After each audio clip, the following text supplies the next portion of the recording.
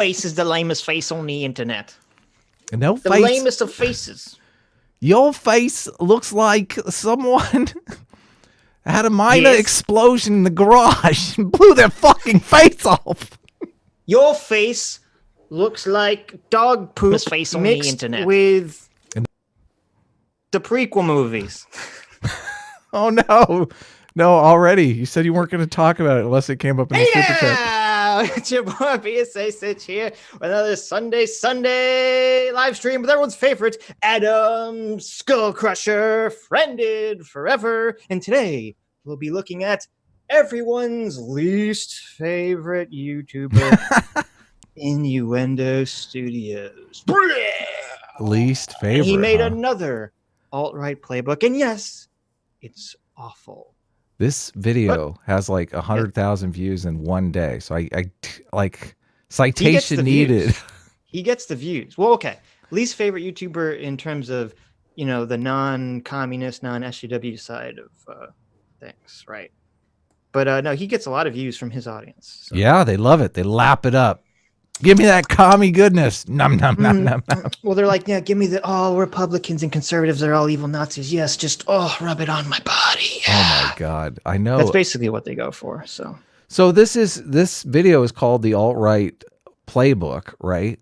And all he ever does is reference conservatives. I'm like, what the fuck, yeah, dude? Well, in some of his older ones, he would actually talk about the alt-right. But this one, I only watched the first half of it, and I don't even think he talks about the alt-right. He's just talking about conservatives. Yeah. So my thesis that all they really want to do is conflate conservatism with racism holds true. This video is the perfect example of it. Right. You're correct. So I have some intro stuff. Let's spend an hour talking about other things that aren't this video. Yes. Let's go. Do you want to pepper it in, or do you want to just? No, let's just do it. Just do it. Do it live. Well, we were on Mahler's stream yesterday, so you can check that out. I posted a link on Twitter. He sets his streams to unlisted, so there's a pretty Sitch was. He has a second channel called Mueller where he uploads all his streams. Okay, perfect. So you can check it out. Yeah, Sitch. It was a 2-on-1, and I was so inspired by Mahler and Rags. I jumped in and helped him beat up on Sitch for a while. There you go.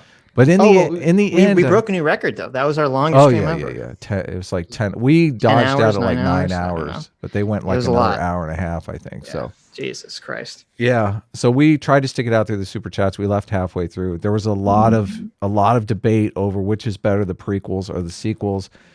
Sitch had a heretical opinion on the matter. So I didn't realize that there were. Okay, first of all, I didn't realize that there was going to be like a multiple hour-long debate on this. I would have rewatched the prequels if I had known that was what was going to happen. Yes. But because I thought like, oh, this is just like a funny meme conversation about like which is shittier, the cat shit sandwich or the dog shit sandwich, right? Like, right. They're both terrible movies that everyone I thought agreed were terrible movies. But this is what I didn't know. And this is what's maybe inspiring me for my next video. I didn't realize that there's like this new wave of people who are going against the almighty dogma of Red Letter Media, the almighty beauty and bliss of the original Plinkett reviews, and are now trying to do this weird revisionist history and say like, well, the prequels weren't that bad. And it's like, what the fuck? Yeah. What is happening? My brain is melting out of my ears. It's just so weird to me because I don't know. I thought everyone agreed that the prequels were shit. I didn't realize that we had suddenly changed. I didn't realize that the world was changing, Adam. Yeah. That's what was happening. The thing is, we kind of went into the debate. Well, you were mostly debating. I was just kind of listening. But I've only watched, I watched the prequels all the way through. Obviously, I hate them just like you do. I watched 1.5 of the sequels because I got about halfway through the second one and realized it was dog shit and just like didn't watch it. So I didn't really feel qualified to weigh in the same way that you were, but I thought the debate was just kind of a meme debate. Like we're having fun, we're joking around. But then about like as it goes into hour 2, hour 3, I'm like, these guys are serious. Yeah. Yep. Like they want They want a pound of flesh here. They want you to like prostrate yourself on the altar of sequels over prequels. Because it's maybe I'll make a new video will be comparing the sequels and the prequels and rewatching, because I started to rewatch the first prequel today, and it's so awful. It's just so incredibly awful that this is a baffling conversation. I mean, yeah, everyone could obviously have their own opinion about whether they think the prequel sequels are worse. That's fine. It's just the idea that this kind of like revisionist history of the prequels weren't so bad is what's really shocking me. But anyway, let's move on. Yeah, we'll get to that later. The chat doesn't seem to work early. Like, I keep trying to fix the chat, guys. Yes, I see you. Fix chat. Adam, fix chat. Adam, fix the chat. I don't know why. Stuart Keating for 2 Aussie bucks says, man, that stream with Sofane was crazy, or what? I liked it. Yeah. That was fun. Yeah, it's good. Sofane, to his huge credit, he went online and read Joe Biden's healthcare plan and tweeted out and said that it wasn't as bad as he thought it was, before he read it. So big props to Sofane for admitting in public that he changed his mind. A very difficult thing to do. Yeah. You won him over, man. Yeah. You beat him. What an idiot. Is that why it's hard to change your mind in public? Because people like me go, what a jackass. He was totally wrong. What an idiot. I like we have this good cop, bad cop thing going on. You have someone on and Adam's just like, fuck you, idiot. And I'm just like, well, and then I sucker them over to my side. I know. Well, the thing is, though, we sucker them over to our side. They just don't realize. Exactly. So Adam is really just putting on a show, guys. It's all fake. If they only knew, they'd never agree with us. That's right. Zara Richards, except for, I guess, no BS would be the opposite of that. You were trying to be the good guy. Oh, no. Zara Richards for $2 says, gonna miss the majority of the stream, so here's $2. Thank you very much, Zara. Matt Manning for $2 says, Sitch, I sent you a DM for our Yu-Gi-Oh match. All right, cool. I'll check it out. Obviously couldn't do it this week because I was on Mauler for a million hours yesterday. Jonathan Stoffel for $1.99 says, Innuendo puts 10-cent ideas in a $1.50 frame. Yes. Yeah, using my analogy there. I was gonna say that's like a 1950s analogy. Oh my God. That before. Yes. Spending a bunch of money on a frame for a shitty picture is not really the good way to go. There's it's a play on, you would step over $50 to pick up a nickel. Oh, okay. Which I hate. So this is like a boomer thing? It's a boomer thing? Is this a boomer thing? Fuck you. Just fuck off. Why don't you fuck off? How about that? Is this boomer enough for you? Suck my dick, motherfucker. Fuck you. Fuck you. Fuck you, making sure the stream is 100% not monetized. Yeah, 100% demonetized, exactly. Yes. Sorry about that. Lord of the Nerds for $2 says, Tim Pool wouldn't be late for his own show. Tisk, tisk. That's true. Tim Pool is far more professional than we are. I agree. He puts out 1 million videos a day, too. Oh, yeah. Good for him. Sidious77 for $5 says, I came in on Rub It All Over My Body. Unsurprised. Oh, baby. I'm glad you liked it. DeGenes for $2 says, when's the next call-in? Would love to debate. I don't know. Yeah. Whenever we feel like it, I guess. We don't really plan. Well, we could do one in the middle of the week and catch up with Mahler. I'm determined to get in. Like, we should be at 81 right now. Like Adam. Apparently, so Mahler they're on stream 80 or yeah, I think it's about 80. Right. So Adam's like, we have to beat them in numbers. And I'm like, why? And he's like, shut up, Sitch. Let's do it. Fuck you. I'm like, okay, I guess. I don't know. We'll see. A competitive streak. Come on, man. You don't like to be competitive? I mean, with number of shows, who cares? It's a number. It's an objective measure of reality. Okay, I guess. Oh, wait. I gotta hold on. Stream demonetized, request review for all the suck dick comments. Yes, oh my God. It's funny. We've been doing it usually takes like a week for the streams to become monetized, but eventually they almost always become monetized, except for last week's stream with Sofane, and I'm assuming because he said F word. The F word. Yeah, I didn't say that. F word. Sofane, what are you doing to us? Lord of the Nerds for $5 says, props for trying to at least make an argument against Mahler. It was good fun. You guys should find a way to have some of those guys over here. Yeah, I definitely want to try to find a video that is in the wheelhouse, because we talked about it on the stream. I know Rags would come on and talk about politics. Mahler would kind of rather be more engaged in film stuff, TV show stuff. So hopefully you can find a video. Maybe if we can find a good movie Bob video for us to beat up on, we'll get Maul and Rags over here. I didn't watch that movie Bob one on the platform, but I know that one's got to be good because it has all the socialist themes in it. Well, the only problem is, wouldn't we have to watch that movie, The Platform, which I don't really want. I've already watched it. Yeah. Okay. Yeah. It's a decent movie. It's one of those movies that loses a lot in the end. I mean, it's like pretty much like a 5-star movie all the way through until the end, and then it's super disappointing, and you're like, oh, fuck. Aww. Yeah. So be ready. Lower your expectations. Lil A Tiora for 5 NZs, which I assume means Nazi dollars, says, I started playing The Sims again and made Adam. Don't worry, dude. I'm going to hook you up with the top virtual poon. Oh, nice. There you go. You know how I do like my virtual poon. Oh, yeah. That's the simulation for real, son. Lord of the Nerds for $5 says, Red Letter Media is all normie takes, and Star Wars 1, 2, and 3 is mediocre. People act like movies are Manichean. I don't know what that means. Good or bad. Oh, maybe.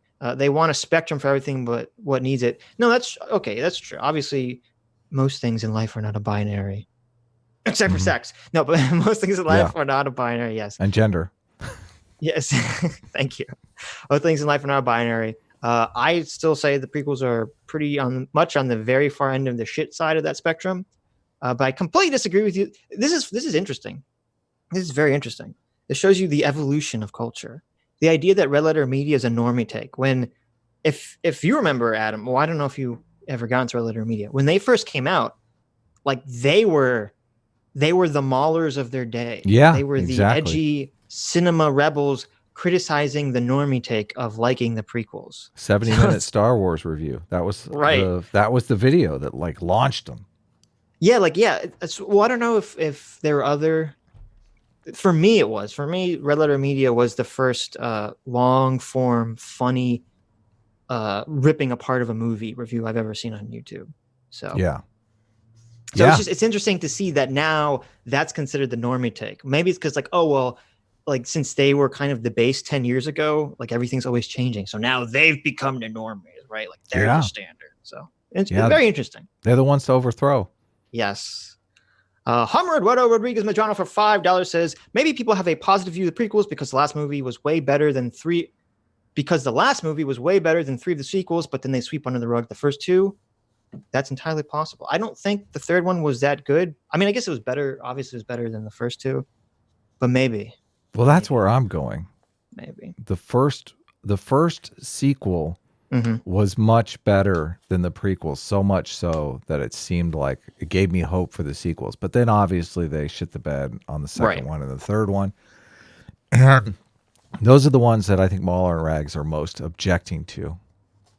So what I'd be curious now because I haven't seen the prequels in so long, except for I just literally started watching the first one today.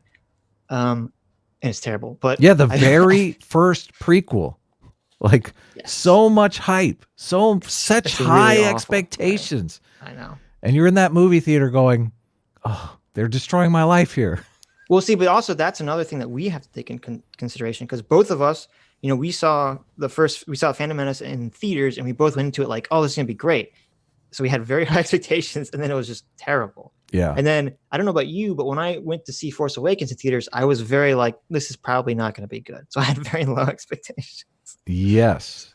So I'm sure that definitely shapes our opinions of the very much so, more than anything. Right. But I'm curious to compare, just to rewatch the last prequel movie and compare that to The Force Awakens to see how they match up. Umam Sharid for $1.99 says, I'm still a pro forced sexual contact, all thoughts advocate, AMA. Okay. That's pretty dark. Yeah. I don't know about that. Stuart Kidding for two Aussie bucks says, Innuendo Studios, Prager, you of the left. Yeah, that could be. Yeah. Well, I wouldn't compare them to PragerU because PragerU has like different people all the time, and Innuendo Studios is like one asshole. Right. Yeah. But in terms of awful takes, well, okay, wait a minute. In terms of like, because a lot of times, a lot of PragerU videos, not all of them, obviously, it's dependent on the speaker, but a lot of them are like everything the left does and says is evil and bad, and Yeah. everything the right does is amazing and good. So under that, yes, I would say that Innuendo Studios is the mirror horseshoe version of that. What is So we the? get I kept trying to think like they're trying to conflate conservatives and racists. What is the PragerU's trying to conflate leftism with? Sometimes you get the baby killer over the abortion you get argument. they're anarchists, they're communists, they're Right. baby But killers, none of nanny those state. sting like racism does. Racism is just so far outside the Overton Yep. window that it's like you can say commie, you can say, I mean, Right. geez, baby killer Well, just bounces that's off because that. it's so ridiculous. Well, that's recent though, because it used to calling someone a commie in America used to be like top tier insult. Yeah. Yeah. It was worse than racist. Because I mean, yeah, because we were at literal war with fucking USSR for Yeah. for how many decades? So, yeah, but it's been a long time since that war, that conflict, so it's kind of lost its sting. But yeah. Kyle Bassart for $20. Thank you very much. Kyle says, finally able to get back to normal. I flipped my 18-wheeler over back November. Now I'm back on the road listening to your live stream. Holy Thanks cow. for helping me get back. Glad you made it, man. Jeez, Yeah, flipping an 18-wheeler, I can't imagine. That's crazy. That is crazy, Kyle. You flipped your 18-wheeler. Well, we're glad that I'm assuming you're back in good health. Thank you very much for the money. Yeah. Stay safe. Make sure when you listen to our amazing streams on your drives, yeah, pay attention to the road. Hope that super chat wasn't sent while you had one hand on the wheel. Yeah, exactly. Don't type and drive. Matt Magnum for $2 says, also April 18th, work for the match. We'll see, Matt. We'll see. You know, everyone knows I don't like to plan things that far in advance. I'm a very busy man. But I'll try. Is that next Saturday? I believe that it is. I'll try. Yeah. It is, yes. I'll try, Matt. Econs for $4.99 says, maybe you can use a Renegade cut or Lindsay Ellis video with Mahler. Oh, that's a good point. We should totally do a Lindsay Ellis video with Mahler. Oh, that is a great point. Do you watch any Renegade Cut? Like Renegade Cut used to be decent, and then like Trump was elected, and all of a sudden all his videos became. No, I don't even know who that is. It's watch him. Some of his older stuff is actually decent. Like I said, you know, we're in the age of Trump, and that has given a lot of people TDS, and I think he might suffer from TDS a bit. Okay. To look through his stream, but yeah, I would like to find a good Lindsay Ellis video to do with Mahler. That's a great idea, Econ. That's a good idea. Gemini Samurai for $2 says Sitch loves his Nazi dollars. Not surprised. Thank you very much, Gemini. Sarky Swan for £5 says Mahler gives an in-depth explanation of his position of sequel. Sitch, well, there it is. Uh oh. That's right. The well triggers all, not just Adam. I know, it's universal. It's universal. Stuart Keating for $2 says, anyone remember PragerU alt-right equal left video? Yeah, that was our first PragerU video, I think, that we covered, and it was fucking dumb. Yeah. Fucking dumb. Digenis for $5 says, Adam and Tim Pool, the ideal enlightened centrist, catch up TDS Sitch. Also, Adam, have you noticed conservatives on YouTube bending over for Nazis? I haven't noticed that, but that sucks. That does suck. Yeah. I don't know who you're thinking of specifically, but Tim Pool is not an enlightened centrist. I hate to break the news, but Tim Pool is totally afraid of his audience. Totally afraid of his audience, and does everything to boost up his view count, as you know, placating them. Look at one of Tim Pool's many million "the Democrats are all evil and insane" videos, and just read the top comments. And tell me that this is the enlightened centrist. Okay? Couldn't he be an enlightened centrist and just not be broadcasting that? Couldn't he be like playing a character that makes more money on YouTube than actually? I guess that's possible, but how would we know? You know, how would we know about the secret? Can you be an enlightened centrist and do that? I don't think so. Well, no, I don't think so. I don't think you can be an enlightened centrist and grift and be dishonest about your opinions. And I don't think Tim is being dishonest with his opinions. I think he's just very carefully trying to turn and warp everything to suit the audience that he has. Yeah, he understands psychology. He knows they want their takes. Right. And then he kind of just puts his views through that filter. But Anyways, why am I wrong about the prequels for $3? Oh, you fucking piece of shit. Says, Oh, can't believe no. you guys left Mala stream right before my super chat was read. Shaking my head. I'm glad I did because of your fucking name. What was it? Send it to us. We'll answer. Yeah, we'll answer it. I'm sure it was something about Watchmen or something. Tiago Caprita for $1 says, I sure do love spinning squirrels. What? Oh, yeah. Do you get it? I don't get it. There is a spinning squirrel meme going on Twitter, and there is? I've seen it. Yeah, it is pretty funny. Okay. You haven't seen that meme? I haven't seen the spinning squirrel meme. I'm so sorry. I guess they put some spinning device on the bottom of bird feeders. Oh, yes. But yes. this one squirrel is like, I'm going to get that fucking bird feed. And he spins high speed and basically gets thrown off. It's pretty hilarious. My parents have that problem. They have a bird feeder, and the squirrel's always shoving his fat little face full of all that food. He's like, well, your mom should make some viral videos because it is hilarious. Squirrel versus bird feeder. Adam Ass for $2 says, tell to your simulator lizard friends to set time here today when you guys are streaming. Also, please make stream about addictions. Okay. I don't know if we'll do a stream about addiction specifically, but Adam, tell your lizard overlord simulators to make it day everywhere in the world when we're streaming. A day? Make it like sun, like make it daytime everywhere in the world. Oh, that's interesting. So, okay. I'll see if that's a possibility. Why am I wrong about the prequels? Fuck you. For $3 says, why was Sitch afraid of grapes? Because trying to stay monetized, okay? Trying to stay monetized. I don't want to say the words. I don't want to say the R word, okay? Gotta be smart. Mm-hmm. Why am I wrong about the quality of the prequels? For $2 says, Tim Pool is an enlightened Nazi. Wow. I wouldn't say that too far. But that N-word gets you demonetized too. I know. We're fucked. It doesn't matter. Benedict T for $5 says, Sitch, even though your people killed Jesus 3 days ago, he's back, so I forgive you. That's right. Thank you for reminding me. Happy Easter, everyone. I totally forgot because I'm Jewish and I don't care, but happy Easter, everyone. Yeah. And happy Passover or past Passover to any of my Jewish brethren. I'm atheist, so I don't care. Yes. Was there anything else you want to talk about, or should we get into this? I want to pitch our comic book for a second. Pitch our comic. We're actually doing great. I think we're almost up to 700 people interested, 700 people signing up for our email list. So if you're interested, there's a link in the description, and check it out. I mean, it's a lot of fun. We're writing it now, working on the artwork, so it's fun. And we fight Robot Hitler. Yeah, that too. There you go. Spoiler alert. Spoiler alert. We fight Robot Hitler. It's gonna be awesome.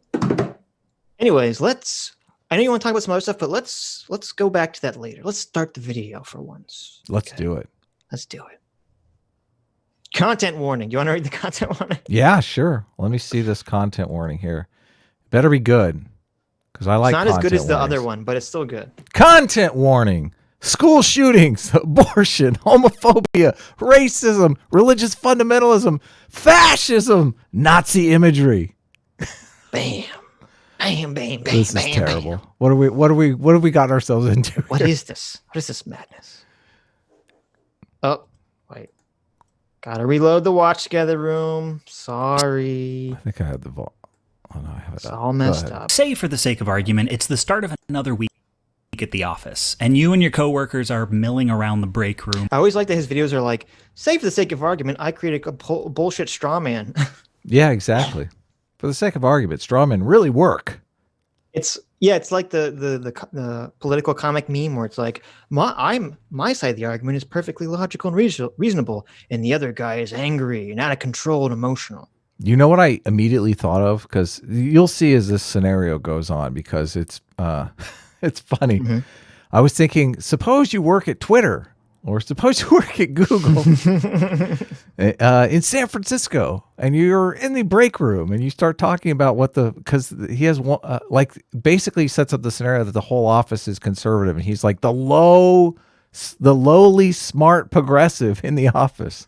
Right. But there are so many environments, so many work environments where it's completely opposite of that. Imagine that. Yeah. Well, we did a stream on the, when Trump won and Google had that weird meeting. Oh, I know. They're like, Trump won, guys. We just have to relax and exist I know you're all liberals, but damn. You know, this, I didn't really realize this till right now, but this kind of bothers me. He's hand drawing or computer drawing, I guess, these little figures that he makes, right? So he can have them be on transparent backgrounds. Why does he have this awful, like, lazily cut out outline like it's a JPEG? What are you doing? What are you doing? Do a clean outline or make no outline? Listen to you. Come on. So I mentioned we've been working on a comic. Obviously, Sitch is flexing his art direction skills. Well, He's no, like, what the fuck is this? These little, what are these lines? They're all jagged and nonsense bullshit. Well, no. But like, I spend a lot of times in my videos where I'll isolate an image, or in some way, and I try, and it's only when I'm very lazy, and I'm using way more fucking images than this fucking guy does. Okay. And I'm not even drawing them myself. He's drawing them himself. He can literally draw them on a fucking transparent layer, right? Yeah. He doesn't need to have them be on a white background. But if he wants the outline, look, this is the trick. This is what I do. I don't understand why this guy doesn't do this. Here's the trick, okay? If you're drawing your own fucking picture and it's on a transparent background and you want to have a white outline, it's very simple. All you do is you copy the picture you literally just drew. You put it underneath the picture itself. You turn the brightness up to 100, so it's just a white outline of your own picture, and you just make it bigger, and you move it around, so you create an outline. It's very fucking simple. That simple. won't work. It totally works. It's what I do every time. And you make multiple copies, so you make sure you have your entire outline covered. But as you make it bigger or smaller, where the different articulations are will move around. Well, no, because what you do is you don't use one outline picture. You make like 3 or 4 copies that are all bigger, or it doesn't even have to be bigger. You just make 3 or 4 copies and you move them around underneath your top layer to just cover all the picture. Graphic design tips with PSA Sitch. But I'm saying it's very easy to do. And I don't understand why he just does this ugly as fucking, I don't know, whatever. Let's go. I'm putting off getting to work because. Why do these people not have any legs? What's up with this? All these people have been.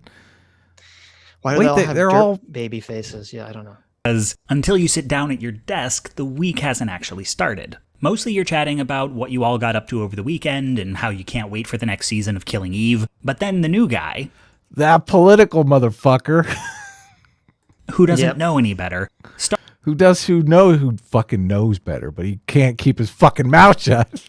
He can't even come in the office with a shirt and tie on. Jeez. He knows better. He knows what he's doing. Open his big fat mouth in the break room.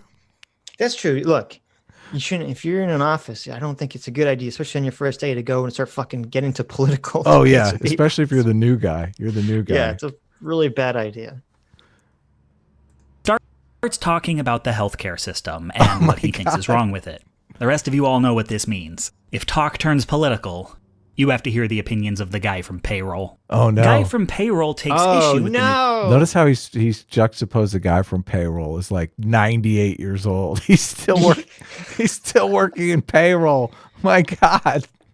Well, I like that he's like got this like unkept, disheveled beard, and he's just like, oh, like this. Yeah, you're right. Just some old guy. Geezer. Like, some geezer here. Some old out of touch boomer. How dare he have any sort of non-liberal ideas? Crazy. Or any sort of opinions or life experience to share with us. No, get back to payroll. Get back to payroll, yeah.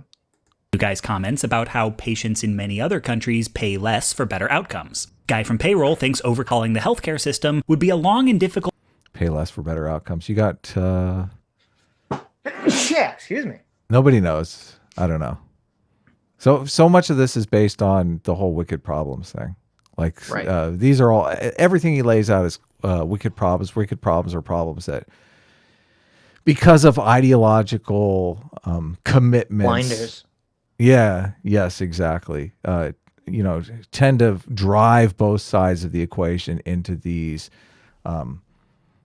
just confirmation bias type situations where they're just looking for information that will confirm their already taken point of view. So they're really difficult to solve. And this is a problem with a lot of this stuff. He goes in with all this bluster as if, oh no, we know how to solve these problems. It's so easy. All the progressive solutions are right and all the conservative solutions are wrong.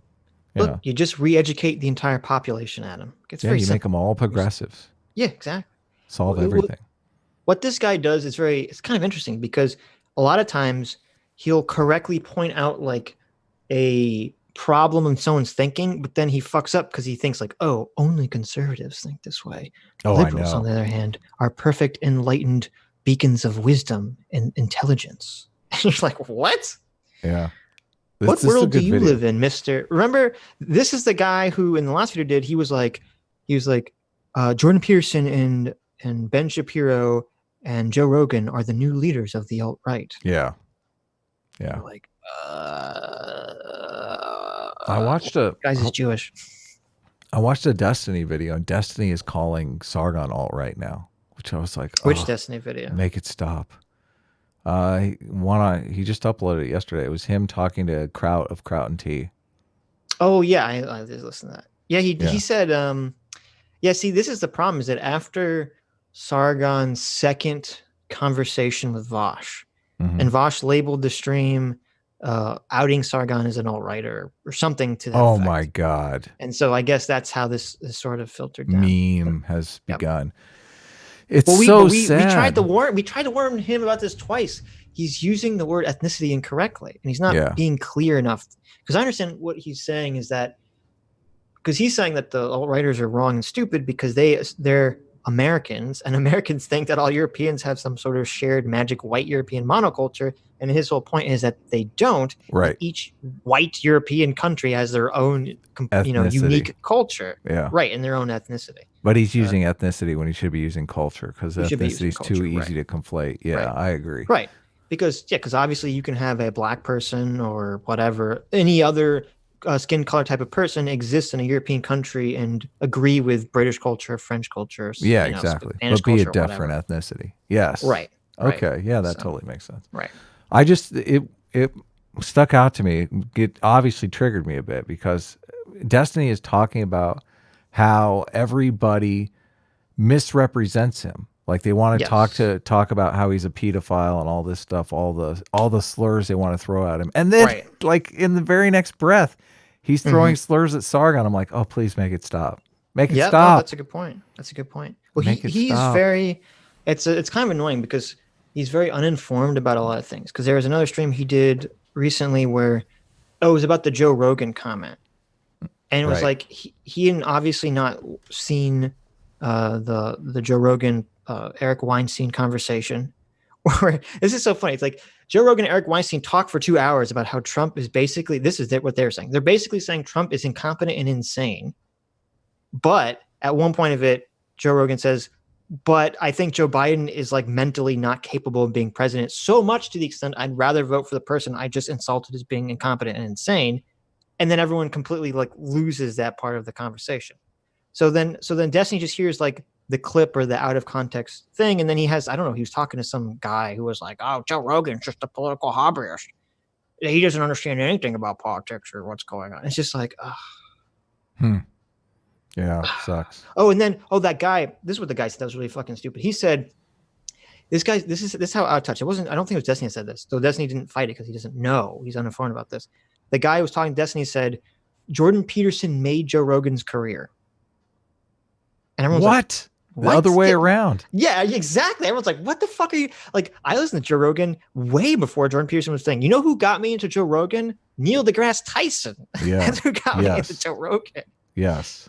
I was like, what? This is so bizarre. Like, Joe Rogan made Jordan Peterson just by having him on so much because he was so interesting. Exactly. Yeah, but without that platform, it's hard to say that Jordan Peterson would have blown up in the way that he did. Right. Well, I mean, he blew up internet wise. I don't know if he would have like made past the, internet celeb sphere if it wasn't for Joe Rogan. Well, it's hard to say because he was doing Joe Rogan before he got his book deal lined up, and his book deal led to the infamous Kathy Newman interview, which really catapulted him. That's true. That's true. When was, I don't remember where the New York Times article was in relation to all this. Yeah, I don't know. Whatever. Process to create a system where he would pay higher taxes and have fewer options. And all for what? He doubts socialized medicine, if it even worked, would be worth the trade-offs, and even lets slip the phrase, do Democrats think they can live forever? What the fuck? Has anyone ever? I've never heard anyone ever say that Do in my entire Democrats think life. they can live forever, huh? In a conversation or debate, first of all, I agree that there On needs to be a healthcare, public yeah, option. Yeah, exactly. I agree. There needs to be a public option. And I think the best argument is you have all these other countries that do it and they do it successfully. Like it's already been A/B tested, right? We already know Yeah. it works. And we already know that our system is complete dog shit.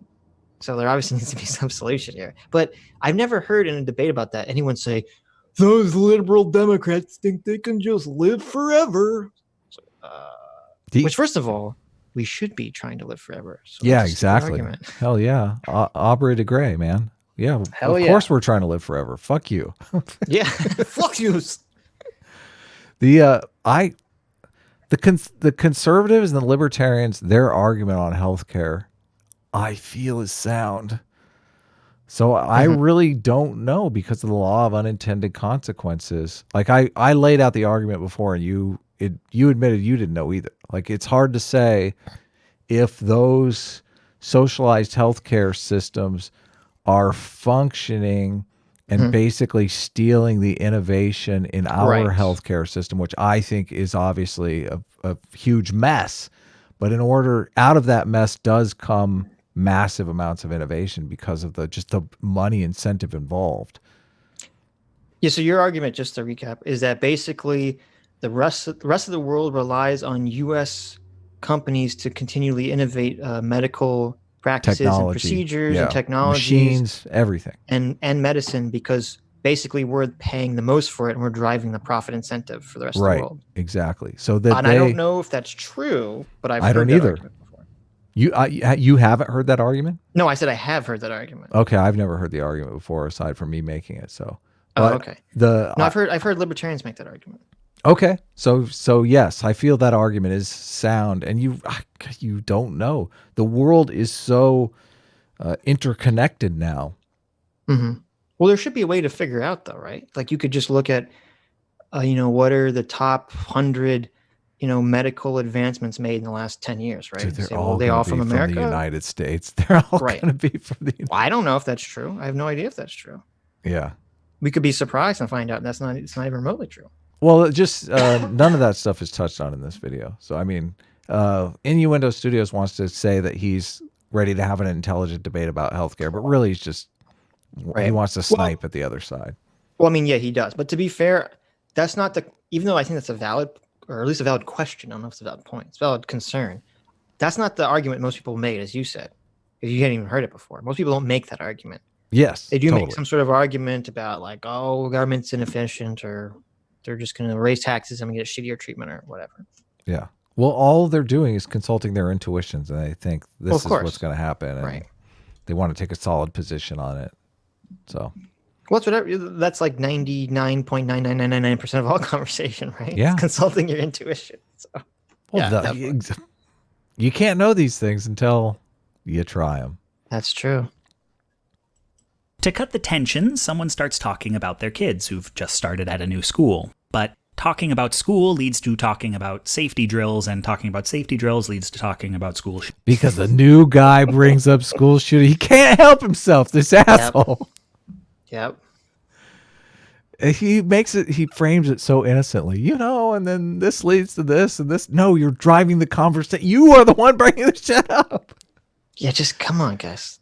Let's talk about bullshit, okay? Talk about bullshit. Like, what's shittier, the prequels or the sequels? Yeah, that's a very non-contentious talk. Well, I don't know if I don't know if I would call it non-contentious. Yeah, I'm joking, being very sarcastic.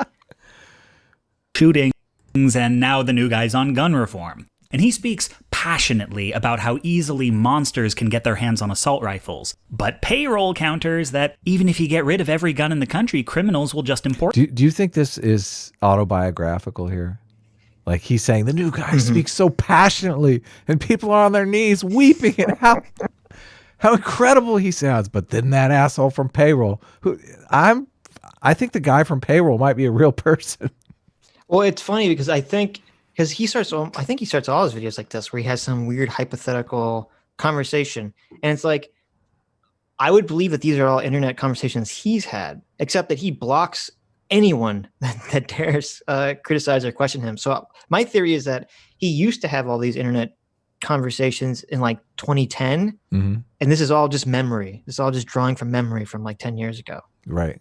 This is That's why the guy from payroll theory. got blocked. Yeah, exactly. Exactly. Because Or he's them. blocked us. He's blocked both of us. Is he? I don't know. I'm not sure.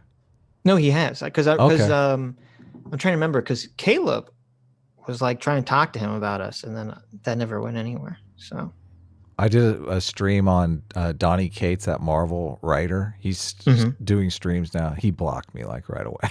So, oh, no. whatever. Who cares? Oh. Put your big boy pants on. That's right. A bad person can always find a way to do bad things, and why should he, as a responsible gun owner, be punished for the crimes of a monster? Yeah, why? Why? What's the answer? Well, I hate this because the gun argument is so stupid on both sides. Again, we'll take the perfect enlightened centrist. Take the perfect enlightened centrist position, because the left is so concerned about the assault rifle thing, which is so stupid, and they're very concerned about banning certain types of guns, which is also stupid because most gun crime is committed by pistols and handguns, that are just normal, that are not modified in any capacity whatsoever. Mm-hmm. And I don't agree with the whole ban all guns. I think that's crazy. Yes. You can't. To me, it's like there's lots of people in the country that live in bad places in the country, bad areas, and that need they guns. can't that need a gun to protect themselves and their family. They're not relying. They can't just rely on the police to be there quickly or swiftly if someone's breaking into their house or if they're walking home or whatever. You know? Yeah, we don't all live in good neighborhoods. Exactly. However, the rights argument, which has basically been, in my opinion, been completely co-opted by the NRA, which I think is purely a lobbyist organization for the gun manufacturers. Their basic position is, well, you can do absolutely nothing ever. Yeah. Ever. Everything just has to be legal. Just let it be like fucking the Wild West out here, which to me is madness. Yeah. It's very, to me, it's a very anti-conservative position. It's very, well, let's just give up, right? Let's just fucking throw in the towel and say you can't fix anything. Everything's just broken inherently, and you just have to deal with anarchy, basically. Yeah, instead of order. Very extreme positions. Right. It's a very extreme position. So, unfortunately, I think it's the problem with a lot of politics, is that when stuff gets sucked into this tribalism lens, it's like everyone just digs in their heels on whatever their stupid side is. It's supposed to saying, well, I'm sure there's some middle ground. There's something that actually pragmatically makes sense. Because again, as I always say on stream, the question should be framed, how do we keep guns out of the hands of as many criminals as possible while keeping them in the hands of as many law-abiding citizens as possible? We execute the criminals. That's how. There you go. We just execute There you them. go. Then they can't use their hands anymore. It's safe, clean, and effective. Just cut their hands off. Well, they might, get that gun in their teeth, and then the next thing you know, you got another criminal on your hands. There you go. Execution. Electric chair. Adam 2020. He wants you electrocute to know that them all. Adam 2020. He'll electrocute every criminal for any crime they commit. Don't matter how small, but they all gonna die. But look, there's good news, because there's absolutely no registration, no laws, nothing about gun control. Everyone can buy whatever gun they possibly desire, even a nuclear weapon, even a tank, even a fighter jet. But if you commit even the smallest of crimes, yes, you step on a grape at the grocery store, you're gonna get hanged. If you walk on a lawn that says "Do not walk on grass," it's over. Friend. Quitting's for you. That was literally a Star Trek Next Generation episode, by the way. Oh, nice. There is, again, an uncomfortable silence. Guy from payroll fiddles with his tie. He doesn't like this any more than you. He just can't help himself. Someone tries to change the subject. See, isn't it interesting? He says he let it slip for a second. He said he doesn't like this any more than you. You, really? You, the viewer. Oh, really? Are supposed to side against him. Okay. The viewer, are supposed to be maybe the new guy, maybe the new guy's advocate. You hate the guy in payroll because look at that scruffy ass beard, dude. Shave your face, motherfucker. Yeah, shave your fucking face. Come on, be clean cut here. Okay, that's supposed to be like a conservative stereotype. Exactly. subject, but by now, new guy is looking to win an argument, so he steers you straight. Oh, that's a line that just floored me right there. Well, at least that's It's true, right? it's He's just looking to win an argument. yeah, but That's like a Wh- modicum of self-awareness. where's the mirror? You're both looking just to win the argument. I know. Like, come on. Why do you keep bringing this up when everyone in the office is trying to change the subject? Well, that's every one of his videos is looking to win an argument, right? Oh, exactly. Yeah, exactly. You can't win that healthcare argument. That's terrible. You can't win any of these arguments. You can't. Really. You just 'Cause you're not- hope for the future. Because you're whenever you argue with someone, you're arguing facts and logic, and that has nothing to do with the argument Yeah. whatsoever. Oh, yeah. It's all moral intuition. And you never have enough facts and logic, obviously. Right. You don't know. Right. Even if people were arguing facts and logic, it's very difficult to actually get whatever the truth is, whatever the Yes. objective truth of reality is. Very difficult. Very difficult. So that's why you just throw your hands up in the air and say, I'm an enlightened centrist. I don't have to think. Let's just find a middle ground for everything. There you go. No, that's a bad There idea. you go. Don't do that. That's a great idea. Be lazy. Just be lazy. Well, that's a good idea, but to Roe v. Wade. And Payroll is off and running, talking about how beautiful childhood is and how wonderful it is to be a parent, baby killer. and how it's tragic for any life to be cut short before it begins, and how evil it is to have state-sanctioned, but new guy just can't keep his mouth shut.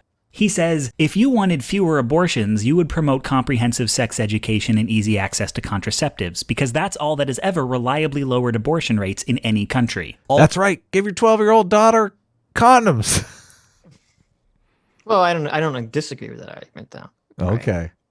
Not with giving your 12-year-old daughter condoms, but the idea that if you really want to cut down abortions, you got to promote other forms of birth control. Right.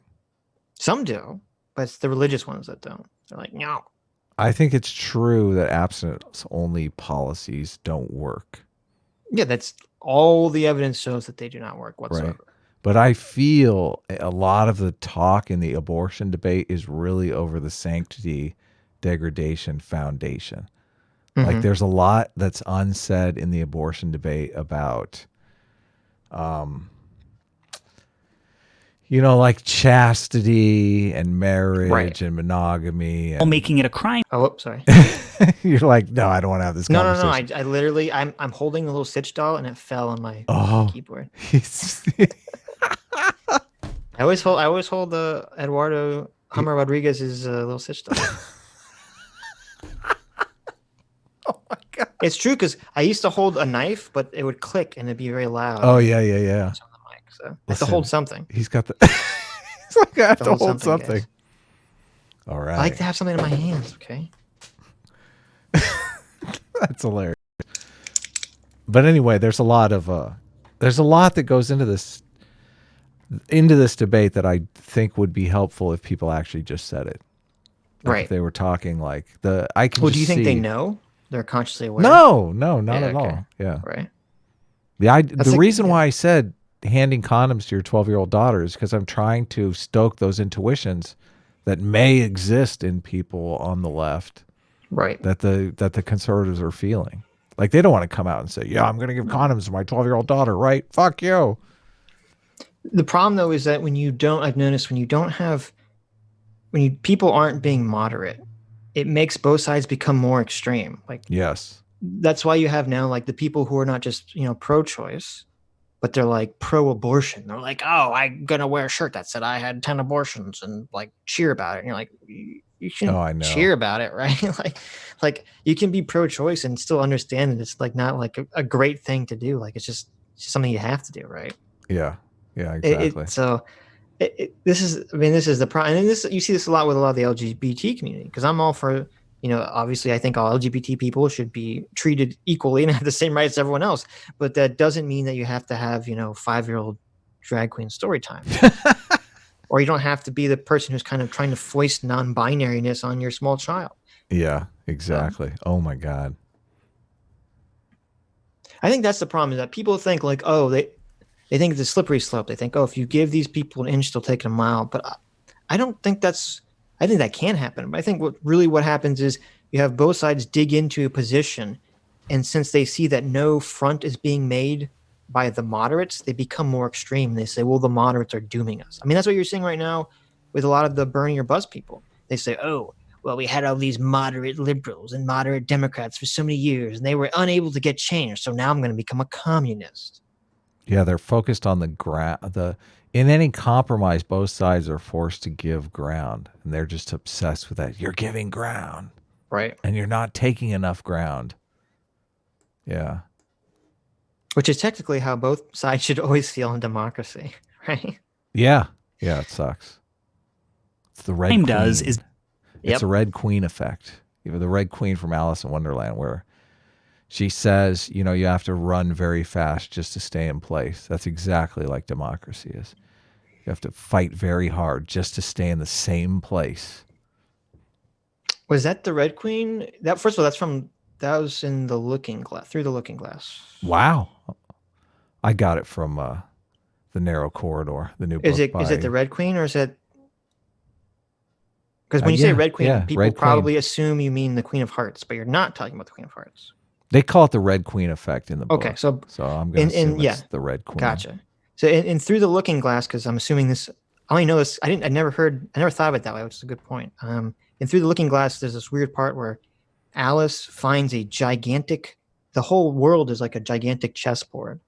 And the queen, there's a red queen, not the queen from the cartoon movie. There's an actual like red queen chess piece. And she moves super fast because she's the queen. She can move across the board. Oh, and she says that line. She says, you know, you have to move in this world, you have to move super fast just to stay in place. Yep, so, that's exactly it. Yeah. Determine whether the abortion happens in a doctor's office or a motel room. It is deathly silent. People shuffle in place. Finally, without making eye contact, the guy from payroll just says, ugh, I hate Mondays. Everybody shuffles off to their cubicles, scowling more at the new guy than at the guy from payroll. Your ass gonna get fired. You're gonna get fired. That's why you need me. I'd just be like, shut the fuck up. Like both of you. Let's like talk about something light. Let's get back to work, bitches. Like you always need someone in there to just be like a fuck it attitude. Yeah, the levity. Guys, if you're ever in those situations, you got to be the fuck it guy. Yeah, okay? Exactly. You don't want to be the new guy or payroll. You want to be the fuck it guy. Fuck it guy. You don't want to be the bystander who sits there quietly like while the sheep just watch. Okay, you got to be the person that gets help. You got to be the person that breaks up the situation. You got to be the person that tells everyone to shut the fuck up. Okay? Don't be the sheep. Don't be the sheep. Don't do it. Another week officially begins. Much as it pains me to admit, Guy from Payroll has made one genuinely good point this morning. Mondays... Yeah, as much as it pains me to admit, there is one point about conservatives that I actually agree with. It's nothing to do with the politics or their ideology, but... It's just Mondays suck. Yep. Suck. It is a truth universally acknowledged that the work week will end talking about how great Fridays are and begin 3 days later lamenting the scourge of Mondays. But what are you going to do? We could start work on Tuesdays and end on Saturdays, but that's just kicking the can down the week. The cold reality is, week's gotta start somewhere, and even your most unlikable coworker has a right to complain about it and get sympathy. But why am I talking about it? I'm a YouTuber. Mondays only suck for people with real jobs. Well, because what I want you to understand today is that the conservative thinks about people dying of preventable illnesses, school shootings, and back alley abortions the way you think about Mondays. You think that's really what's going on? I don't think that's what's going on. Yeah, I don't either. It's just funny. His point is that conservatives think all these things are inevitable, and thus you just have to accept it. Yeah. Which I've heard people make those arguments, but I'm not sure that's really... That seems like a lot of post hoc reasoning. Why is this in a video labeled the alt-right playbook? I mean, that's a good point. This has literally nothing to do with the alt-right whatsoever. Dude, slander, slurs. This is as bad as the baby killers with abortion. Right. Yeah.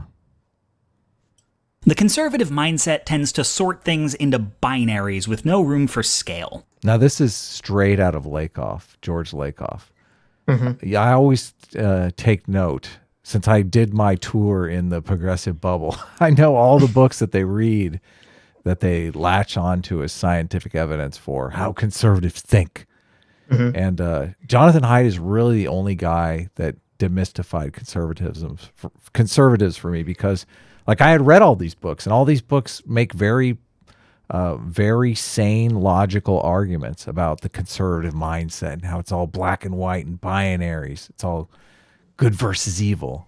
Right. Yeah, but I don't buy into any of this shit anymore. Well, this is what I was talking about. This is not a conservative mindset. This is just how people think. Yeah. Generally. People Exactly. generally think in very binary, categorical thinking, where they say something is good, something is bad. Conservative. That's why. I mean, that's literally what this guy's doing.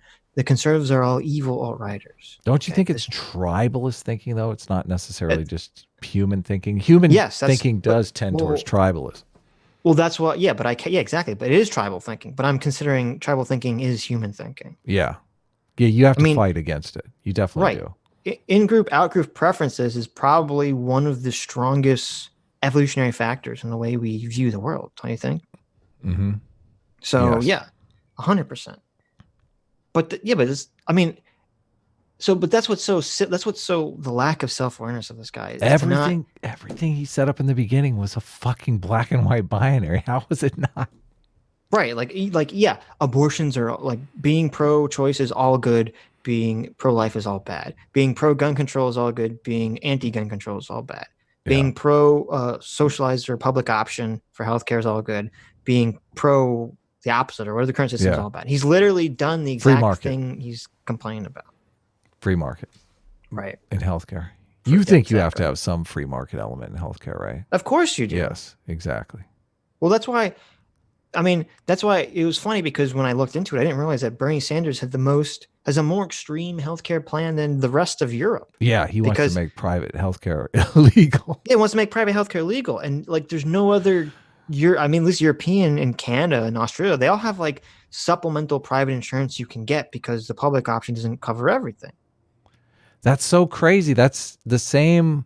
I mean, he basically has Vosh's position on the co-ops thing. He wants to make private business illegal. He must have a co-op. Yeah, well, at least this was one industry. And it's very interesting, because when I find, first of all, if you start arguing with someone who's a big Bernie or bust guy about his healthcare versus Biden's healthcare, they don't, first of all, I haven't really talked to anyone that knew off the bat what Joe Biden's healthcare plan actually was. They all say, oh, he's a neoliberal guy. And you're like, well, what does that mean? And then you explain what Joe Biden's healthcare plan is, and they don't realize this. And they either say one of two things. It's very interesting. They either say, well, Joe Biden's just lying. He's not actually going to implement the plan he's saying. You're like, oh, okay.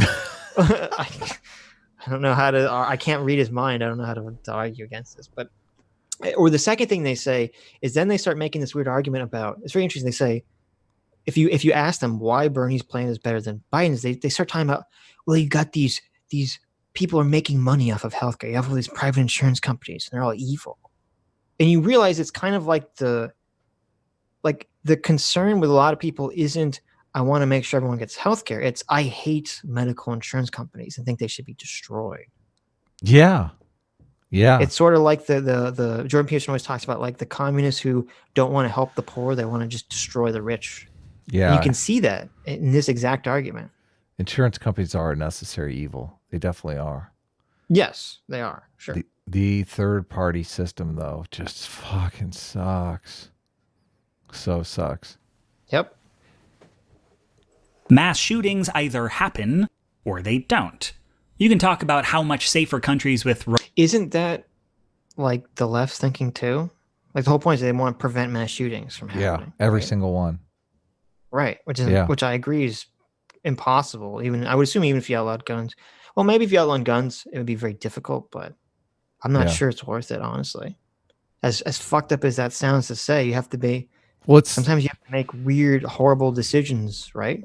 I always look at it through the lens of automobiles. Automobiles kill tens of thousands, if not hundreds of thousands of people a year. We don't make them illegal. Because they get people to work as well. Right, yeah. Exactly. Or you could say, like, if they lowered, because I think they've done studies on this, if they lowered the speed limit everywhere in the country, like by 50 miles per hour, it would save X number of lives. Yeah. You could keep doing it and it'll keep saving X amount of lives. But people don't do it because they factor, well, getting to where you need to go quicker is more valuable than X amount of people living. And right Yeah. now, people are having the same conversation about the plague that shall not be named. They're having this conversation about, well, how many people need to die to make having the economy sink Yeah. worth it? Yeah. Yeah. No, it's a tough conversation to have, but it's a real conversation. You it can't is a just real be a child conversation. and say, no, everyone live forever and But there's no problem, so you have to deal with it. the difference between the guns and the cars, though, is like a majority of people own cars or interact with cars. This in Right. the gun situation, it's basically like if all the people who didn't drive or didn't own a car saying, no, we need to make cars illegal because they kill people. And you're Right. going, well, that's easy for you to say. You don't have a car. Like you don't need Yeah, a car. You don't use the exactly. car. Exactly. Yeah. So Though this is Scott Amstock talks about this. This is it is a loser think notion to perceive the world as if something doesn't completely solve the problem, and people who are anti-gun control do make this argument that if something doesn't completely solve the problem, then it's worthless. Yeah, it is a loser think argument. You're talking because about adding friction. Yes, Scott always talks about adding friction. It's like you lock your front door. Yeah. But why? Someone could drive a car through your front door and come kill you. Someone could Can't kick stop it in. that. Yeah, they could just get in. Someone could Yeah. break through your window. Glass is Still breakable. lock. Did you guys Yeah. know that? Right. Why do you lock your car? Someone could just break the window and hotwire it. Yeah. Why don't you just leave your keys in the car? It doesn't matter. Well, no, because you're adding friction. You're adding time. You're making it more difficult. Exactly. Robust gun control are, and they'll just say, here's a shooting that happened in England. Here's a shooting that happened in Australia. Gun control didn't stop them. You can't regulate evil. And this is the kind of sentence that can drive you up the wall because it is, on its face, obviously true, but it's only applicable in this context thanks to the word that's implied but not stated. You can't regulate all evil. Yes, since they've had gun control, there have been shootings in England and Australia. I mean, that's true. You can't regulate all evil, but you know what else you can't regulate? You can't, like, the whole, let's just teach Americans to just be progressive and smarter, right? Yeah. We're just gonna education our way to the bright new future. Yeah, you can't teach intuitions. Right. The intuitions exist or don't exist. But you're saying that he's contradicting himself because that's what he wants to do. Well, I'm saying I agree with his point that the argument against gun control and pointing to other countries and saying, well, see, they also have mass shootings. It's a stupid argument, right? You have to look at whatever the statistics are, often to make that argument. But I'm saying he's ignoring the fact that, again, he's correct in pointing out bad thinking, but then he only assumes that it comes from one side of the political spectrum, right? Which is completely insane.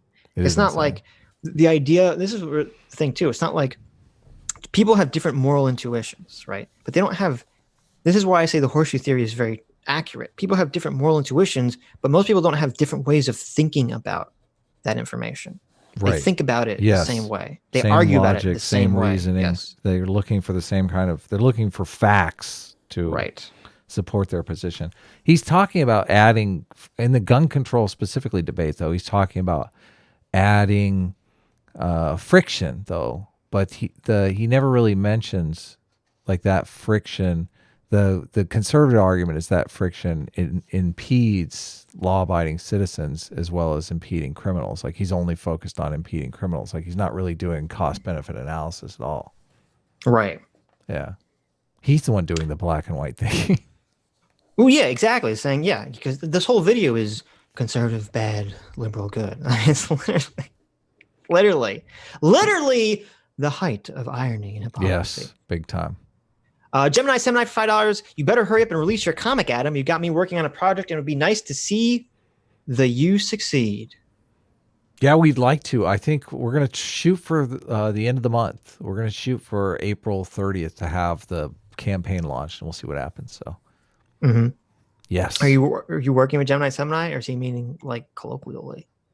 Colloquially. You inspired him to work. Yeah, no, do it, man. Make something. It's awesome. Adam, you are an inspiration to us. We all. can't always just be deconstructing. We have to be Right. building as well. We definitely do. And I feel like, it's fun. I've had fun working with Sitch. Sitch has great ideas. I've worked with, oh man, dozens of other writers. I've been in like every type of writing, art kind of collaboration you can be. And Sitch and CT both are just a pleasure to work with. So. I'm the best, obviously. Yeah. Yeah. No, it's great. Ever. We have such a similar aesthetic. Like it's great. The stuff he's coming up with, I love, and it really inspires me to come up with the best stuff I can. So That's the trick. You got to play off each other. true. Yeah. The Booster for $4.99 says daily reminder that if you talk to any girl and are not simultaneously having sex with her for the sole purpose of reproduction, you're a simp. Yeah. There you go. Thank you, the Booster. Thank you for dropping that truth bomb on us. Lord of the Studios says, wait, you have sex just for fun? You don't have sex only for reproduction? Yeah, it has to only be for reproduction. If it's for fun, then you're a simp, obviously. You're degrading the culture or something. Oh, I got you. Yeah. Lord of the Nerds for $2 says, Destiny's just bitter at always losing to Sargon. Ouch. Ooh. Bam. Ooh. Bam. Bam. Last time I think they debated, I listened to it, and I felt like they had reached like an amicable stage in their relationship, and I'd hope they'd have more conversations and kind of become friends. But I guess right. Vosh put the kibosh on that because Destiny's always really not like Sargon. I don't know why. Yeah, I don't know why, but I'll have to re-listen. I listened to his debate with Sargon like a long time ago, so I don't really remember any of it whatsoever. But a lot of this all stems back to the JonTron. Seemed to be like the inciting incident. DJM Voices for $10 says, you were a good sport on EFAP, Sitch, even if you got destroyed. Worse than your free will debate with Sargon. What? Sargon's position. It's funny because right after that, I heard someone made the exact same argument Sargon was making, but for a different thing. And the other person's like, no, that's a complete fallacy. About basically saying, well, if you can't do anything about it, you should just pretend like it doesn't exist, or you should just ignore it, which to me is a completely different argument that is not persuasive whatsoever. So no, I was not destroyed. And ignoring it, I mean, it's interesting. Even if you can't have any effect on it, it's completely interesting. That's why people like to talk about it. Well, but this is the binary thinking, okay? Because it triggers people when I say I agree that there isn't really a lot of validity in individual people worrying about whether they have free will, because obviously you have to construct society around the idea that people do have free will, right? You can't construct it, around the idea that people don't have free will. Can't even imagine that society. Yeah, what does that society look like? Right, yeah. I agree with that. However, that doesn't mean that free will exists. Right. Yeah. So yeah, it's true. You have to be able to hold two uncomfortable ideas in your mind at the same time, which I think is the big problem. Yeah. It hurts because they're contradictory. It hurts. Yeah, there's actually, I'm trying to remember, there was a study, I don't know if Height was talking about, there's a study where if people hold in, if you get like a mystery or two ideas that don't like solve a problem and you hold them in your mind, it like makes you physically uncomfortable. Yeah. Yes. Also, Adam is objectively correct for liking the Pixies. Yes. Yeah, I saw that. Is that a band?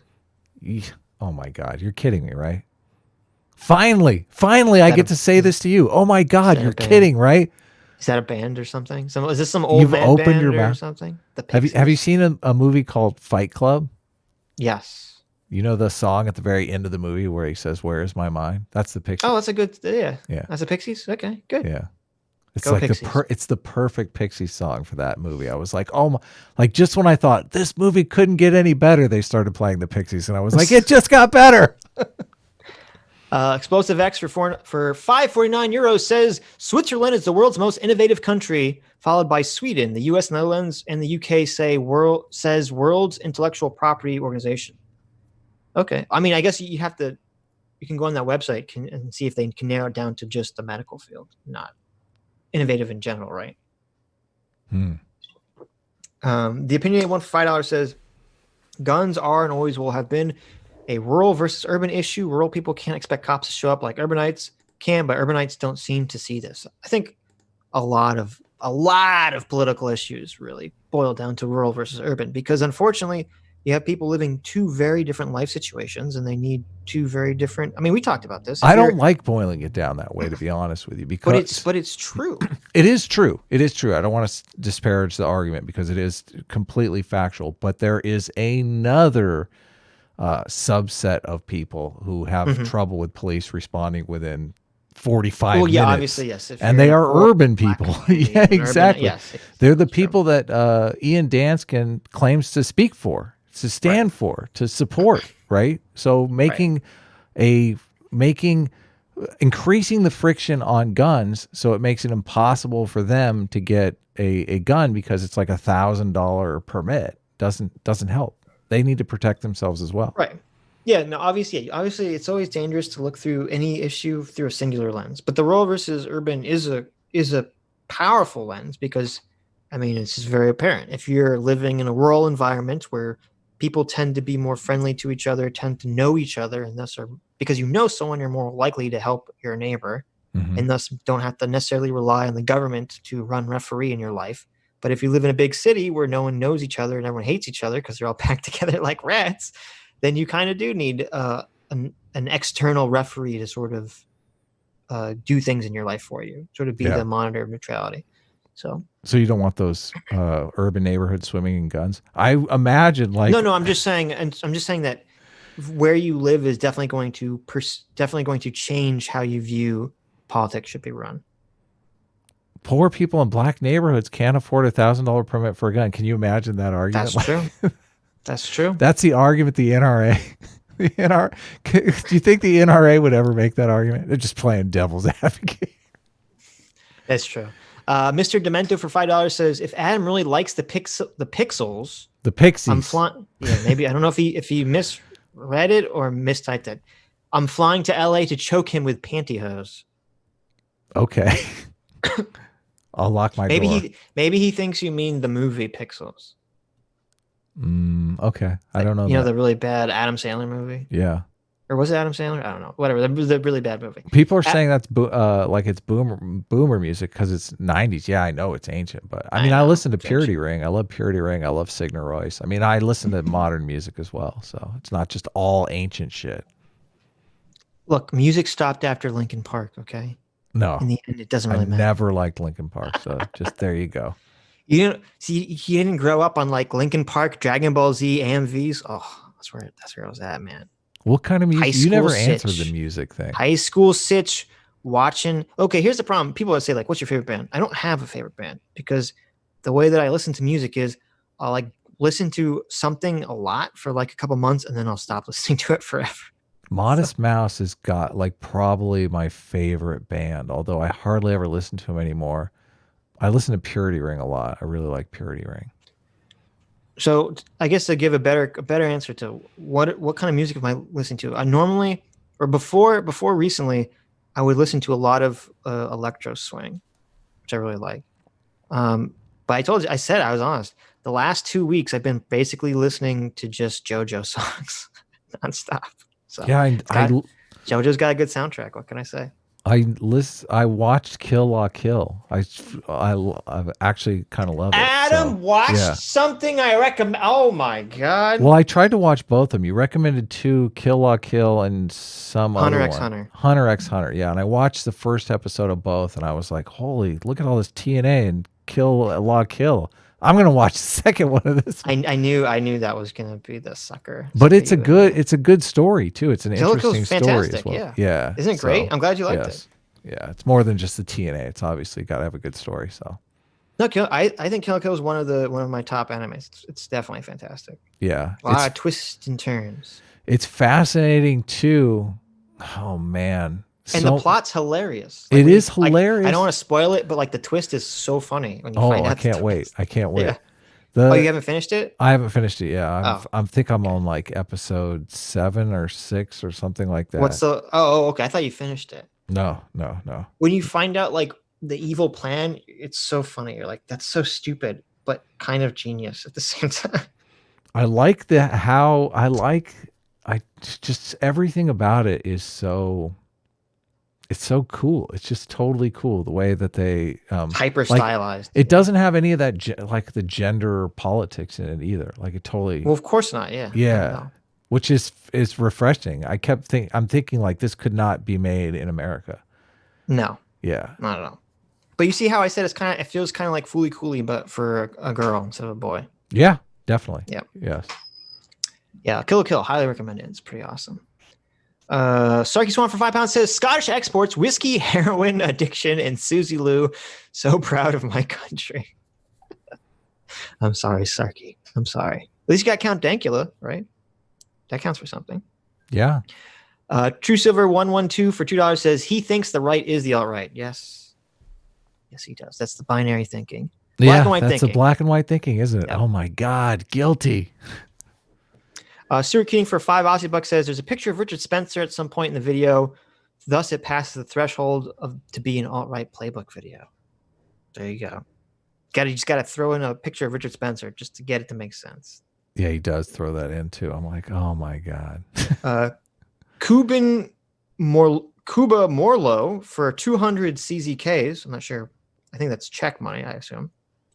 Says supplementary insurance here in Europe is typically that you get money when you stay at a hospital or when you sustain a major injury. Also, things not covered by public insurance are a lot more affordable than in U.S. healthcare. Yeah, I would imagine. See, this is where I would imagine that having a public option would have to automatically drive down the cost of private insurance because they have to compete now with the government. Yeah. So I would imagine. I don't know. That's good. Yeah, that's good.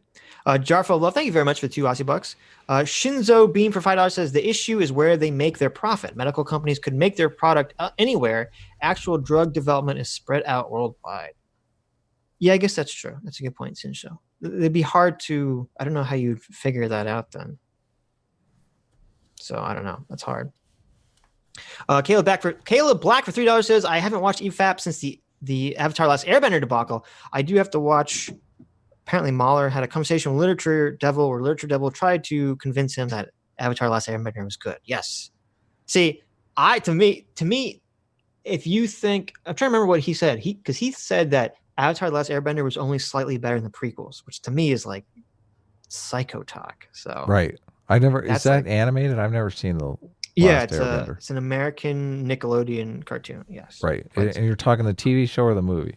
TV show, not the movie's terrible. Fuck the movie. I don't care about the movie. Yeah, the movie was supposed to be awful. So yeah, both the Avatar movie and the James Cameron Avatar movie. Fuck both those movies. But yeah. No, the cartoon show was great.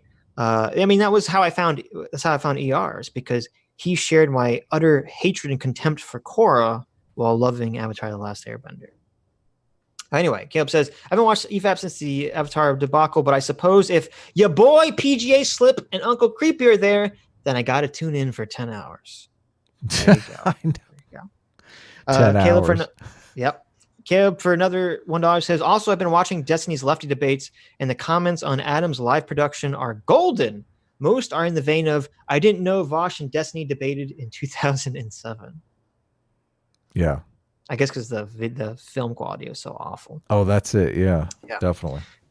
Zofrats for $1 says, wow, art critic Sitch, please disregard the awful doodle I sent you earlier. Zofrats fucking mocking me. She drew me with a dunce cap on because of the EFAP conversation. That one little drawing of them beating you with socks is awesome. That was pretty funny. Jonathan Stoffel for $1 says, I hate steel manning crappy art, but it's internally consistent with its own art style. Go to museum PDF Sitch. You know, it's consistent that he always does the stupid lines. I don't understand what the point of it is. It just looks so bad. Who else did a great meme of us? I can't remember. I'm looking for it. David Aragorn did the I'm writing it. Yeah. Yes. He drew my hairy legs. I couldn't believe That's it. True. There you go. Send Help for $2 says, friend of mine not only believed the earth is flat, but now he also believes the current pandemic not really exists, and it's only one of the steps Bill Gates making to control the globe. How can I help him? I'm sorry, Send Help. I don't think you can. Yeah. If you think that the earth is flat, that's like the baseline of like you're lost. I don't know how to help you at that point. Okay.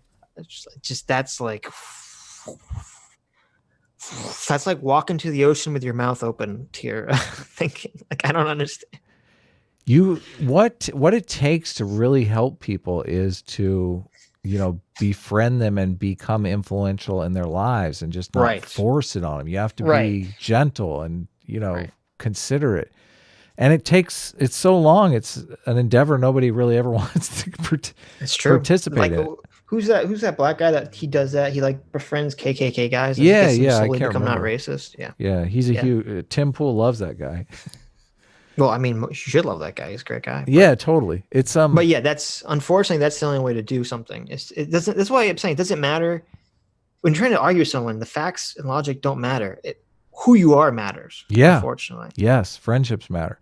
This is one of the reasons why it distresses me that they're doing so much of this ideological purity testing on the left, because if people aren't even allowed to have conservative friends, then how are your ideas going to get through to them? Right, you're just going to increase tribalism. That's a good point. Yeah, you're not gonna open up any minds. Yeah, Well, it's not even opening just up minds. It's not even just friendship too, because there are situations, I'm sure you've encountered this, where you're like arguing with a family member, and then like you can argue with them and they won't believe you, but then some other family member that they kind of view differently will say what you're saying, and suddenly they say, "Oh, I guess you're right." Yeah, exactly. Yeah. So consider the source. You're right.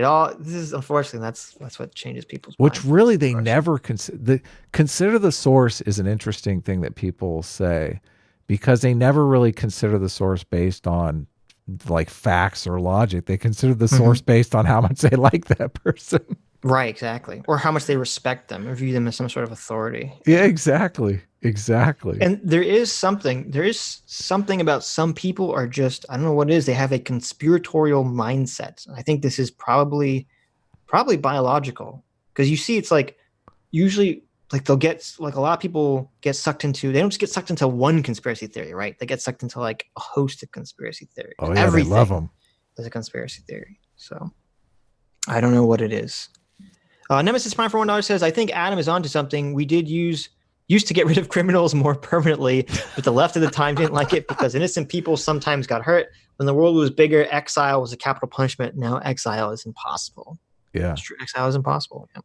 That was part of but not the same. That was part of the self-domestication process in human beings. Like back before there were big societies, they would just take, anyone who did anything they didn't like, they'd just kill them. Take them out of the gene pool. Kill them or get rid of them. Yep. Paradox for $1 says, why can't we teach intuitions? Everything is socially constructed, so let's have a social constructionist re-education camp and just make everyone progressive. Yep. There you go, Paradox. I think you're onto something. Yeah. You need more drag queen story time. That's teaching intuitions right there. Does it matter that these shootings are far less deadly and happen far less often? Does it matter that making guns harder to get has saved tens of thousands of lives? Like, do we really need to explain why... Do we know that, though? I mean, people are arguing over those statistics. I mean, I guess it's correlated. You can't make the causation, I would assume. But, right. So he's just saying they're correlated. They don't necessarily know. I mean, the problem is always... well, they do some. There's some trickery going on, because oftentimes when people compare America's murder rate with guns, they include suicide, which you shouldn't include. Oh yeah, that's bad news. Or I would argue you shouldn't include. Some people try to say you shouldn't. Only violent crime. Right, that's a huge chunk of it. I think that's like a third of gun crimes. There's like suicide. Is suicide? Oh my god. Yeah, no, it's crazy. Yeah, there's a huge amount of people that kill themselves with guns every year in the country.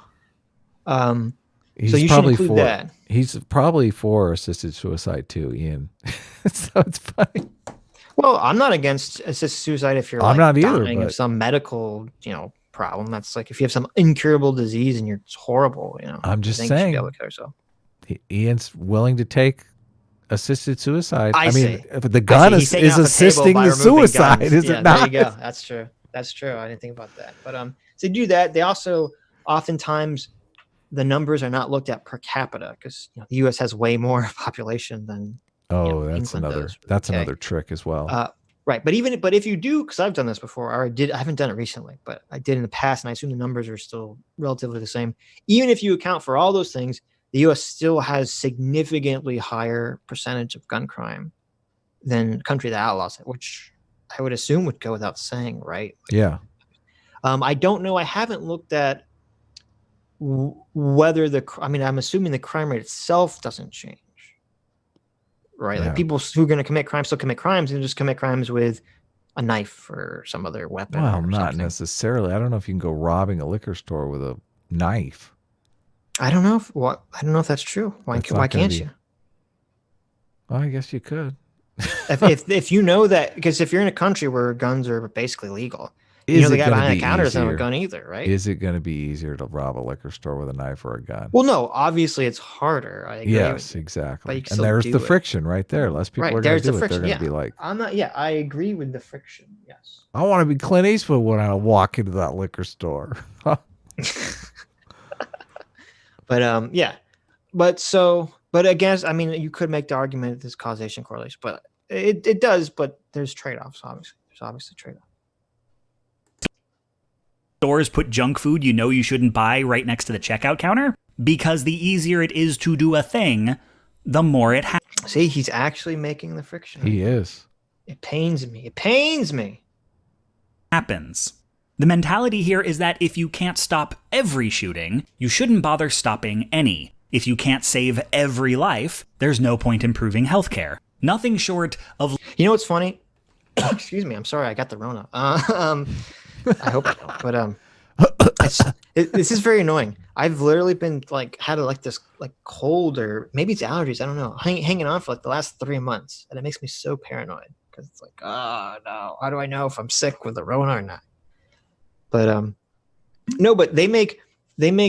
He's right that some people do make this really shitty all or nothing argument. But you know who else makes an all or nothing argument, and it drives me bonkers? Ian? Well, whenever someone makes the only there's more than two genders or two sexes argument, and they say, wait a minute, unless you can categorize some definition of a man that encompasses every man that exists in all of reality, then your definition is wrong. Yeah. There are some men that don't have a Y chromosome. There's some men that don't have testicles. There's some men that can't reproduce. So therefore, are you saying they're not men? And it's it just drives me crazy. And it's the same stupid argument. It's the same stupid logic. The all or nothing argument. The all or nothing argument.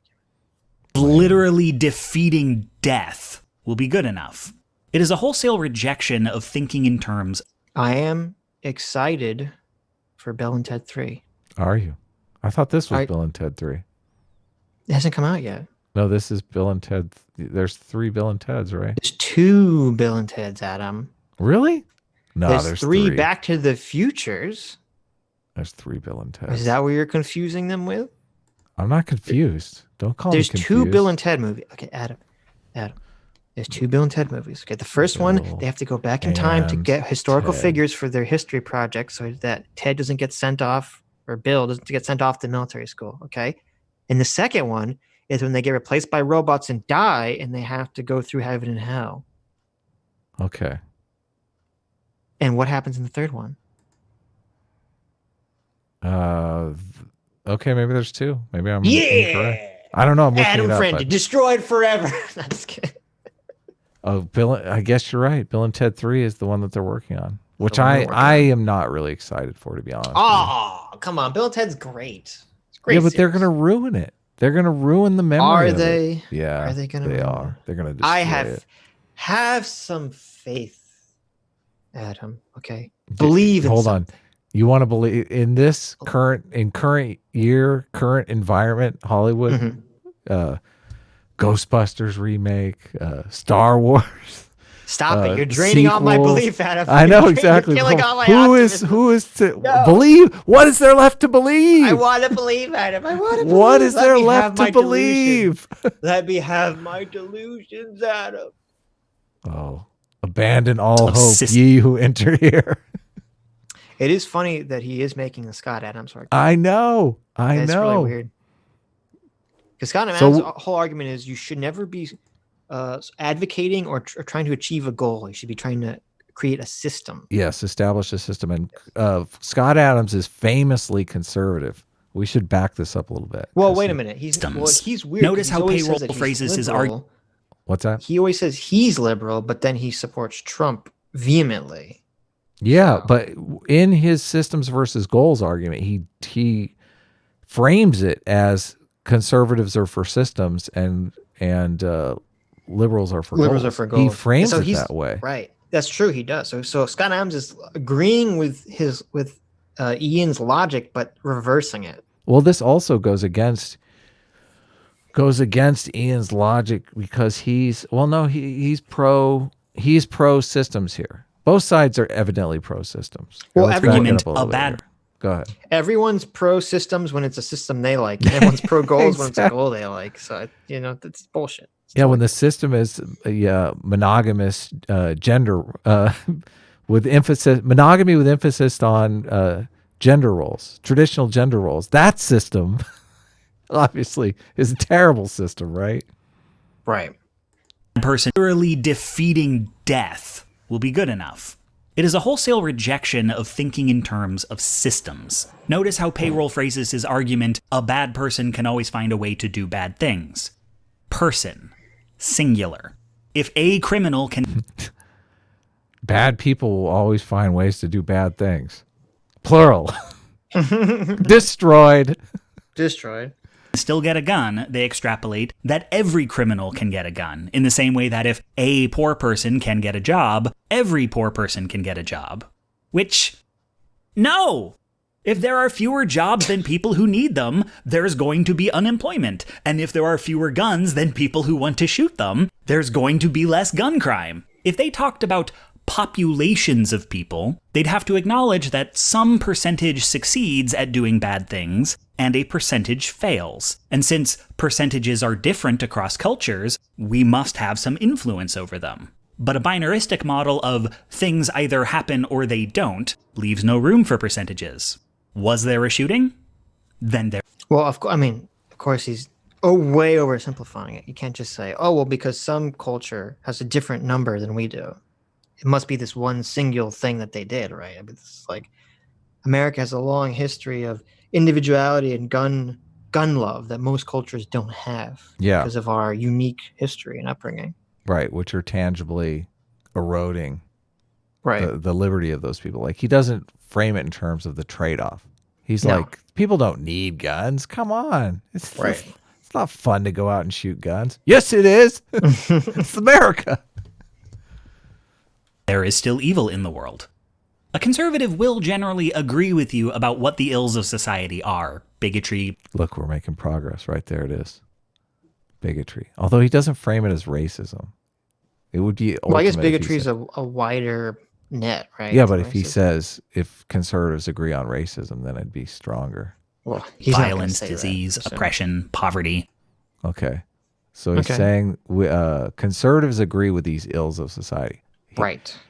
Bigotry is a step in the right direction, but I think racism should be on this list too. I think racism is outside the Overton window. I think conservatives equally agree racism is bad for society. Right. Well, yeah, I'd assume most do. Yeah, sure.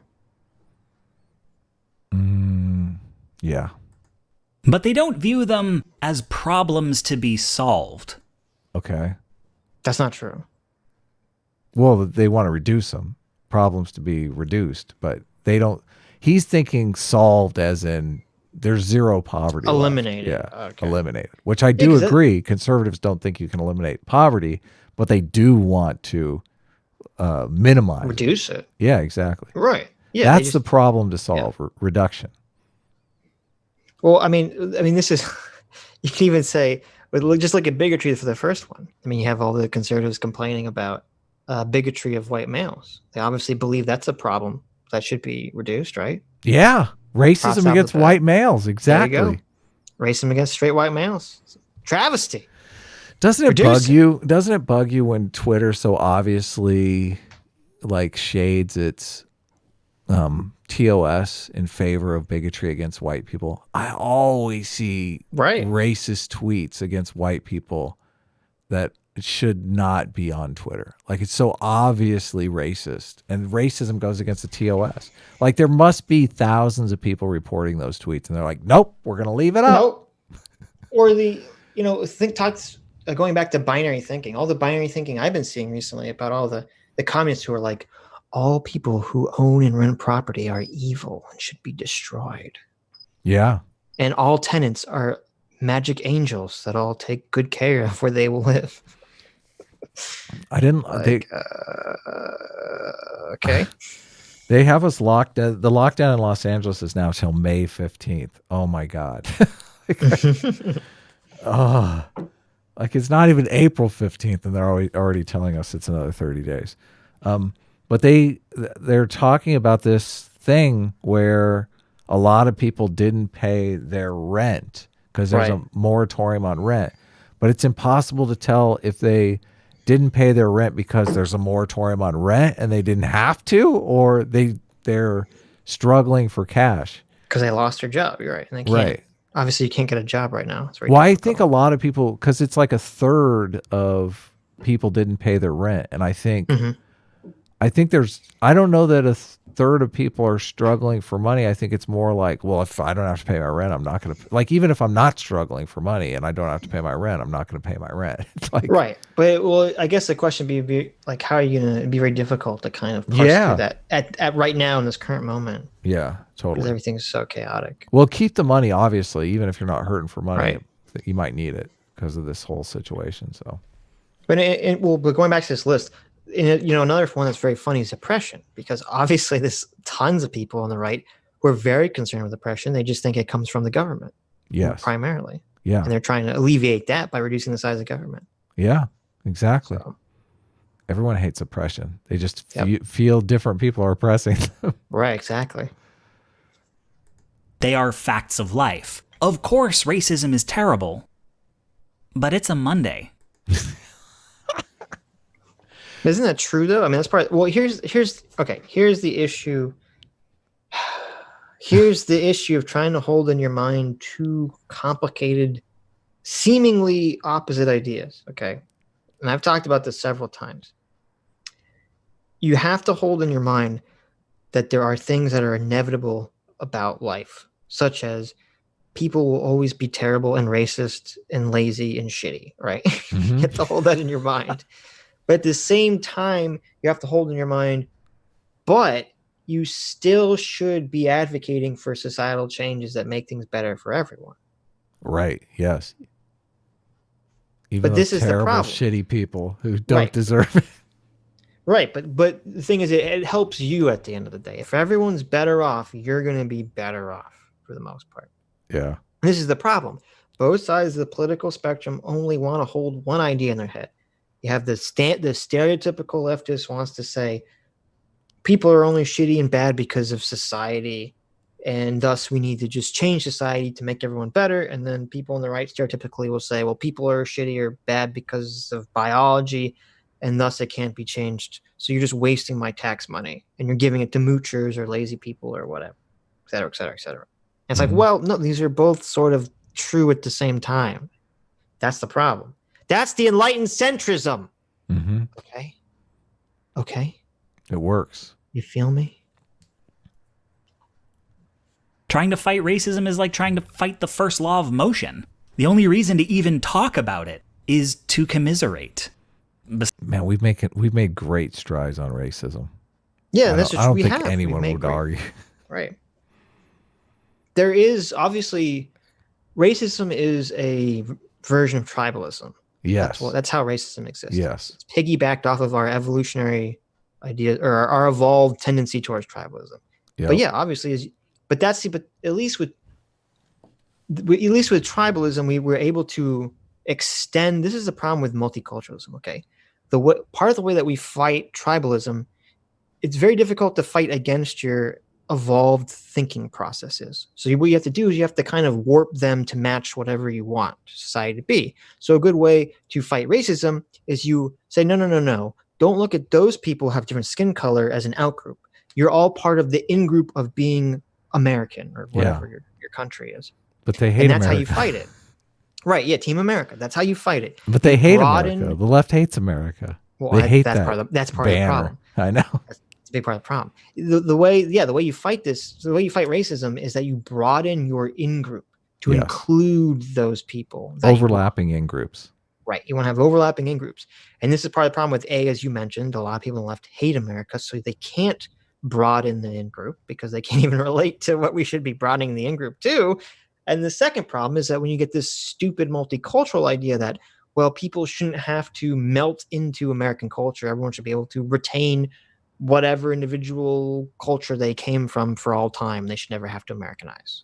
Did you see the tweet by Heather Antos? She's the one that worked at Marvel and actually started the Comicsgate thing. Like she tweeted out a picture of her with four or five other white women and one black woman, and saying, "Look, diversity at Marvel." It's like all women. Right. Yeah, that's Well, 100% diversity there. Right. Exactly. No, it's so stupid. But So she did a stupid. tweet recently where she said, somebody asked who has the worst fans, and she said America.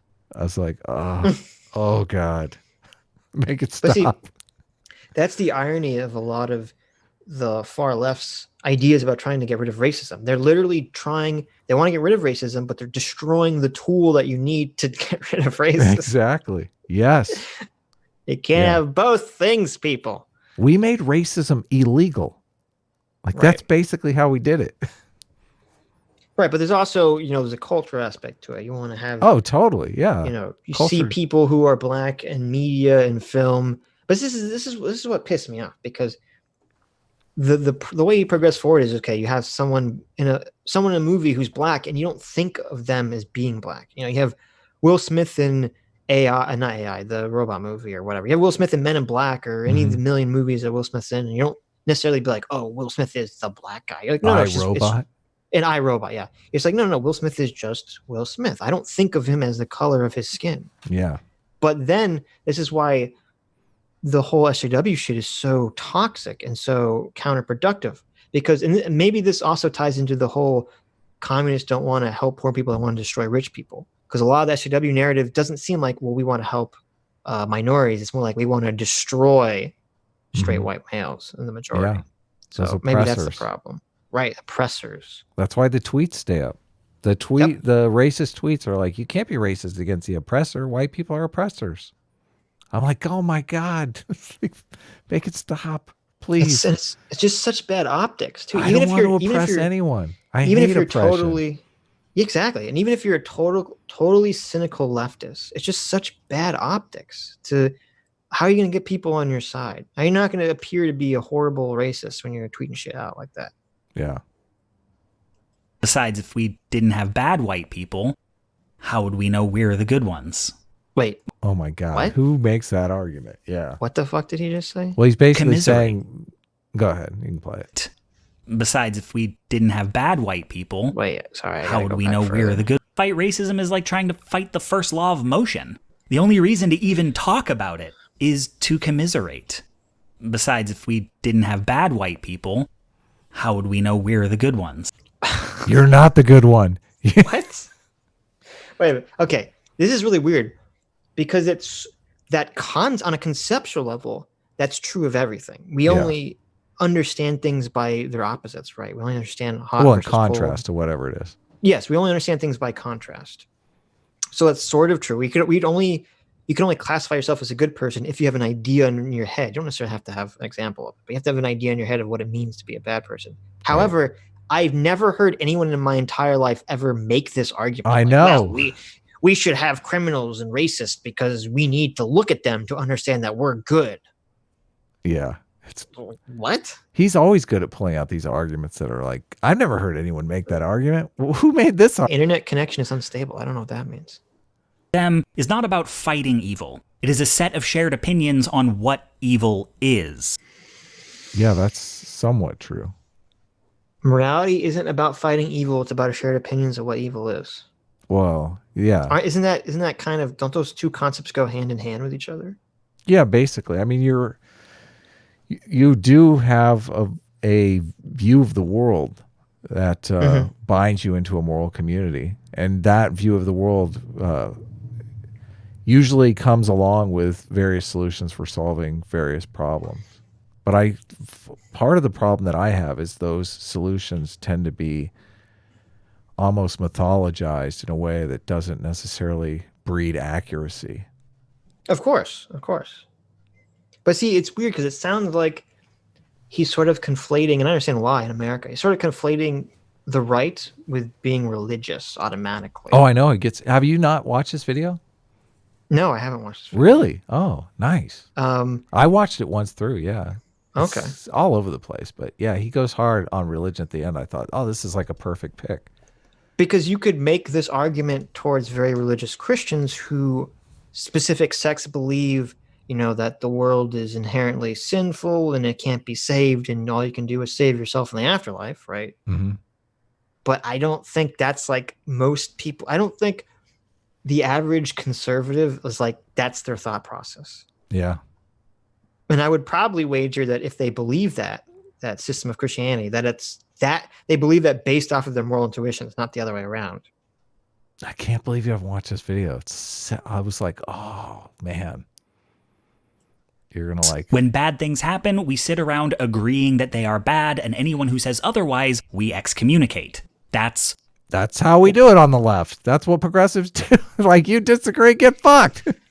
Yeah, that's literally exactly. That's literally the left eating each other. It's them sitting around talking about. Oh my god. This is the irony. It's literally them sitting on the internet saying, oh, this is so bad. This is so bad. And then someone says, well, maybe the way that you're going about this is counterproductive, and you're actually making it worse. Oh, that's Sitch right over there. Yeah, that's me. Oh, get out, excommunicated, get out. And also, this isn't even an accurate straw man of religious belief system, because it's completely untrue. Most religious people, they do have to do something. You have to be not evil yourself, and you have to try to convert other people and try to promote goodness and be charitable and et cetera, et cetera, et cetera. Forgiveness, humility. Right. I mean, I guess me saying this is not a good straw man is kind of redundant, right? Right. Totally. How do you get forgiveness and humility into the culture if you don't get it in there religiously? I mean, I don't know that drag time. I don't know that drag story time is promoting humility. No, it's not. Yeah. Or forgiveness. Yeah. I mean, I disagree with you. I think that you can get it into the culture without religion, but we're not doing a good job of it right now. Yeah, I mean, I think you can in theory. I just the fear of eternal damnation and like I think that stuff strong works. Motivator. There are some motivating factors in religion that I don't think you can get through secular means. I don't think you can. So well, I wonder. I don't know how you test this, but I wonder how many people who are religious are like really truly afraid of going to hell. Because I think most people, they always think like, oh, the bad thing's not going to happen to me, right? Yeah. So. Yeah, children will fall for anything though, and then you're socialized into that belief system, and then you just have the feelings. You don't necessarily believe it consciously. I guess that's a good point. That's a good point. Children fall for children are suckers, man. They fall for anything. Children are suckers. And that's why they like the prequels. Oh! Talking about tragedy is 4. And I think it's why they get so mad at us when we politicize tragedies. As in, when yet another shooting happens, we talk about what... Okay. This is like way over analyzing bullshit. Every political side complains about the other side politicizing tragedies. Yeah. That's just code word for I don't like the politics you want. Okay. So for example, you have someone commits a mass shooting. Okay. And the left says, oh, we need gun control. And the right says, oh, you're politicizing a tragedy. Then you have someone of Muslim descent or someone who believes in Islam commits some sort of mass shooting or blows up a nightclub like in Florida. And then all the conservatives say, oh, see, Islam is bad. And maybe they're like, you're politicizing. Yeah, we shouldn't let these people in the country, or et cetera, et cetera, et cetera. And then the left's like, oh, you're politicizing tragedy. Yeah, like, both sides do it. Yeah, politicizing tragedy is just a buzzword. That just means I don't like your political solution in regards to a tragedy. That's all it means. Yeah. What could be done to prevent them? It's not just that they refuse to do anything. I mean, could you make an agreement between both sides and say, we're not going to do it? Like, we're not going to do it on the terrorism thing if you don't do it on the school shooting thing? You can never have that agreement. Because someone would inevitably break and also, like Rush Limbaugh is going to come out. Yeah, obviously, Rush Limbaugh. Fuck that agreement right up. Rush Limbaugh's gonna, but even beyond that, I don't think you should have that agreement because. You should politicize tragedy then. Well, no, that you should. If something horrible happens, shouldn't you talk about a way in which to prevent that from happening in the future?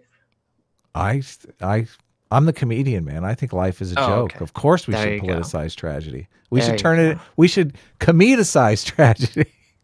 Well, you realize, Adam, that the whole point of the comedian's character was that he was lying to himself. And he didn't actually believe reality was a joke. He just said that so he could be terrible and horrible. And when he actually realized the horrible truth that he was right, that reality really is a joke, he couldn't handle it and he broke down. I love that Lost the will subtext. to I do. live. There's a very similar subtext in the backstory I pitched you for Supervillains Anonymous. I was Yeah. actually thinking about your backstory the other day, and I was like, I fucking love this backstory. It's Genius. awesome. Brilliant. We get to play with the free will stuff like crazy. Yes. Yeah, which will be a lot of Yes. fun. Yes. It's very funny because we have so many arguments about free will. I know. It's great. It's great. We'll be able to put all those arguments and they'll have Yep. meaning to the story, which is That's true. so awesome. Yeah. That's one thing. That was one thing in the Mahler stream that I've had so much experience with writing. Like the arbitrary thing kept triggering me. Like the fact that shit in stories is arbitrary. Bad writing has a lot of arbitrary shit in it, but like good writing is full of meaning, like chock full of meaning. That's what Hello Greedo kept saying. He kept acting like the video we were watching was this guy named Hello Greedo who was basically saying getting weighed down by canon is a waste of time. I mean, it's just arbitrary. Canon and like the rules of the universe are just arbitrary. And you're like, what the fuck are you talking about? Yeah, they aren't arbitrary at all. Like he completely doesn't understand. I hate to keep bringing up JoJo, but I just watched it and I've been I'm reading the new or part 6 right now, so it's very fresh in my mind. Part of the appeal, I think, for later JoJo is that so much of it, and of battle manga in particular, like My Hero Academia or even Hunter x Hunter, things like that, is that so much of it is you have a universe establishes a very clear set of rules in which people's powers operate, and then they have these long fights where they try to kind of like use those rules to their advantage and bend the rules and outsmart their opponent by kind of bending around these rules that are very set in stone. And all the tension and all the intelligence and all the enjoyment comes from watching characters do things that you didn't think of. It's like, wow, he used his powers in this creative and new way that I never thought of. That's where the enjoyment of the fight comes from. But so then if you have some asshole like Hello Greedo come in and say, well, it's all just bullshit and canon, you should just be creative. Well, that's schlock. Yeah. That's how you get the boring, the super boring fights where there are no rules and the person could just do whatever they want and Superman just comes in and he just creates a new power whenever the fuck he wants. And that's how you get Mary Sue's and all this other nonsense. Yeah. It's lazy. Being constrained by the rules is what's really exciting. That's what forces creativity. It does force it. Yeah, exactly. In the real world too, there's such and in writing, it's the perfect allegory for writing as well, because they just, well, that's why people like it, because it matches the real world. Yes. Yeah, exactly. Nobody wants a story where the hero, every time they're confronted with a situation, just develops a new creative power out of their butt to just immediately solve the problem. Nobody likes that because it's stupid. You go, oh, what's the point here? Well, you can't play the game where you're trying to solve the problem as well. Like, because you can't think of the imaginary power. Like, you're never going to guess the imaginary power that has no context to the story that they just dream up. Exactly. Because we can't relate to that, because we can't magically pull out of our butt infinite powers, right? We have to operate within the rules of reality. Well, and just like sports and stuff like that. Football's fun because you're like, you know the rules that they're constrained by, that they're trying to overcome. Yeah. If there was no rules, it wouldn't be exciting at all. Yeah. You'd be like, how could you have professional sports if the teams could just make up rules as they go? Yeah. It wouldn't be fun. Thing about the problem, though it is definitely that, it's that we're not participating in the ritual of thoughts and prayers. Solemnity is how we perform our morals after a crisis. This video is a fucking mess, I'm telling you. This video is it's like stream of consciousness. He's thrown canon away for all these arguments, and he's just like, it's all about thoughts and prayers. Well, it's kind of weird because on one hand he'll say, oh, what this person is telling me is their fake argument and not truth. But then the other hand, he'll take, oh, what this person is telling me is their real argument. I'm going to take it completely at face value. The thoughts and prayers thing. Funny how you can pick and choose like that. Yeah. He's like, if it's a dumb argument I can defeat, sure, I'll take the real argument. I'll take it at its face value, right? this? How do they know where we stand if we don't participate? If evil can't be regulated, but we're saying guns can, are we saying the shooting wasn't evil? What? And on its face. It's bonkers. Okay. I'm going to be real for you for a second. No one in their entire life has ever had this thought. I know. Except for Ian Danskin. Okay. No one has ever thought this idea ever in the history of reality. This is absurd. This is fucking craziness. Which side is he talking about saying He's saying that he thinks this shootings is aren't what evil? He's saying that conservatives think this thought. Mm-hmm. Okay. That conservatives believe that evil can't be regulated. Therefore, if you could regulate shootings, that would mean that shootings weren't evil. What the fuck? That's insanity. No one thinks this. Yeah. It's crazy. It is crazy. I think we can all agree shootings are evil. Yeah, like what? There's two interest groups. There's two interest groups that are at odds with one another. Seriously, it's the driving thing.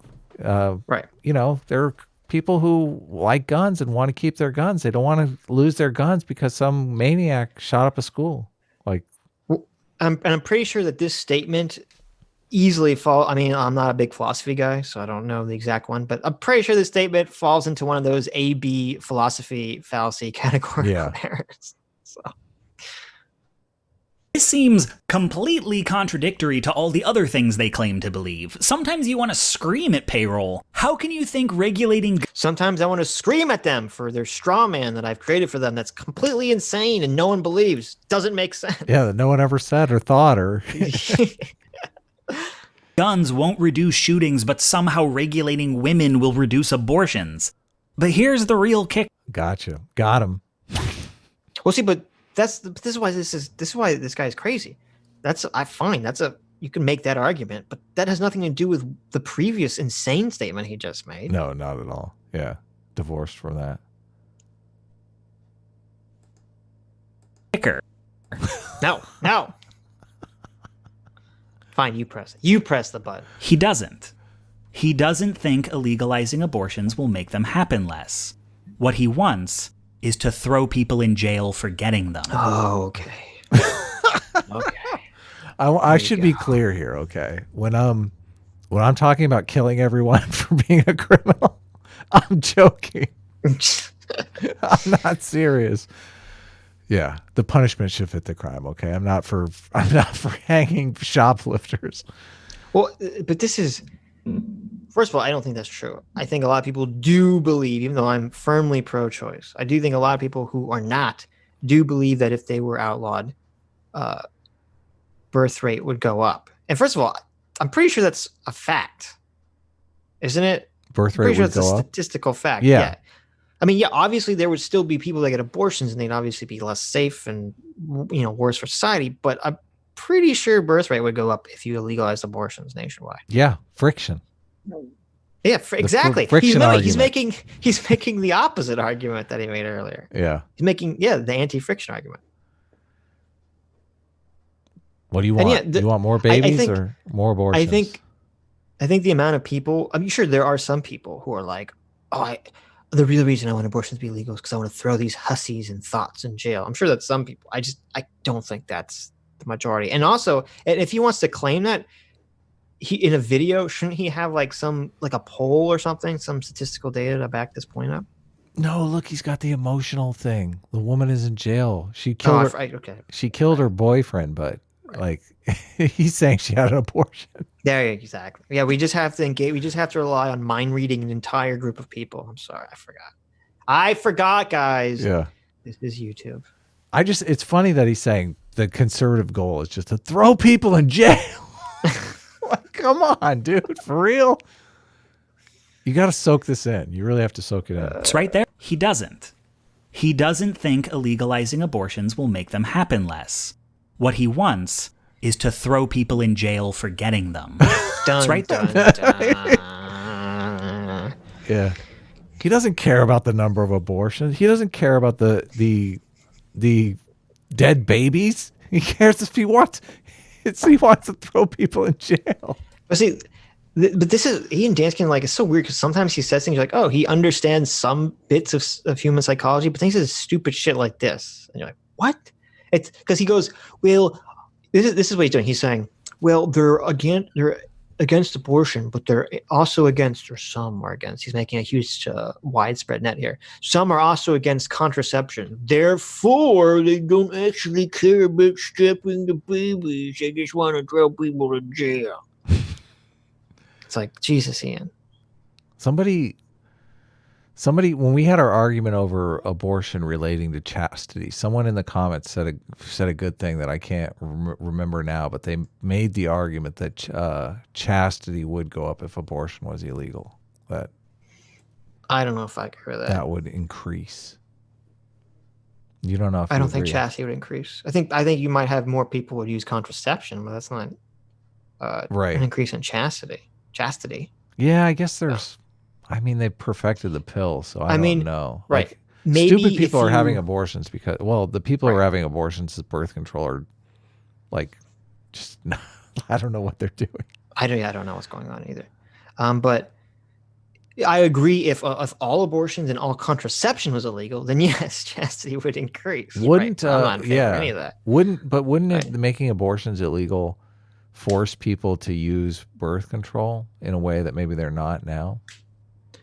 Sure, some people, sure. I'm Yeah. sure. I'm assuming it would. Yeah. The thing that bothers me is that there are people who are like married and like they have a pregnancy, they just can't have another kid. They like can't afford it.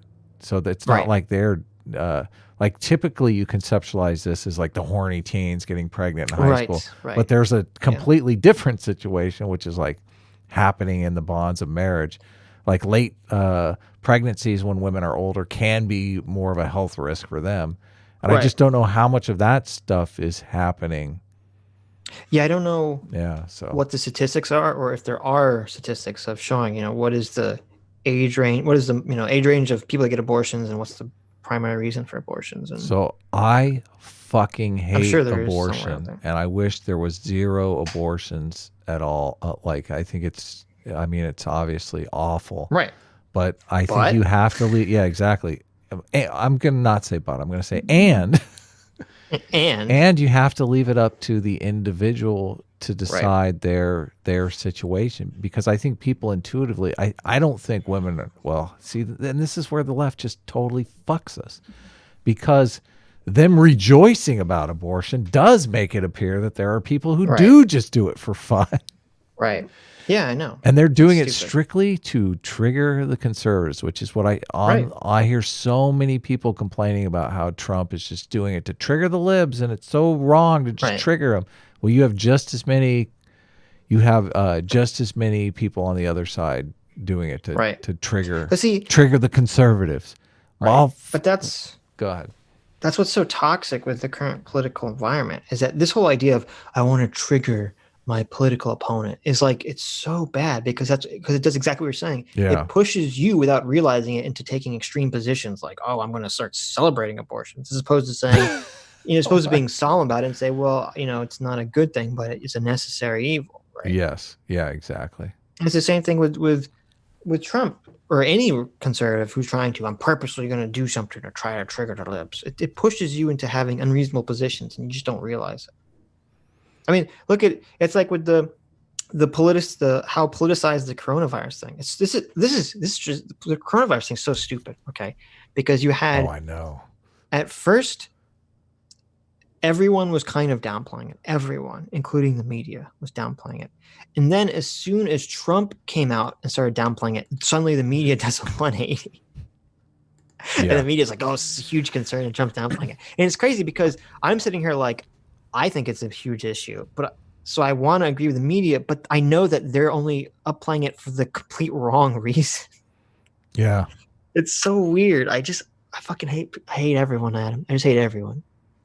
If the left, if the left wasn't, oh God, they're doing such a disservice on abortion to come out with that celebratory. Like, if they had that same position, that they were like, yeah, it's not a good thing, none of us want it, but the like it's a libertarian argument, for heaven's sakes. It's like you have Right. to let the individual decide because they're going to make Right. the best decision for them. Exactly. Yeah. Exactly. I mean, but it's the same thing with Fucked up. I guess the equivalent would be the people who are like in a love affair with guns. Like, I like guns, but some people are like, oh, I'm gonna. There's some congressman who had a picture. He's like, I'm shooting the bills that my opponent made. He puts a bill that his opponent made, and he like puts it on a stump, and he like shoots it with like this giant shotgun. He's like, it's like, okay, give me a break here. Come on, like, can we just relax for a second? Not be cringe, okay? Framing it as choice too, I think, kind of belittles the seriousness of it. Like choice seems flippant to me. Like it seems like a choice no one would want to make. Oh, you mean labeling it pro-choice? Yeah, labeling it pro-choice. Well, yeah, exactly. How else are you supposed? I don't agree, because that's a total marketing move. How else are you supposed to label it? Yeah, You're not gonna I know. say pro-abortion, right? No, I know. Say pro-choice. You're because saying pro-choice is making a libertarian argument. You're saying, well, people should have the choice. Yeah, it's like it's a Sophie's choice, though. They should call it pro-Sophie's choice.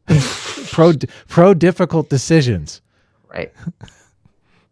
There, and how he talks about gun rights. Why should I be punished for the crimes of a monster? To him, the law isn't about shaping society. It's about who gets punished. Okay, this is so stupid. This is Lakoff all the way, though. I think I might have made a video a million years ago about coming at it from this perspective. Well, because a lot of the conservative argument about gun control is the population needs access to firearms to prevent the government or from anyone from taking over the country, right? Yeah. It has nothing to do with punishing people. It's not a question of why should I be punished for the crimes of a person. It's like, no. We need to always have the ability to protect ourselves if we have an authoritarian government. Yeah. But no, that argument is not going to be addressed because it doesn't help Ian's argument. Yeah. So.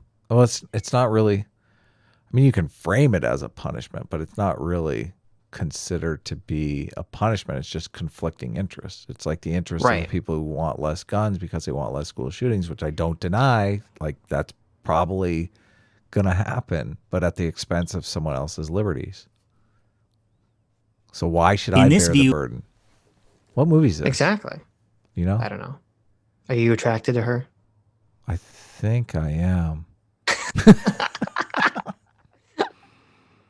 Human nature is immutable.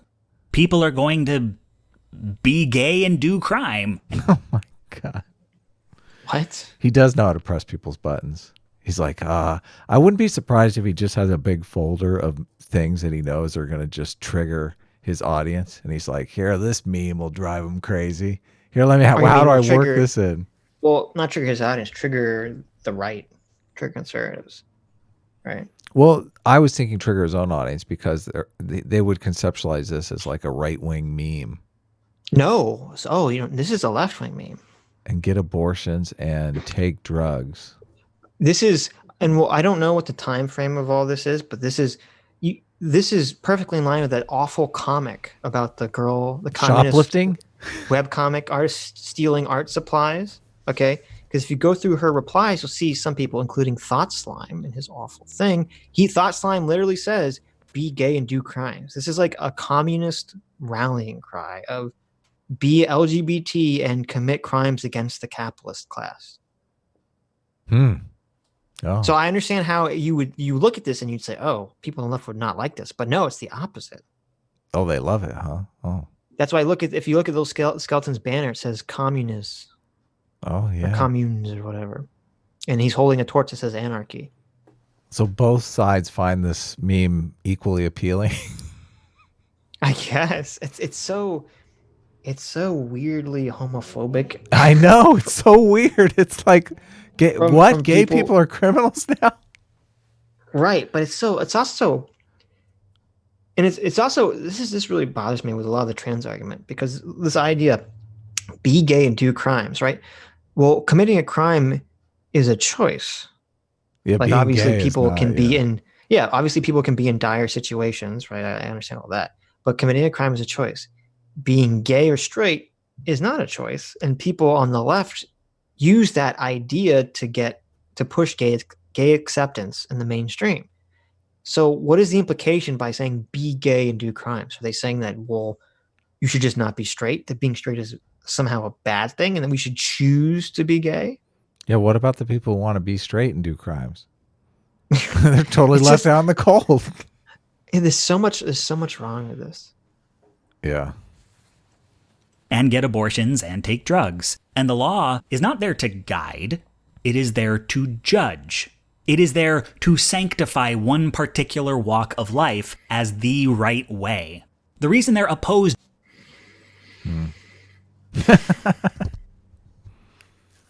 It just bothers me because none of this he has no basis for any of this. No, it's This totally is all just armchair theorizing, butt pulled. pulling on my butt. Yeah, butt pulled. Butt pull. I mean, it also goes against all like common wisdom and conception of conservatism, because the whole thing is the strict religious conservative. The whole point of like, because the left always complains, oh, the religious people, they want to indoctrinate your children, which is true. But why do they want to Which is indoctrinate true. your children? Which is true to some degree. But why do they want to indoctrinate your children? It's because they want to change their behavior. Yeah. That's the whole fucking point. They of want getting to when turn them they're from young. little shits into fucking good people. Oh, well, their definition of good people. Okay.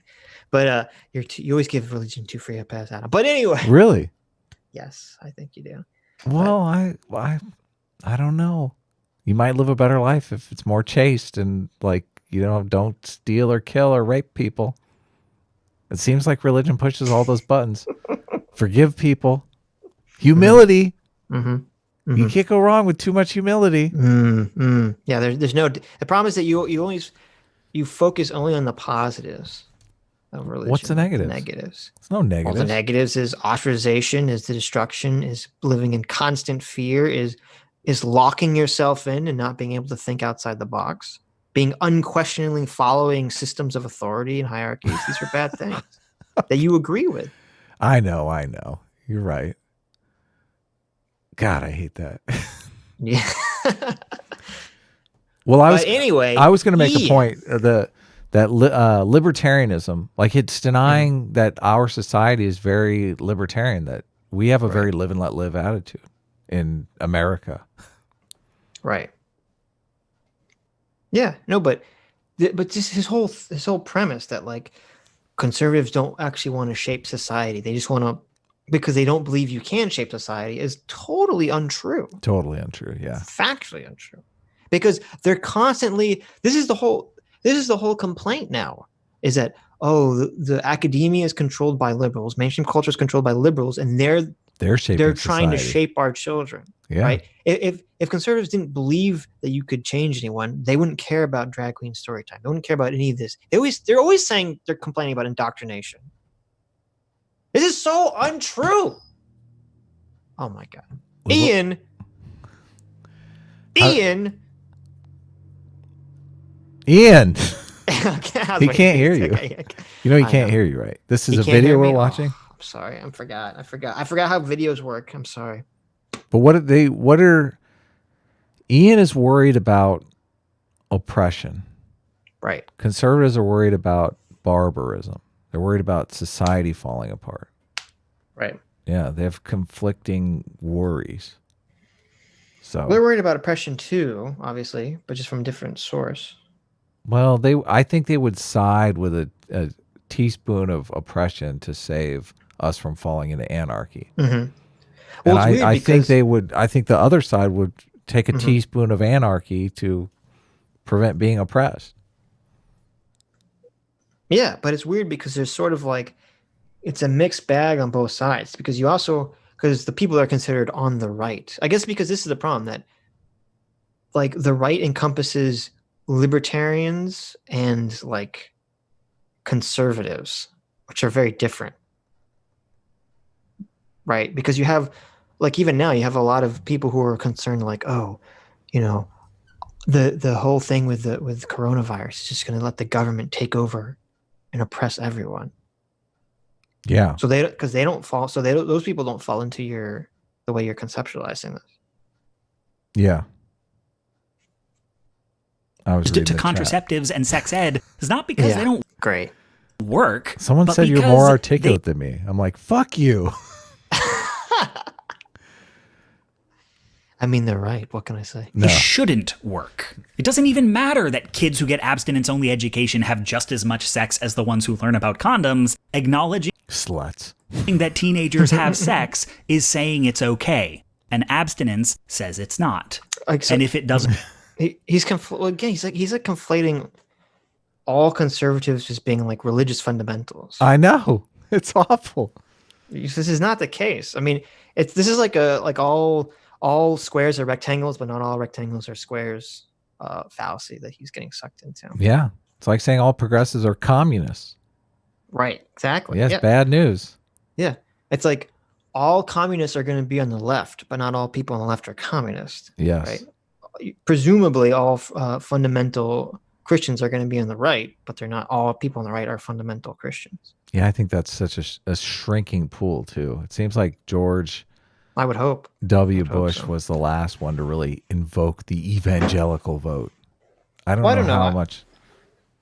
Go ahead. I mean, Trump got a big chunk of the evangelical vote. Yeah, but it didn't make it wasn't like essential to his election.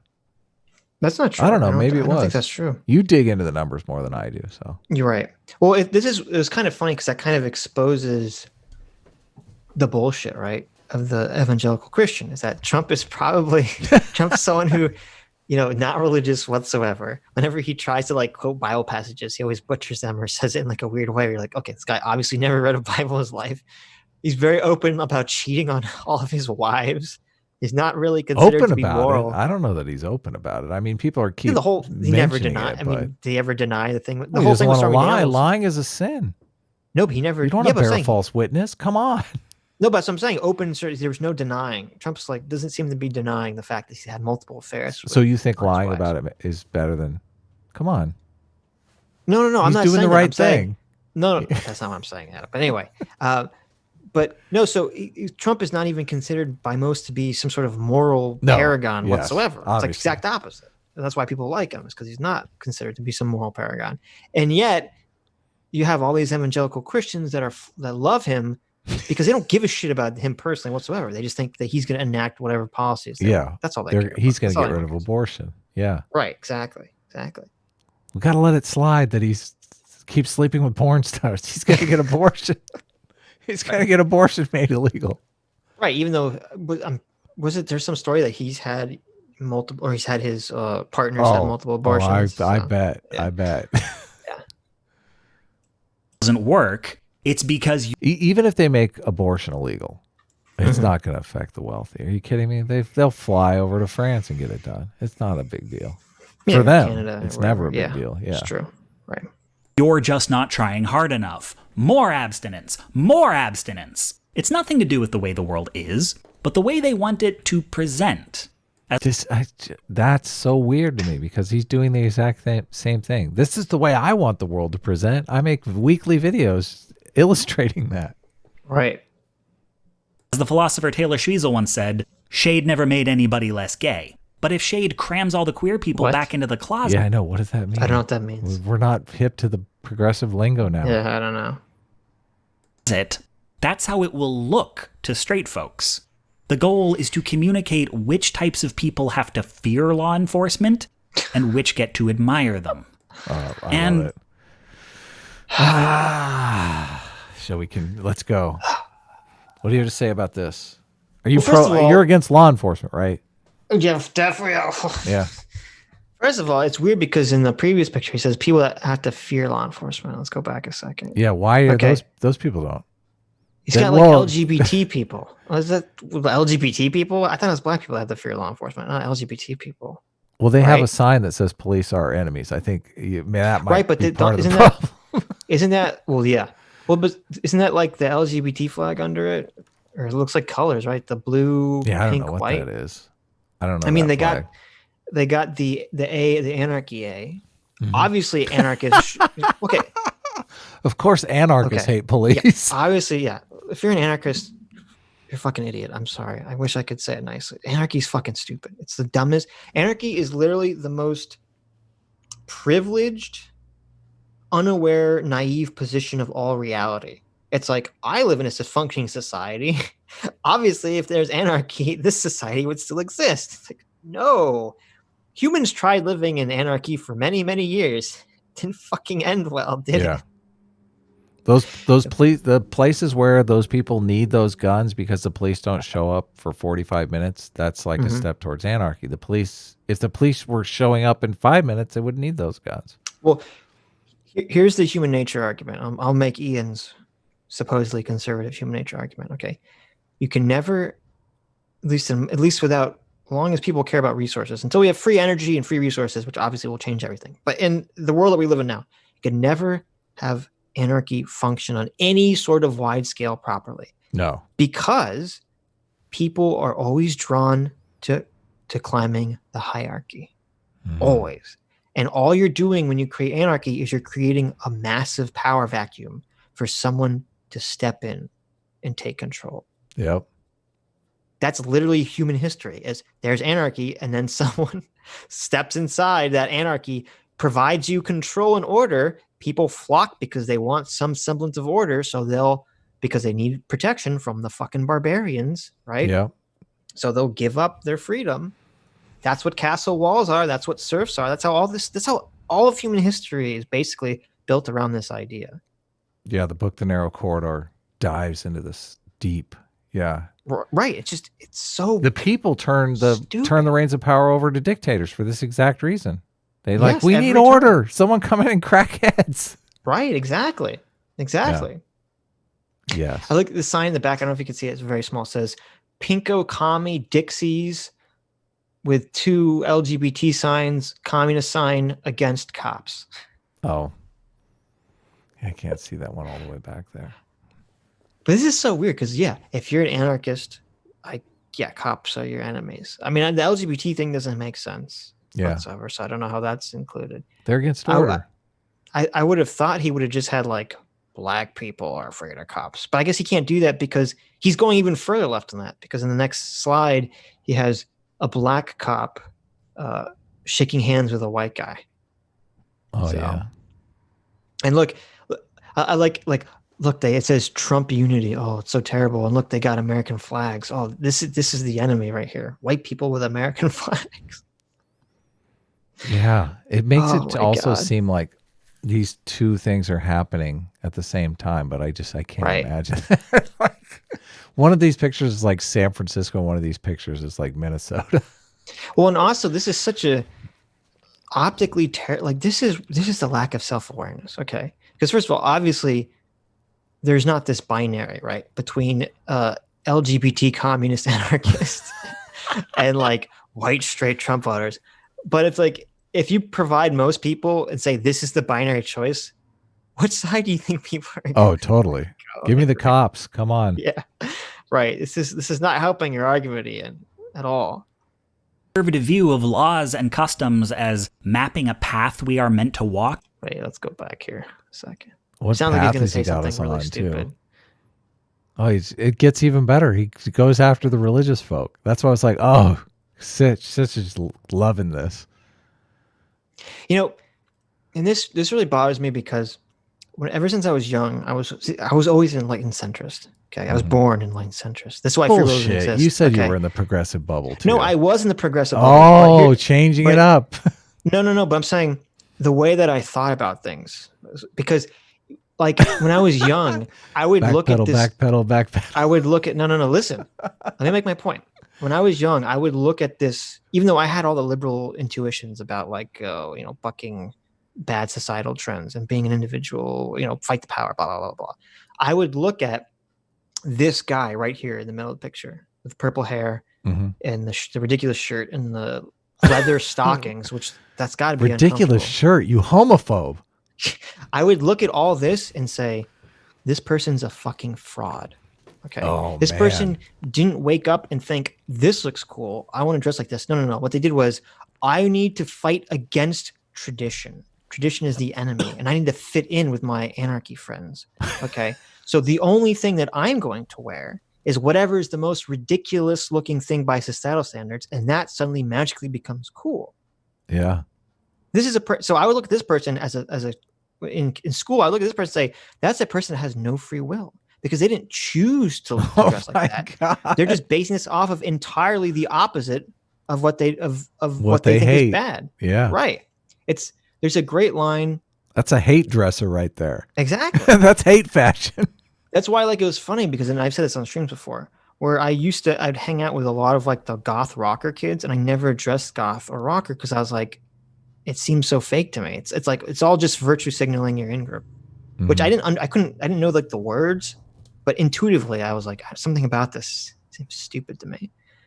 But anyway, there's a great line in, I think it's like the first or second episode of Community, where Troy, he's talking to Jeff Winger, and he says, you know, people are making fun of me because I'm wearing my Letterman jacket from high school, because he was very proud of being like the high school quarterback.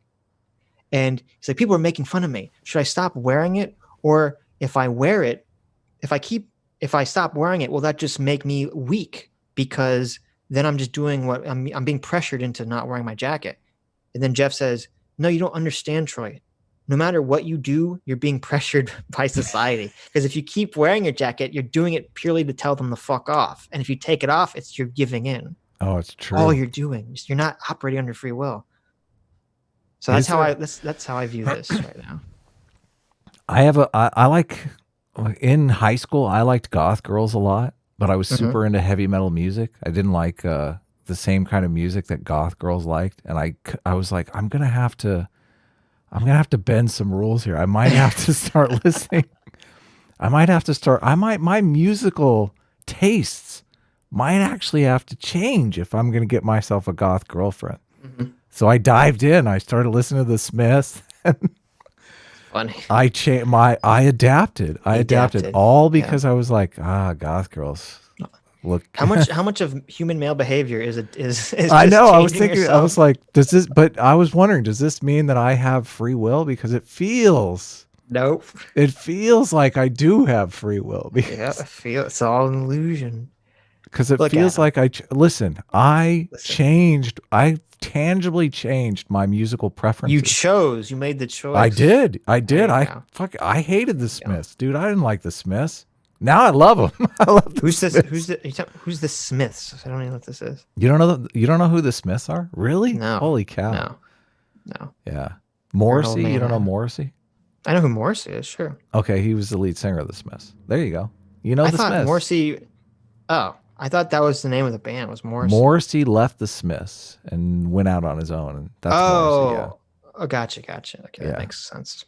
Yes. Whatever. Look, Adam. No one will blame you. Everyone wants a big-titted goth girlfriend. Okay? I know. See, you agree with me here. Yeah. Everyone wants a big-titted sometimes you have girl. to adapt. But I still listen to Iron Maiden, though. Iron Maiden's great. So. There you go. Compromise. The goal is to communicate which types of people have to fear law enforcement and which get to admire them. And it's funny because people choose that, right? They choose that. The anarchists don't have to like promote to dress like that, right? They could just dress like normal people, suits and ties. Right? Oh no, the simp debate has already begun. be taken serious and be taken. Yeah, Adam's a simp, guys. He changed his music taste just to try to get a girl. No, but Well, hold on. I got the girl, not to just to try. There's no try. Oh, okay. Do or do not. Are you kidding me? Come on. There you go. He got the girl. That's not simping, bros. Wait, sorry. This is not your wife currently, though, right? No, this is high school. Okay. Come on. Gotcha. That's an eternity ago. We didn't even have writing back then. That's true. But no, like people choose to be signaled this way. Like part of the benefit of the original civil rights movement is that they would go out of their way, like black people and obviously people that were advocating for their rights would go out of their way to appear to dress and act like normal American citizens. To say, see, we are normal American citizens demanding equal rights. They would dress in suits and ties and try to look as professional as possible for the most part. Yeah. Right? To conform, to fit in. Right. To conform, to show, to broaden the in group, to include them. Yeah. Okay. Nothing says that the anarchists choose to look like as anti-society as possible. That's their own choice. I mean, I guess it's not free will, but it's their choice to do that. I don't know what this is so weird too, because his avatar for like straight white dude, that guy's got long hair, a ponytail, he's like all tatted up. Like, yeah, I know. The norm, like the norm has shifted so much, right? I know. Who's being constrained here? Right. Who's like being constrained by any kind of fashion whatsoever? No, that's a great point that I didn't even, it's so invisible to me. I didn't even see that. Yeah. He's not forced to be wearing a suit or a tie or any Right. of that stuff to fit in. And he's Dude, that's shaking fucking long hands. hair. Right. And he's shaking hands with a black officer. Like this picture should be the encapsulation of time, of the progress of Yeah, time exactly. in America. Exactly. But he saw Trump over here on the windshield, Right. and he's like, ah, trigger. 30 years ago, or 30 or 40 years ago, that guy would be called A hippie. gay, hippie for having long hair. Totally. He'd be on the And left. having tattoos all over his arm. Get a haircut, The cop you hippie. would be white. Yeah, exactly. This is a picture of progress. And once you see the conservative view of laws and customs as mapping a path we are meant to walk and punishing deviation, you start to see. This is so bonkers. Isn't that all moral systems? He just described every moral system. Mapping a path for you to walk and punishing those who deviate from it. But the path is so wide now. Like wandering off the path is like 3 miles wide. No, but he's acting like this is somehow only applicable to conservative moral systems. That's literally the fucking point all of a moral systems. Yeah, exactly. This is the path you walk, and if you deviate, you get in trouble. Like that's literally the fucking function of a moral system. Try veering off into racist jokes on the other side of the path over there, Ian, and see what happens. Yeah, like I don't, what is this argument? You have a moral. Well, his argument is okay. So if Ian was here and I just said that, I said that's literally the entire point of moral systems. He'd say, no, Sitch, you don't understand. Liberals want that moral system because they want to make the world better. Conservatives want to have that moral system because they enjoy punishing people. Yeah, I know exactly. It's so weak. Such a weak sauce argument. I know, it's crazy. Like they're in Beyond Thunderdome or something. Like they just like to see carnage. So that woman in the front row is oh my God. Look at that smile. You should never be that happy about a stranger touching your baby's face. The baby obviously is not having it. The baby's like, not happy. Fuck no. No, but like I don't care. This is not liberal. This is not considered a thing. You know, you should never. I could never understand people who get so overjoyed about meeting like a stranger because they like something about them. Yeah. I don't know. You don't go crazy over celebrities? No, I never got it. It's like the girls who they like chase. What was that guy's name? The VidCon guy they chased a couple years ago. I don't remember, but that was the YouTuber that everyone hates, Paul Logan or the other Logan, one of the Logan brothers, right? They like he shows up at VidCon and these girls like fucking chase him just to touch him, and this is like jealousy. I don't know. This is insane. Jealous. No, it's not jealousy. This is an insane idea to me because I'm thinking chasing me. No, because I'm thinking like, well, I'm conflicted because on one hand I'm like, this is the stupidest. On one hand, you're like, boy, I wish I had 100 girls chasing me. Well, no, wait. Let me make my point. But let me make my point before you meme on me. Okay. That someone would feel so excited about a total stranger, but they're literally so filled with joy they just have to touch them. And to me, I'm like, and I'm cynical, and I've always been very cynical. I was always very cynical against school spirit and all this stuff. And I'd sit here and be like, these people are fucking morons. This is the stupidest shit on the planet. I hate these people. Like, I don't understand the way that they function or think. But at the same token, I also think, but they're having fun and enjoying themselves right now. Yeah. Even if the reason for them being so filled with joy is so stupid, they're still actually experiencing the feeling of joy. There is a little buzz you get from meeting famous people. You really do. No, there's a little bit, but I'm saying like people that just go fucking bonkers about this shit. But then I think, well, that's maybe like she just took a hit off the crack pipe there. Look at that face. Oh my God. Exactly. But then it's like on one hand, it is stupid, and I think you could logically say it is stupid and makes no sense, but she's still gaining a real tangible joy from it that I will never experience. It's bliss. Look at that face. I know. She's in heaven Maybe right now. Maybe I'm the idiot. Maybe I'm the idiot. I'm cursed with being too intelligent, too self-aware. I just need to take the blue pill and go back into the matrix. You do in Los Angeles. I have a bunch of Los Angeles friends, and people do kind of separate into those two camps because you see a lot of celebrities. You have celebrity sightings, and there are the people who are like, oh, "I'm too cool for this." He's just like everyone else. And there are people that are like, wow, that's cool. Like they get buzzed off it. Well, but there's different. No, but there's a difference between saying like, "Oh, this is cool," I'm meeting someone famous versus, Yeah. touch me, right? This is different. Yes. I usually meet them. I usually do. Mhm. I usually meet them because why wouldn't you? Like most people, Sure. I think it's kind of a defense mechanism where they say, oh, they're not that great because they're too embarrassed to go over and just shake Right. their hand and No, meet them. that's They're like, I'm sure that's part of it. I'm sure yeah. that's part. Right. But you're not going to ever experience the amount of joy this woman is experiencing by having a celebrity touch your face, are you? No, my wife actually met Martha Stewart and she had that kind of like, she's a huge Really? Martha Stewart fan. Wow. Yeah. And she had that Wow. like, she was bowled over. She's like, oh my God, I'm in the presence of greatness.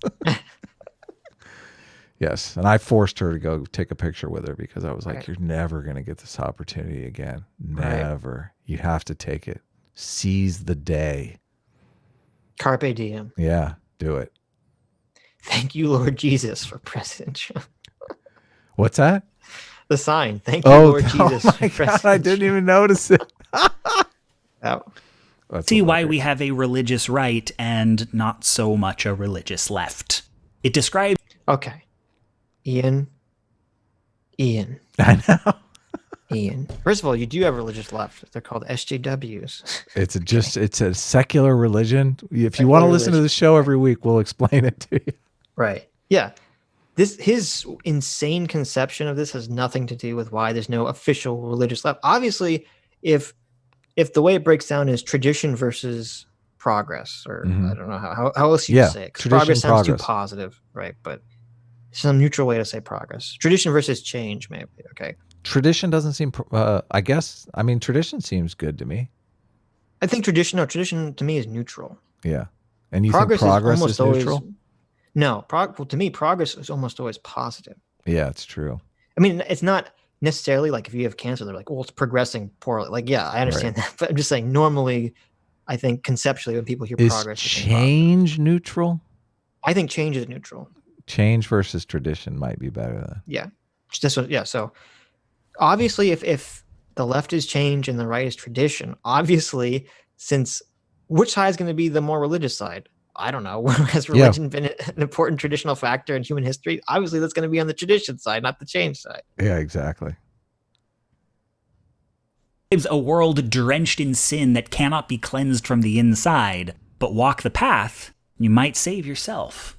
Punish those who stray, you might save them as well. All of this fits in with the punishing people for racism stuff and the purity testing. Like, right. All of this fits in on your side too, Ian. Like you're punishing people who stray off the path as well. You are, very much. Are you saying that all white people are not inherently racist? Blasphemy! Yeah, exactly. Straying off the path. Straying from the path. Are you saying that capitalism can be fixed through regulations? Blasphemy! Yeah, exactly. Straying off the path. Excommunication. Are you saying that people are inherently born men and women? Blasphemy! Excommunication. Yeah, exactly. This is crazy. Yeah. And you can see how talking in terms of systemic problems and harm reduction just bounces off of that. It's like saying it's better to die. The whole thing about systemic racism is obviously true and a real problem and like a real issue that can exist. But I think it's all bullshit the way it's being phrased now. It's basically like they can't win the argument because everyone agrees that most people agree that racism is bad. Mm-hmm. So you can't even address it on an individual level. You have to move the argument to, well, there's these invisible systems you don't see. Yeah, what are those systems though? Well, it's like, it's the problem because they look at outcomes and they assume it's because of racism. So you look and say, like, okay, that's not a good correlation, right? You know, you look and say, like, okay, so black people on average have significantly less wealth than white people, which that to me, that's more of a when they say wealth, not income. I mean, obviously, I think they buy more weed. Come on, well, no, but. Don't be racist, Adam. But I couldn't help myself. Right. I was like, this seems vaguely racist, but I don't know. It seems funny. But the wealth thing is obviously because here's the thing that neither side really addresses. It takes a long time for culture to like change and pull itself out of ditches. So it's like, okay, so if you have hundreds of years of Black people being oppressed, like obviously that's going to take a long time for that feeling to change, right? And for that culture to change, and for there to be some sort of magical equality between Blacks and white people in terms of income. It's going to take a long time because things are set in stone. You have intergenerational wealth, and the solution is not. And this, you're never going to get people on board if you say, well, because of the fault of your ancestors, you have to take this huge penalty, something you've personally never done, in order to help someone who also personally never was directly affected this, but was indirectly affected this through their parents and their grandparents. I wonder how much of it is culture, though. I honestly do. And no, but yeah, but that's what I'm. But even if it is culture, that culture is being shaped through the hundreds of years of oppression. What if? But you can't change. But here's what the left doesn't understand. You can't force that culture to change. It has to change on its own from within. I think the left is doing people a disservice by this whole cultural appropriation argument. This whole idea of distinguishing. 100%. So, if God, I even hate calling it white culture, but I'm going to do it anyway. Like if white culture is structured in a certain way that facilitates a certain kind of success, and other cultures who perceive it as white culture, I mean, you can't argue that the social justice academia is not framing it as like they're framing white culture in a certain negative light. But if they're say wrong, white culture, you should say rich or upper middle class white culture, because there's poor white culture, and that's just as awful as poor Black culture. Sure. Okay. And when I say awful, I mean awful in terms of hampering. Let's just say success. Let's just say middle class culture and leave race out of it. That would be better. Middle and rich. This middle class culture. If you are Black and you perceive that middle class culture as white culture, and you want to distinguish yourself, like just to be different, not to fall into a culture that you don't feel embodies your ethos, your identity, whatever you want to call it, then you are forced to look at a winning cultural style, which I would argue the middle class culture is, and say that I don't want to be like that culture, which puts you in a weird situation because now you're kind of where you could emulate it, what is a successful culture. You're forced to like create your own culture on the fly. And I don't deny that you could potentially or emulate a losing culture. Well, that's the problem though. I don't deny that you could come up with a distinct individual culture that is just as successful, let's call it, as middle class culture. But at the same time, like, how long is it going to take to find that culture? And like the way cultures congeal around everyone kind of agreeing on an ethic and an understanding of how the world works. Like, they're tough things to build. And I kind of wonder if what the social justice side is saying about, intergenerational wealth and all this stuff, while it is true and accounts for many different facts that we see, the underlying culture is the real problem, because they don't value intergenerational wealth, because it seems like a middle class, like white culture that we want to distinguish ourselves from. Right. No, 100%. I agree 100%. But that's what makes it. That's why this is a wicked problem. Yes. Because it's not a solution that can be fixed quickly, and it's not a solution that can be fixed via an external force. It's something that has to be slow and internal, unfortunately. I don't think there's any way to fix that problem. So, but how do all these like cultural studies, like departments crop up and they're studying ancient, Black cultures or whatever?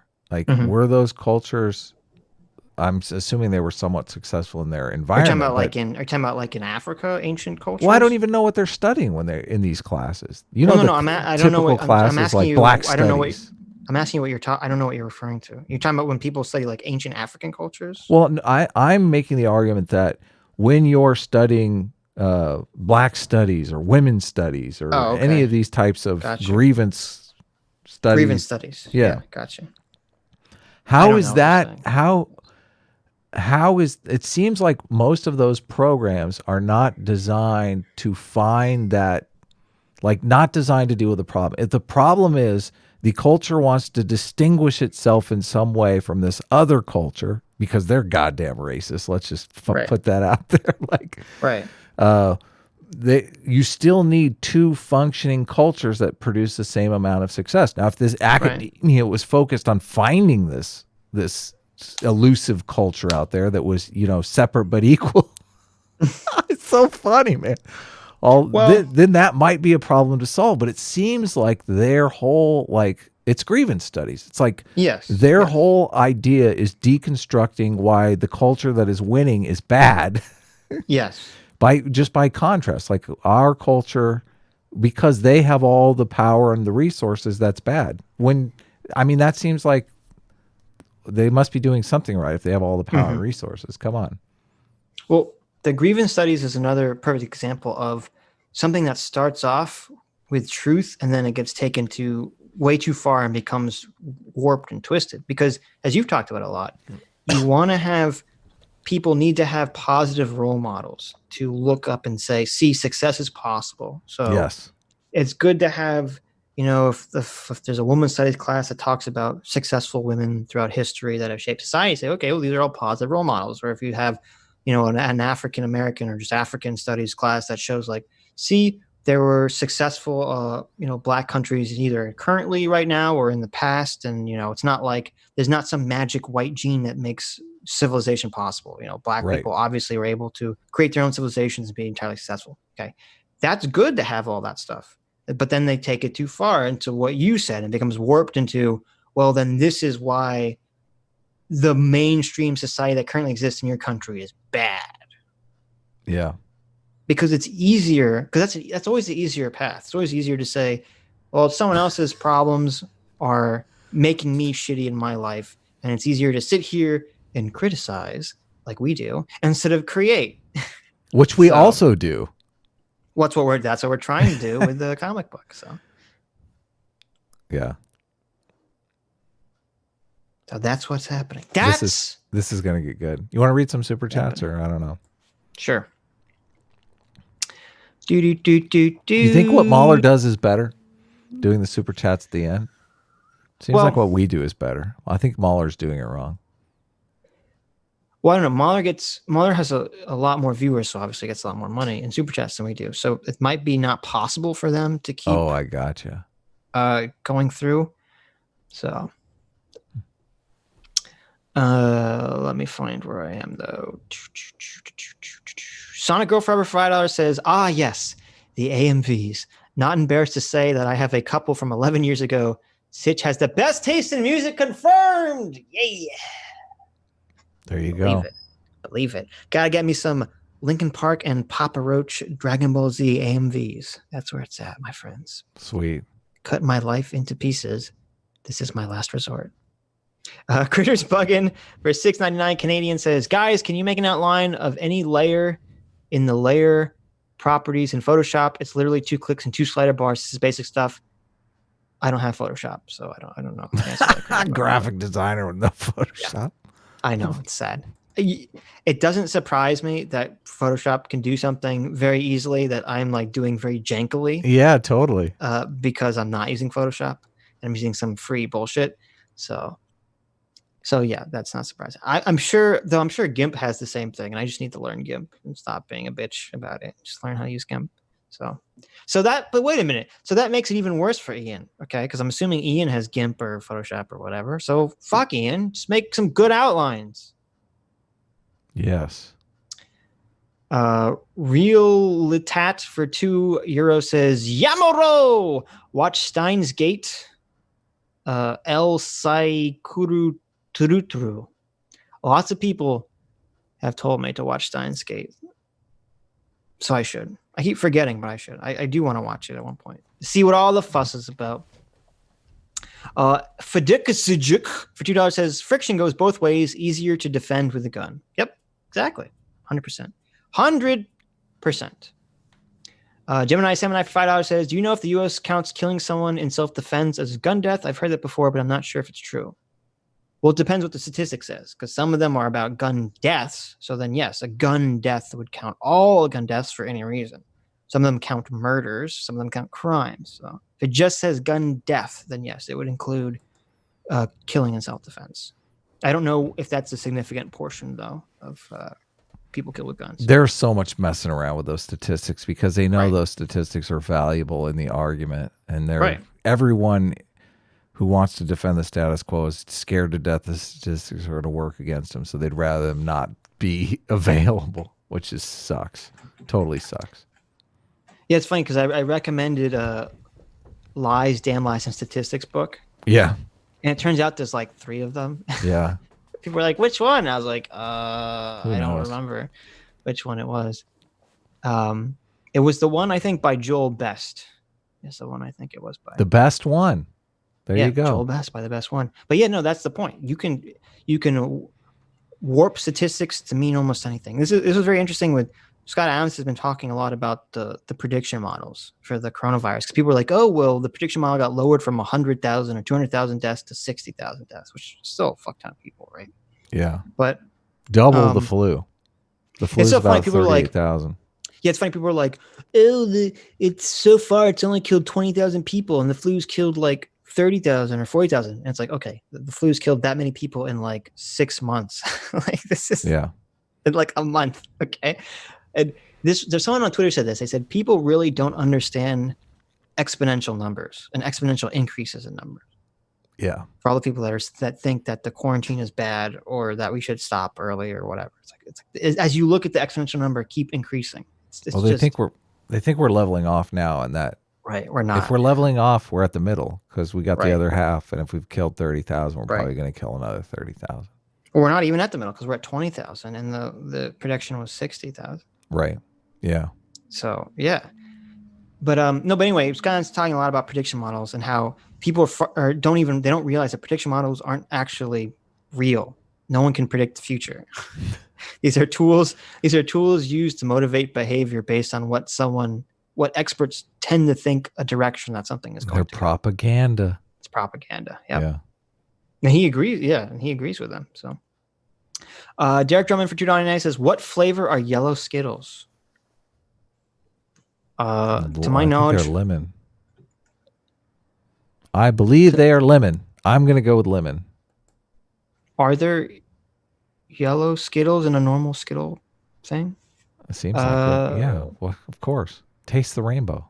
Jeez. Okay. Yeah, you're right. Yeah, there's orange. Those are my favorite flavors: orange, yellow, and green. I'm a big citrus guy. Blue and pink suck, and red sucks. Okay, it's all terrible. Blue, pink, and red are terrible. So binary. I know. Making me think yellow, Ian's orange, right here. and green. That's where it's at. I love how the lemon, chat. yeah. Most of the chat is always, "You're a lefty. You're so far left. You're I know. on the left, Sitch. You're not even close to conservative. You can't be a centrist. You're a lefty." I've said all my intuitions are to the left. Yeah. And I've always said, when I say I'm an enlightened centrist, I don't mean I'm in the middle of the political graph. I mean, I'm trying to look beyond tribalism. Yeah. I've said that time and time again. There was someone who, I don't remember who it was, I got in an argument with. Oh, it was a friend of mine. They didn't realize that Skittles were all different flavors. That's the beauty of them. How is that possible? How could you live your whole life and not realize that Skittles are all different flavors? I wish I had some Skittles right now. How Those is are that yummy. possible, Adam? Just, it's a problem with our education system, I think. We need to fix it. How can we fix anything in society if there are people right now that don't know that Skittles are all different flavors? Fucked up, man. Fuck universal health care. I think we need to fix the Skittles problem. That's right. Education. And his answer was, well, he would never eat them one at a time. He would just put like a handful in his mouth. I'm like, oh, okay. I guess I'm just gonna fucking shovel in handfuls of Skittles in your mouth. Yeah, they all taste like one thing. Sure. One year, my parents gave me a present that was a bag of Skittles and M&Ms mixed together, and I was That's like, "How evil. could you do such a thing?" Why would you do that? That's awful. It was like a big jar, mixed Yeah, up Skittles that's- and M&Ms. I was like, yeah, whoa. Who would think? this. Who would think that's a good idea? I like the Party's Over says he's an enlightened citrus. I like that. There it That is good. I'm an enlightened centrist, guys. I like that. Bobby for $2 says, did he just make the 13% argument? Alt-right confirmed. Yeah. Was Ian that did. me or No, Ian? Ian Oh, made, good. Ian made that argument. Yeah. Ian totally alt-right. I believe it. He's projecting this whole time. Writer John Buck for $9.99 with a emoji happy face with $sign eyes. Thank you very much, writer John Buck. The Great Pop Top for $5 says, "Hi, my pants are on fire. I burned my toast. My glass is half empty. My car has a flat tire. Good day, sir." Yep. Yeah. Yep, there you Adam. go. You're just trying to weigh me down. I'm trying to be positive about Bill and Ted 3, and you're just weighing me What? down. This is my fault now. It's all your fault. I didn't flatten your tire, or did I? Or did you? Your negativity did. Sarky Swan for £10 says, "It pisses me off how woke politics flattens identity into its superficial aspects." Yeah, I hate that too. Yes. Describing people as just white or black completely ignores the influences of culture, ethnicity, and nationality. Yes. 100%. That's why I'm so against alt-right stuff. 100%. Yeah. One of my it's best awful. friends, not white, and yet he's the whitest person you know. Culturally. Oh, really? Hilarious. Yeah, that's why this whole thing's stupid. The whole thing's stupid. And He you're can't right. dance? You shouldn't even. Is that what you're saying? Huh? He can't dance? Exactly. This friend of yours? Yes, that's what I'm saying. No, but Terrible dancer, loves D&D. yeah, there you go. You nailed it. I think you nailed it. But no, but you're right. Like, you shouldn't be thought of as white culture. It should be thought of as middle class American culture. Yeah. Let's just remove skin color from it entirely. Okay. Yeah, totally. Yes, I agree. Ryder John Buck for $5. Sitch, which would you rather watch with friends? The prequels or the sequels? Easy question, easy answer. The prequels, completely uncontested. The prequels are so bad that they're fun to watch and meme on with your friends. The sequels are just awful. I remembered something after our stream yesterday that I wish I would have remembered during the stream. Like the prequels, I went the first time to see the first prequel with my girlfriend at the time and a bunch of her friends who are huge Star Wars fans. And it was a nightmare because I think I told this story before where after the movie, I was like, are we going to pretend this was good or are we going to talk about how evil it was, right? Which one was it? Do you remember which one it was? The first one. Okay. Phantom Menace. Phantom Menace. Yeah, the Phantom Menace. Right. The worst one. Yeah, awful. Was it the worst one? I don't know. I think most people, at least the consensus I thought was that Phantom Menace was the worst one. Okay. But I think like a week or two later, a buddy of mine were like, let's just get blazed and go see it. Like, it sucks. It's so terrible. But it's got good special effects and like amazing monsters and shit. Let's just go. And that was actually a lot of fun going the second time. And it was before like memeing was really a thing. Right. And, but that's exactly what we did. We just went and enjoyed it for the campy terribleness of it. Like, we were ripping it up, making fun of it the whole time. And yeah. Yep. Yeah, so. Definitely. Prequels I don't think anyone's going to be memeing on the sequels 10 years from now. I think they're going to be long forgotten in the dustbins of history. Yeah, mediocrity. Right. Yeah. Jonathan Stoffel for $1.99 says, "This video is the rubber of political theory." What? I agree. I agree. I've contemplated making a movie or making a video about why rubber is better than Star Wars. I think it could be controversial because one of the things that I like about rubber, and this is completely intuitive, I would have to rewatch it to make sure that it's doing this. But I believe rubber, while setting out like a fanciful universe, does set up rules and adhere to those rules stringently. So it does cohere to its own logic, even though I know its logic is like otherworldly. No, I do believe it does. I think that's one of the things that triggers me most about movies is when they break their own logic. Doesn't the tire attack the audience at the end? I don't know. See, that's why I'm like intuitively, I would have to watch it through this filter to make sure that I am correct. Like, I'm just using my intuition. Doesn't ever explain anything, right? It does. It totally explains everything. Like it sets up a logic and explains it. Like, it pulls out this crazy rule but then it adheres to that crazy rule logically, where okay, so let's explain Star this. Wars breaks its own logic all the time, right? Right. So that's the problem with the it. Star Wars sequels in the Yes. Yeah. So let's explain this really quickly for people that know what we're talking about. Rubber is a terrible movie about a tire that is alive, a homicidal serial killer tire. Yeah, the whole movie is basically this tire rolls up to people, it looks at them, and it starts wavering, and people look at the tire, and then their heads explode. The tire has telekinesis, okay? Well, it's not. No, they just explode. No, the tire uses telekinesis on people to make their heads explode. Whatever. Yes. But does it ever use telekinesis to do something that's not making their heads explode? What do you say that again? Does it ever use the telekinesis to do something other than to make people's heads explode? Yes. Oh, it does. Okay, I don't remember that part. Yeah. Okay, so tire has telekinesis, makes people's heads explode for some reason, and inside the movie is an audience of people watching this all happen. Yes, totally. And commenting on it. Yes, watching the movie. The problem with the movie is that it needs to be 15 minutes long, and it's over an hour long. What? That's the problem with the movie. Man. It's an interesting concept that just gets dragged out for no fucking reason. It's not a full-length movie. It gets dragged out because it's entertaining as fuck, dude. Seriously. No, because after the initial idea of it, a tire that's going around killing people with telekinesis while an audience in the movie is watching, commentating on it, is a very interesting idea. But it never. But that's all established within the first 5 minutes of the movie. It never evolves or moves in any other direction beyond that. After that, it's just literally tire killing people scenes for like 40 minutes. And you're like, this movie's just boring as shit. I think it's kind of like it's like a caviar thing. Like you have to have an acquired taste. You have to be a cultured person to really like something like this. This is like the 2001 argument. Oh, well, if you're really a cultured individual, you like scenes of shit floating in space for 20 minutes, even though nothing's fucking happening. Listen to this guy. Like, no, I want something new to happen. I want information to be relayed to me. I want some new concept to be presented. I want things to happen. I don't want to see the same shit over and over again or nothing happen for 20 minutes. Okay. What? You didn't feel for the tire when the tire fell in love with the girl and was like stalking her? No.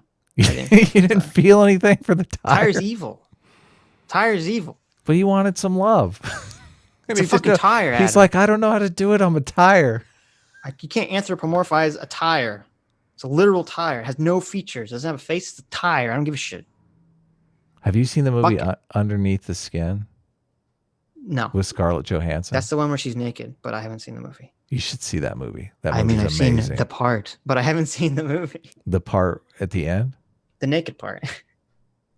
You're like, I've seen seen Angelina Jolie naked. I mean, not Angelina Jolie. It's not even Angelina Jolie. Yeah, I'm sorry, exactly. the Black Widow. The body double. Scarlett Johansson. Scarlett Johansson, yes. Underneath the Skin is an amazing movie. You should see it. That's not even her. It's a body double. Are you sure? Yeah. Oh, lame. Sorry. Lame. Lord of the Nerds just now for $5 says Rubber is the film equivalent of those pictures you have to unfocus your eyes to see. Interesting to look at, but also annoying and a headache inducing. That's a pretty good analogy. I agree with that. Well, read it with Star Wars. Star Wars is the film equivalent of those pictures that you have to unfocus your eyes to see. Interesting to look at, but annoying and headache inducing. Yeah, no, it works still. That's actually 100% true. Yeah, Star Wars. Star Wars sequels. That's a very good equivalent. Star Wars sequels are basically, I don't know if the first one, but the third one specifically, Rise of Skywalker definitely fits that, being that magic eye comparison. Yeah. Hate inducing even. Right. Derek Drummond for $4.99 says, I think most conservatives think abortion should be legal because they think it's evil. Why does there have to be an ulterior motive? Yeah. That's true. They think baby killing is wrong. Baby killing is evil. Yeah. They think if you're going to have sex, you should be willing to face. They believe in karma. Okay. That's what they believe in. They think if you do the crime, you should do the time. And if that's having a kid out of wedlock, then so be it. Derek Drummond the problem is, the problem is sex is good, man. Well, no. Well, yeah. But the problem again is because what's the biggest factor in creating people who don't fit into society? It's having a single mother. Yeah, unwanted childhood. Unwanted child. It's the worst thing you could possibly do. You got to take that in consideration. That's why it's a wicked problem. Derek Drummond for $1.99 says, be straight to do charity work. There you go.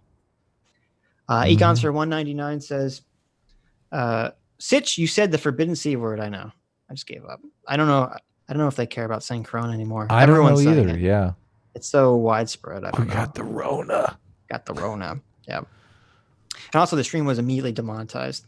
Yeah. Because Adam, all my F words, all my F and F words and dick sucking words and all sorts. You're supposed to stop that in the first minute, and supposedly it helps, but that's right. Nobody at all for 2 minutes. For $2 says, you forgot about the Nazi boys. Yeah. I don't know what your context was. I don't remember what we were talking about an hour ago, but I am sorry if I forgot the Nazi boys. More of a high official for $5 Aussie bucks says, have some Corona bucks, lads. I'm still going through your Ezra Shapiro stream. I can't keep up. LOL. Yeah. Yeah, that was an interesting one. We produce a lot of content. I'm going to start streaming for 9 hours a day like Destiny does, just to see what happens. See if you guys can keep up with it. You can't. The only way you could do that is if you're playing video games or something. No, you can't just do it on news alone. I don't think. I watch a bunch of stuff. Like I was thinking, there's that video that I sent you that's a 2-part Bill Hicks lecture that's just amazing. It's from like 2015. I could say so much about that stuff. Like so much of it seems prophetic. Try it. Go for it. Yeah. You just stream your entire life. Whatever you're doing, just stream it. Whatever you're doing, just stream it. You're painting, stream it. You're watching videos, stream it. Just stream everything. I mean, that's pretty much what Destiny does. That is what this. So just do it. Be a streamer, Adam. I don't know what the appeal of that is. The thing that bothers me is like, I'll watch someone. Destiny has an editor who will upload specific parts of his streams on YouTube. But if you go on his Twitch page, it's like this 9-hour long video that like most of it is just playing video games I have zero desire to see. And then it's like, do I have to go? How do people find the part of the fucking stream they want to watch? Well, it is. I mean, it is kind of just hanging out with people. I was thinking about it because I got so much out of listening to that Bill, I think it's Stephen Hicks, actually, the Stephen Hicks video. And I thought you'd just be sharing it with your audience, which is kind of cool. I mean, what we do here is kind of cool. We share it with an audience. Like we all get to share in this together. We get to laugh at this ridiculousness together. That would, but that would make sense if you're a streamer and you stream continually like the same type of content. But with Destiny, he's streaming very different content because he has political Destiny's content just and hanging video out. game content. Destiny's just hanging out. He's like, I'll talk to anyone. I don't give a shit about his video game content. I have zero desire to see it. Right. I don't care about watching someone play League of fucking Legends. Well, people listen to that. People watch that stuff live, though. They don't rewatch it. And what he does is he just captures the good parts. I mean, I clip out parts of our shows when we dive into a topic. Yeah, but at least we're talking about like the same genre of things in the whole stream. I could probably cut out 2 clips from our show every single week. There's like 2 interesting things that I bring up. Usually don't bring up any interesting stuff, but me, I'm usually the Wooster for $1.99 says Sitch is wrong. I am the only one with free will. There you go, guys. The Wooster is the only protagonist. We're just a bunch of NPCs running around. The Wooster's one of the simulation people. Damn it. He is. That's why he gets all this money. It doesn't even cost him anything. He just runs a simulation. Wooster. One Cross for $20. Thank you very much. One Cross says, Dear Sitch, I found my lost wallet. Also, you've enlightened me to the next evolution of centrism. Praise be Mahler. One day after so many debates while holding a wrench stone, PSA will hit level 20 and evolve. There he goes. One Cross, I'm glad you're here. Because I just happened randomly last week to go into a Mahler stream, and I saw that you, One Cross, donated a super chat where you insulted me and said that Mahler was the evolved, better, funnier version of me. That's funny. I saw you, One Cross. I saw you. I caught you, motherfucker. I caught you. This really did trigger Sitch because he DM'd me about it. He was like, "Oh my God!" I took a fucking screenshot. I said, "Oh my God, One Cross attacking me." I can't in another stream. I never seen that. I can't believe it. But thank you for the $20. I do appreciate it. Totally. Fucker. You earned it. Gemini79 for $2 says, "What music do I have to listen to for you, Adam?" Let me see here. A music list. You check out Purity Ring. Purity Ring will knock your socks off. Okay. Alex Castle for $2 says, "Loved your guys' appearance on EFAP. Also, hi, Adam." Hi. I liked how Rags, they had a little thing going. Like everyone would always say hi to Rags. Hi, and Rags. Rags would be. Yeah. How did he say it though? He didn't do it like I did it. No, Hi he didn't there. say hi. Hi. Hi. Well, that sounds awful, but I got to come up with a good way. I want to say hi. Oh, Jesus fucking Christ. I want to end the stream now just because you said it like that. Dustin K for 5 Canadian says, "Jealousy is when you don't want others to have what you want. What Stitch feels is envy." Oh, yeah. Good. There you go, Adam. Good call. Envy. Even though I don't feel envy, but Adam's just memeing on me because he's stupid and fucking. How would you really feel though if there was like 100 teenage girls chasing? No, I'm after not you? criticizing the person getting the praise. I'm 100 criticizing the people. underage girls. Well, that's who want to have sex with you, chasing you around. Yeah, that's not good. That's torture. Yeah. Well, it's not torture. I'm not and I mean, I'm assuming most of them aren't going to be my level of attractive. But no, I'm not criticizing the person for bathing in the joy of receiving the love. I'm sure that feels great. I'm just don't understand the people who are so enamored with another person. I mean, tortured in the fact that they're chasing you around, like that you're just like forced to like go into different places because there's a mob after you. Yeah, sure. That's what he meant. That's not what he meant. We all know what he meant. What I mean. We all know. Yeah, I'm not going to say. I'm going to leave the quiet part unsaid for your sake, Adam. Panzer Dude, why? Thank you. Says you should watch the movie Teeth. Isn't it the movie where the girl's vagina is like a jaw or something? She's like killing people. Oh my goodness, that sounds like a great movie. Well, I think it's supposed to be double like funny, feature, right? Nobody at all for $5 says you forgot the Nazi bowls when you were talking about right wing and left wing not coming together. Oh, that's true. That's true. Can't forget about them. Can't forget about those motherfuckers. Those Nazi bowls. Paradox for $1 says, "Careful about saying you like rules because working with rules makes you creative. Someone might think you actually like rules like those damn conservatives do." There you go. There you go. See? PSA Stitch. Total conservative. Sean Watts for $1 says, "You should really watch Unplanned. It's based on a true story about a girl who rose up the ranks of Planned Parenthood. They talked the girls into abortions like used car salesmen. It's despicable. At the very least, they could make that illegal." Wow. Yeah. Okay. I mean, I'd be curious to see. I'm not sure I would believe some piece of propaganda like that, but I'm sure it does happen. This is always the danger of time giving you financial incentivizing for something, right? Oh yeah. Like if Planned Parenthood is getting money to provide abortions, then obviously they're going to try to talk people into getting abortions. So we got to get money out of healthcare. Planned Parenthood needs more money. That's but I do agree. Yeah, obviously you don't want to incentivize people getting abortions. Contrast for $1.99 for $1.91 says, "Point of personal privilege, Jim Goo, smelly fagoo." Says, "That's all well and good, Stitch, about the comedian, but what's the meaning of the lame comic-esque over-the-top squid plan? Dr. Manhattan being framed was more believable, not cringe." No, you don't understand. Contrast. Okay. The comedian's revelation that the world is insane and is a joke, that he never accepted it. The squid plan is what gives him that revelation. It's him seeing the giant squid that Ozymandias is creating and saying, "This is the stupidest, most ridiculous, absurd thing to ever exist. But it could work." That is what gave the comedian his revelation, is realizing that Ozymandias' over-the-top comic book-esque absurd plan was feasible and could work, and was also horrifying that he'd be willing to kill that many people for the sake of peace. That's what gave him his revelation. What was the revelation again? that he never really believed the world was a joke. He just said he did. He just pretended like he was this It was a nihilist so that he coping could, mechanism. as a coping mechanism, not as a coping mechanism, as a juicy rationalization to allow himself not to feel bad about doing everything terrible. Right. Oh, nice. I like it.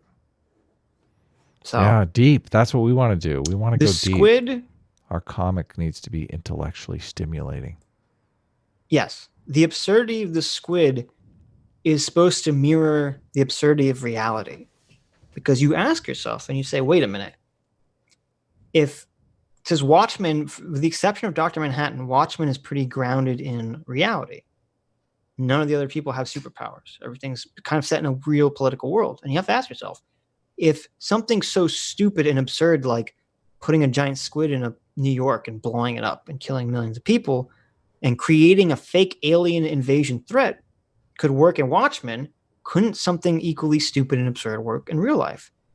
And what does that mean about the real world? If the real world is so absurd that some absurd solution, some horrifyingly absurd solution could be effective, what does that say about the absurdity of human nature? We like absurd. It means everything sucks. That's why Rorschach has that long monologue about the joke about the clown, the opera clown, who's really sad and depressed because his life is terrible. And he's talking to the doctor, and the doctor says, go see this clown. He'll make you feel better. And he says, I am the clown. I am the clown. Yeah. Yeah. The point of Watchmen is the absurdity of life, not only through the horrifyingness of it, but also the miracle of life. You remember, Dr. Manhattan gives that long speech to Juspecki about how it's so statistically unlikely that each individual person will be born because so many different factors have to come into play for each person to be born. Yeah. And it's crazy and it's absurd. That's why they have on Mars is the happy face crater. And that's why in Watchmen, when he gives that speech about the absurdity and unlikeliness of her being born, they're in the happy face crater, because how absurd and unlikely would it be for a happy face crater to exist on Mars in reality? Yeah, pretty unlikely. You have to take it all. You have to take it all in. Stooge McDuck for $33 says, Stooge McDuck 33 for $5 says, the great Neil Peart once wrote, "No changes are permanent, but change is," from Tom Sawyer by Rush. That's true. That's great. So you like absurdity, right? I'm not saying I like absurdity. I'm saying if the point of the thing, if you have something, to me, it's very interesting to have a story that's grounded in realism, only for you at the end to realize the point is that that the reality is absurd, is very interesting. Oh, okay. And I think very true, because reality is absurd in a lot of ways. I mean, I'm not against absurdity. Part of the appeal of JoJo is that it's over the top and absurd. Yeah. So yeah. But Rubber is stupid and I doesn't do anything. I like absurd shit, man. I really do. It fucking gets me. You might like JoJo then. Alex for $1 says, nothing ever happens without a reason. There is no free will. There you go. Hard determinism. Yeah. With one unconfessed mortal sin on your soul than 7. Nope. You're still going to hell. Wait. Reduction just bounces off of that. It's like saying it's better to die with one unconfessed mortal sin on your soul than 7. Nope. You're still going to hell. And what good is it to talk about populations? That's not even real. Well, that's kind of a fake. It's not even a fair thing, because aren't there like mortal sins and there are like other less, I forget what they're called, like less than mortal sins that have different penalties? Don't know. I'm not a sinner. I don't have to worry about that shit. It's great. Oh, okay. I'm sorry. This is about you. Evil exists to test your integrity when your soul is judged at the gate. This is like so all over the place here. Yeah. And what does this have to do with the alt-right? I don't even think the alt-right, it's not like the alt-right is, there are some like very Christian alt-righters, but there's also some like pretty sure Richard Spencer is atheist, isn't he? What does any of this have to do with race? Like, this is clickbait. Nothing. Yeah. This video is not properly labeled at all. Gates of heaven, you will stand alone. And if God still hasn't rewarded your faithfulness, you must not have been pious enough. More piety, more piety. This is not to say that reactionary conservatives in the US are just a pack of Catholics. Okay, this is funny. This shows that he doesn't know anything about religion at all. Okay. First of all, his argument is that reactionary conservatives are all religious, but he said Catholics. He's not describing Catholics. He's describing evangelical Protestants. Oh, okay. Well, I mean, evangelical Catholic. Protestants don't do confession, and he did talk about confession. No, but if you look at the statistics, I think actually the majority of Catholics vote Democrat. There you go. That's hilarious. It's the conservative right religious voting bloc is not Catholic. It's evangelical. Evangelical Protestants. Yes. That's funny. Yeah, because they're the ones in the mega churches in Texas and stuff like that. Right. Yeah. Because they hate Catholics. They're like, Pope my ass. Yeah. But like they don't love Catholics by any means. The Catholic population in America is like only like 25% of Christians in America are Catholic. Like it's the minority. It's not the majority by any stretch. In fact, they're quite the trail mix. We got Protestants, pagans. Oh yeah, this is good. Wait. Look at this. Voice. They're quite the trail mix. We got Protestants, pagans, a surprising number of atheists. Oh, okay. So what the fuck is it? Wait. So he acknowledges that Richard Spencer's atheist, but he's making this entire point that is entirely based on believing that God is judging you for some sort of afterlife. Yeah, but he's gonna confirmation bias, post hoc reason his way out of this hole. Watch this. You're gonna love it. You're gonna love it. Okay, You're gonna love it. I'm waiting. Hold on. Who's this? This guy. This crazy looking guy. The pagan guy. I have no clue who the fuck that's supposed to be. Like he's got for those of you listening, he's got a guy in a KKK hood. He says Protestant and he shows a KKK. And he shows a guy in a KKK hood.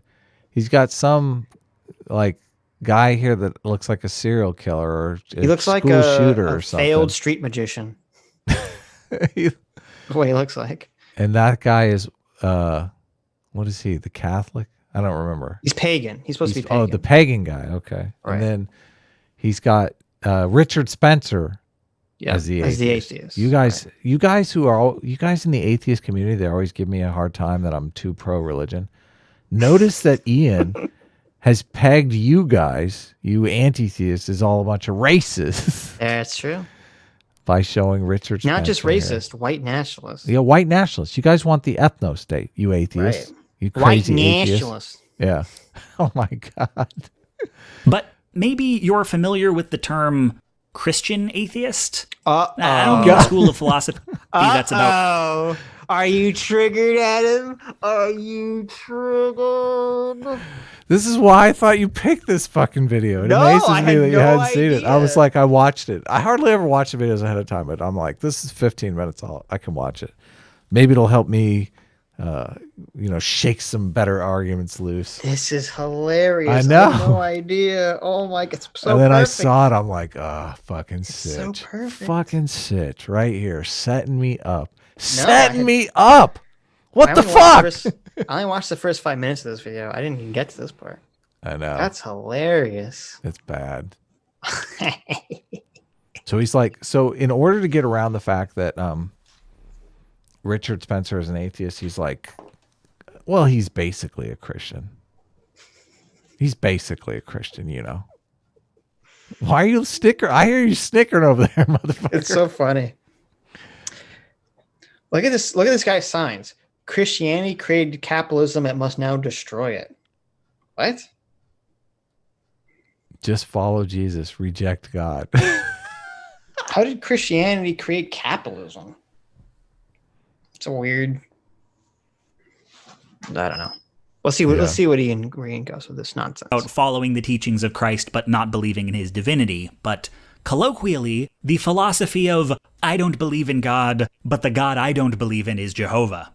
It's a person who, despite not being a Christian, has a set of ethics clearly informed by a Christian upbringing or by living in a not officially but in practice Christian nation.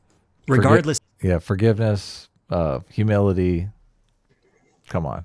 Judeo-Christian. He didn't even throw in the Jews. Of course he threw us under the bus. Come on. He did. This guy is probably a white nationalist. He's hiding his power level. But wait a minute. This isn't this. Okay, I'm curious how he's going to go. How he's going to square the circle here, because it's just you could garbage. point. Unless you're a total anti-theist or a total fucking moron. Okay, even Sam Harris, even I think the most vehement anti-theist will say yes. There's obviously good lessons of morality that one can derive from the Bible, both Yeah. the Old and the New Testament, right? And Ian's whole argument was based around the idea that, well, the Christians or the evangelical Christians or whoever Christians believe that life is inherently sinful and it can't be fixed or changed, and all you have to do is worry about yourself so that you'll be judged in the afterlife. That was his argument. But that argument relies entirely around believing in an afterlife, or the Christian specific afterlife. Yes. So if you're a Christian atheist, meaning you just believe in the morals and values of the Old and New Testament, you're not buying into the main crux of fucking Ian's argument. Yeah, I'm not buying into the stick or carrot, but you believe that we should try to change the world and help the world be a better place. yeah, definitely. I think everybody does.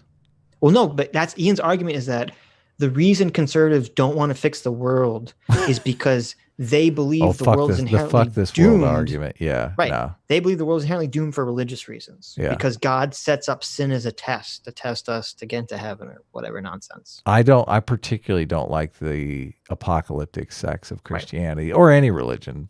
Right. Mind you. Yeah, and some Christians definitely believe that, but I don't think that's It's not informing the worldview of Yeah. majority of conservatives or people that vote Republican. Sure, no. Of creed, this is the dominant morality of the United States, and it spans the whole political spectrum. Take, for example, the often liberal sentiment, I refuse to vote for the lesser of two evils.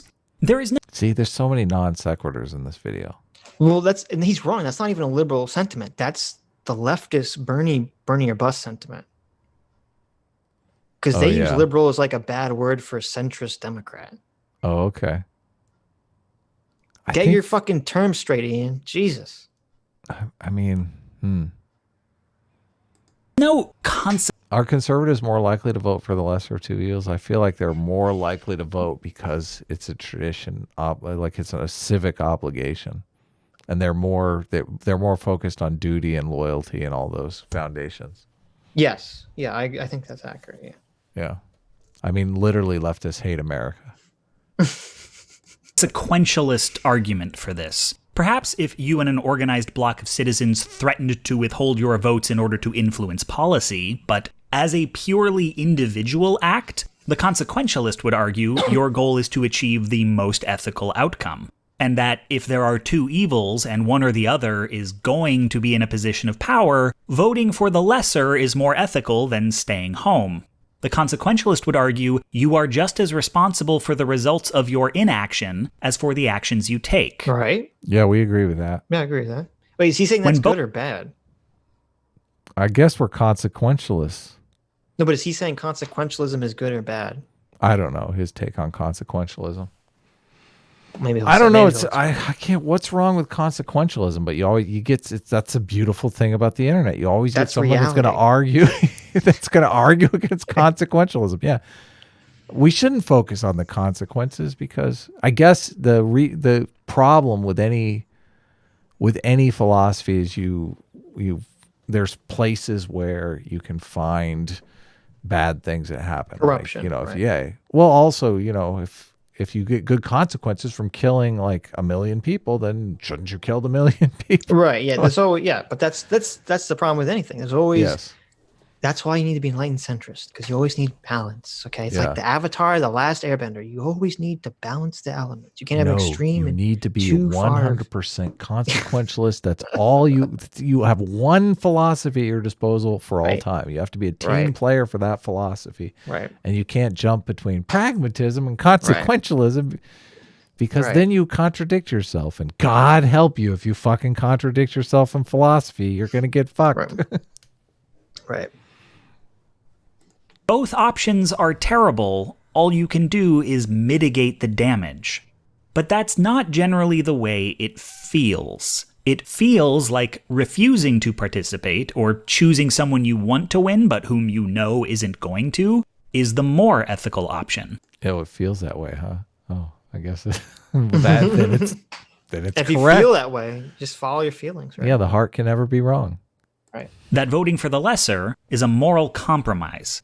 This feeling is independent of results. It doesn't mitigate damage, it doesn't reduce harm, but it does preserve your integrity. That feeling is very powerful. Many politicians have... Oh my God. I'm going to be really upset if Ian Fuckface over here is making this whole video is really a trick to get Bernie or Buzz people to vote against Trump and vote Joe Biden. Oh, really? Doesn't that seem like this is the direction the video suddenly's taking now all of a sudden? Is this not just a complete non sequitur over the religious argument? Like, what the fuck? We were just talking about religion. Now we're like left. Now we're into the consequentialism versus personal integrity, moral philosophy question. What happened to the religion we were just talking about? Okay, I'm trying to think about. There's got to be some bizarre connection here that we're not seeing. But I'm having wrote trouble this video when he was on LSD, man. It's stream of consciousness. Come on. I'm having a hard time seeing how this connects to anything. How he pulls it all together. Well, spoiler alert, he doesn't. So okay, staked their careers on it. Our society has always told us that voting for any flavor of evil will leave a stain on our soul.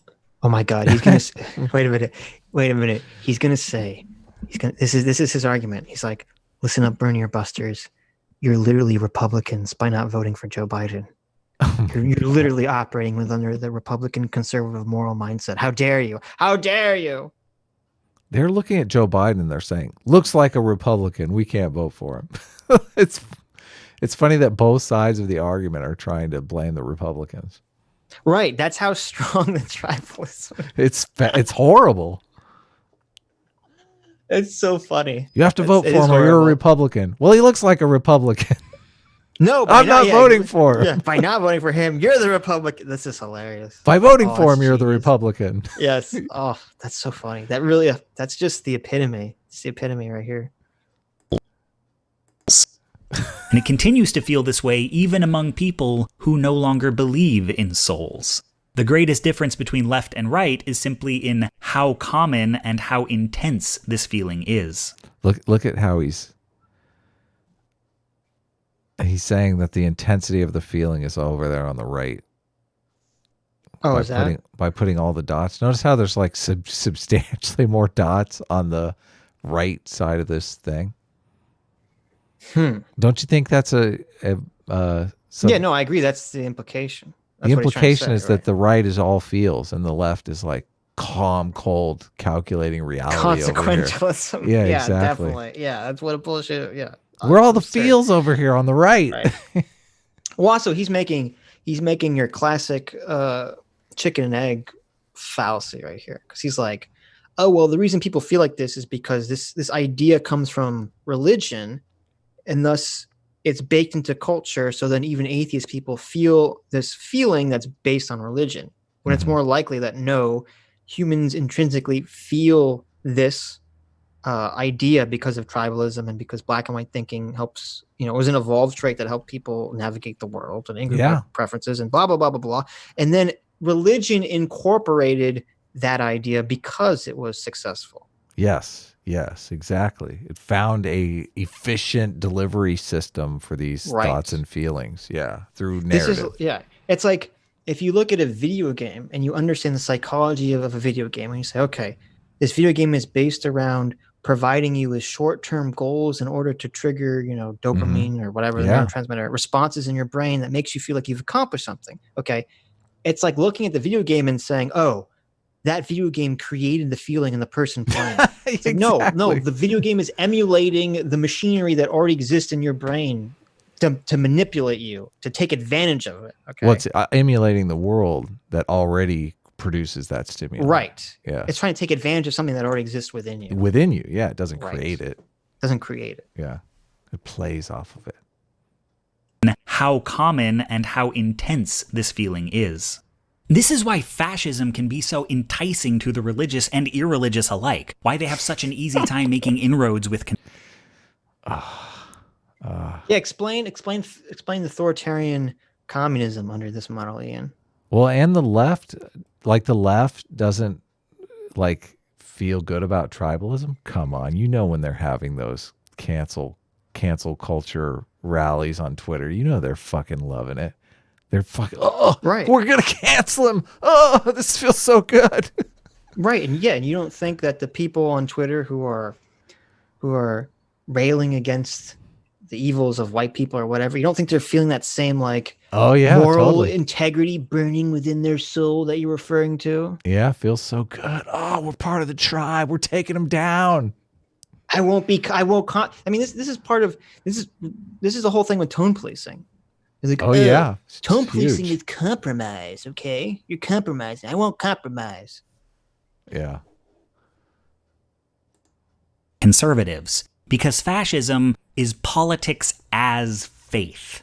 There's a reason the Nazis talked about the How's fucking this is so, oh my God. How is this this postmodern doctrine on the left not politics as faith? Like all Yeah, the grievance 100%. studies, like it's politics as faith, dude. Sex isn't All the real, Adam. genders, all the fucking gender stuff, politics. Gender is as entirely faith. arbitrary. Okay, just taking off faith. Just taking off faith, Adam. This guy, Everything is a social construct, despite the fact that all scientific evidence points to the opposite direction. Just take it on faith. I don't know that this guy realizes that every single argument he's making against the right here, the far right in particular, is just as equally valid on the far left. Like he doesn't know that.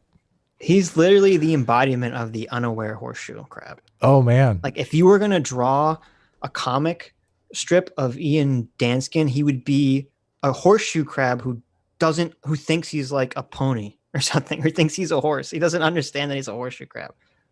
But it's like he's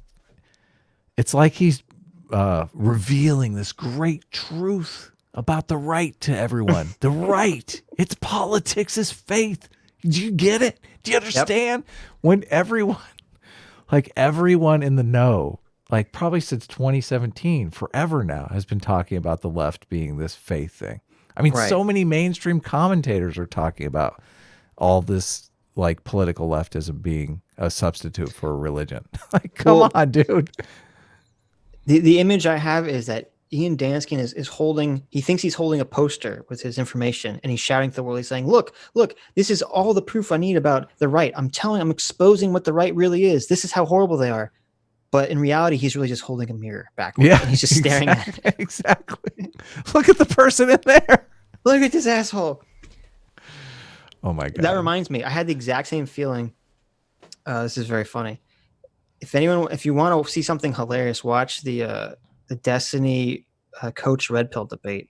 Oh yeah, that is great. That is great. Oh man, it's literally the same thing. It's Coach Red Pill holding the mirror and staring at it and saying, "Look at this horrible piece of shit." And he thinks he's pointing at Destiny, but he's literally just pointing to himself in a mirror. Oh man, that is amazing. Good. Yeah. Yes. Ubermensch. They didn't reject the framework that evil is ancient and the world is polluted and nothing short of divine intervention can save it. They said the world could be saved and only by them because... This is exactly what the left is saying, that the world is racist. Capitalism is fucking inherently colonialist and oppressive. The only one that can change it is us. We. Right. Oh my God. As to the other races, Aryans are as gods. Postmodernists as our gods. Progressives as our gods. Woke communists are the gods. Yeah. Yeah. Follow us. Utopia insane. Lies here. Let us show you the way. Yep. And which would you rather believe? In the left's framework, we are... Neither, motherfucker. Get off my lawn. Right. Are the cause of all the world's problems. But to hear the fascists tell it, everyone else is the cause and we're the solution.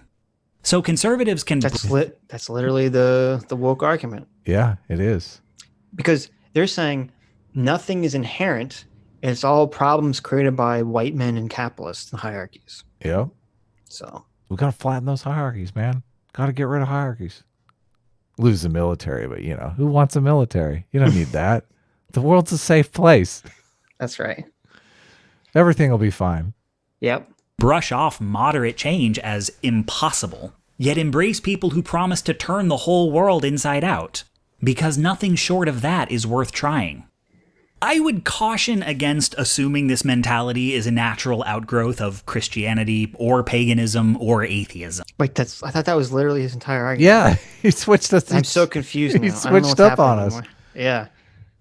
Oh my God, this is retarded. And maybe it's tribalism. I don't know. What's he going to do? I don't know what it is. What is he going to blame it on? I'm telling you, this video was secretly a "Don't be a Bernie or Buster" video. Really? That's what this video is. Okay. But it's funny because this is how sneaky Ian is. He's trying to manipulate his left-wing audience into Voting for Joe Biden or whoever the fuck wins the Democratic primary if Joe Biden dies, which he might. Yeah. Or becomes incapable of running. He should have hid a little picture of Joe Biden in here, like right. in the.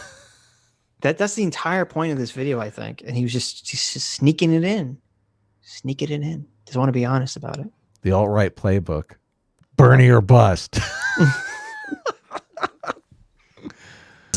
It is a perversion not representative of any belief system save itself. I kind of feel like this guy is from the like postmodernist school where he just like it's buzzword salad here. Like it's not a real cohesive or coherent argument. It's just like he says all the right things. I don't know. I think it's very few people that like their logic usually makes sense to them. We just don't understand what they're trying to get at. I would love to invite some Ian Danskin watcher supporter on to demystify this stuff for us, but I feel like it was not really. Well, we were following him until this very end part. Yeah. Right. We're like, but now because his whole thesis statement was, you're saying, oh, conservatives are all bad. They believe in binary thinking and they believe the world is inherently sinful. Yeah, black and white. It all comes from religion. Right. Yeah. And that idea comes from religion. And then he moved on to say, well, but people believe that who are not religious because, and then he never gave us an answer. And then he's just now moved beyond that and saying it's not because of religion. Right. This mentality is a natural outgrowth of Christianity or paganism or atheism. It is a perversion not representative of any belief system save itself. It spreads. Well, I mean, I'll agree. I don't know what the fuck that means. That sounds like it means nothing. That's what made me pause it. I was like, dude, that's the most postmodern thing I've ever heard. Like, it absolutely makes no sense. It is a perversion not representative of any belief system save itself. Except itself. So I guess what he's trying to say is that... What is itself, though? Okay, so it's. I think what he's trying to say is that the idea of we can save you and the rest of the world is shit. Tribalism is a belief system. Is not inherent in any specific belief system, but is just inherent in self-fulfilling. It's like a mechanism of any system that's trying to preserve itself. I assume that's what he's trying to say. But he doesn't want to obviously equate this to evolutionary thinking because then he'd have to admit that there is some problems biological sex differences, biology, right? That we have to overcome. Because people in power spread it, and people listen when they want their egos flattered and their sins absolved and to be folded into an authority structure that privileges them. They'll do what it takes to conform whatever beliefs they came in with to it. The necessary counter-narrative is to... So he'll take half a breath, okay, before taking the dive, and he'll say, this is inherent within power structures, but then he doesn't understand why those power structures are inherent in human beings in reality. Well, he did kind of say with stroking their egos and wanting things that affirm their belief systems, that kind of thing. Right. No, but he's not... It sounds like he's trying to make it out to be, this is all indicative of power structures. Right. This is not indicative of evolution in humanity. Right. Okay. So.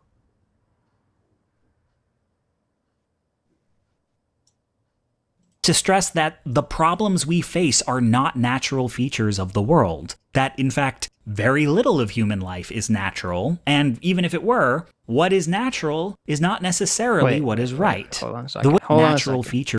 their egos flattered and their sins absolved, and to be folded into an authority structure that privileges them. They'll do what it takes to conform whatever beliefs they came in with to it. The necessary counter-narrative is to stress that the problems we face are not natural features of the world. Okay. But he's wrong. He's saying they're 100% natural features of the world. The problems that we face? Hell yeah. That's the biggest problems we face as society, is that evolution has equipped us to live a life we're not currently living right now. Yes. That's the biggest physical and psychological problems that humans in first world countries are facing at the moment. Yeah, I don't know how you couldn't call like political tribalism a feature of the natural world either. Well, I think this is motivated reasoning, because there are some people who say that's just the way it is, therefore you shouldn't try to change it. They use kind of this, they mix prescriptive and descriptive, because we're both saying descriptively that's the way it is. We're not prescriptively saying that's the way it should be. Totally. And he makes that argument. Right. But there are lots of people who I guess tend to be on the right more so, who mix the prescriptive and descriptive biological determinism argument. All the time. But so this is, again, another example of people arguing against the Mott and Bailey incorrectly. They argue against the Mott instead of the Bailey, okay? Instead of being the enlightened centrist who says, well, we're going to throw out your prescription, but acknowledge that the description you're using is correct. They just say, no, I'm just going to throw out your description. I'm not even I'm going to deny reality itself because I don't like what you're prescribing. Yeah. That's what's happening here. The Stephen Hicks postmodernist video that I sent you, he talks about that specifically. They say, listen, we understand reality is against us, so reality doesn't matter anymore. Like, what? Right. Yeah, it's pretty bonkers. That, in fact, very little of human life is natural, and even if it were, what is natural is not necessarily what is right. Yeah, so the way nature... Yeah, we agree. Yeah. Yeah. But you have to address that it is natural. That's the problem. Okay. And the natural aspects of it, definitely. Right. Deals with a pandemic is... I mean, there are definitely social constructionist aspects to it. I mean, the institutions are socially constructed, but based on biology, of course, all that stuff. Yeah, but everything has a base. Everything is playing off of existing. This we have to understand. Everything that's a social construct, okay, that doesn't come from nature, is playing off of biological structures in our brain that nature gave us. Yeah, we're not creating anything out of whole cloth that didn't exist before. Yes. Structures are built around behavioral imperatives. Why? Yeah, that's why when we were on Mahler Stream, we talked about this. It's like, why is it that, stereotypically girls are supposed to be more into puzzle games and boys are more into competitive first-person shooters? Well, there's a biological fucking reason for that. It's a hunting behavior. That never came up, but yeah. Well, I didn't get into the reasons, but that comment was brought up about guys liking shooters versus girls liking puzzles. Now, obviously, there are examples that don't fit that standard mold, but that's irrelevant.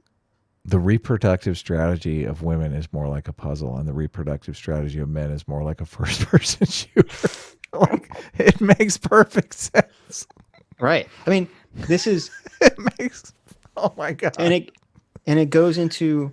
I mean, they hate to talk about this, but it goes into, again, none of this is prescriptive. This is just descriptive. This is the way it is. Right. Exactly. It goes into, why do you think it is that men on average, okay, have better motor skills and better skills at like hand-eye coordination and looking at things and understanding the mechanics and motion of it, versus women who have much better color differentiation than men. Okay. So much so that women are like there's like some tiny like point something percent of women are colorblind compared to men that are in the single digits for colorblindness. Okay. It's like 13% or something crazy. Right. Because one group of people in caveman days, which we were probably cavemen or pre-caveman primates for millions of years. Okay. So we had all these evolutionary factors playing on us for millions of years longer than we've been existing in this current form of humanity, okay, we're having men hunting with not spears, I forget, whatever the pre-spear things were called, that humans would throw, hunting with throwable objects versus women foraging. Yeah. That's what creates these differences. Oh, you're Not so prescriptive. sexist. You're so sexist. I'm not prescriptive. Not prescriptive. That's just you. But you have to understand why something is the way it is to properly change it or to address the problems that it can create. I want to know how many of the colorblind guys are better athletes or video gamers, because like the reason that differentiation is because there's two different types of cells in the eyes, and it's the ratio between like the texture detecting cells versus the motion detecting cells. And it seems like if you're colorblind, you're probably really lacking at those texture and color detecting cells. I don't think they have more or better motion detector cells. I think they just have damaged color receptor cells. Oh, okay. I think. I've never. Yeah, I don't know either. But I mean, if it's like the ratios, like they only have 10% of the color detecting cells, so they just suck at color detection. Wouldn't that mean the space is filled in by the motion detecting cells, and they'd be like awesome? Well, not necessarily. They'd have like eagle eyes.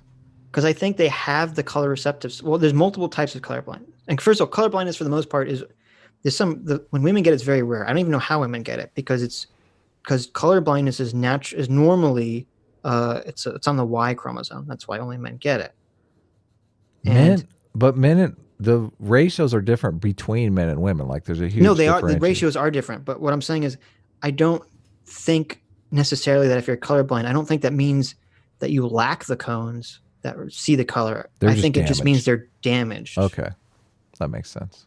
Maybe I don't know. I want to know because most people that are colorblind, there's like 3 different types of colorblindness. Most people aren't 100% colorblind. Most people are only colorblind to 2 of the primary colors.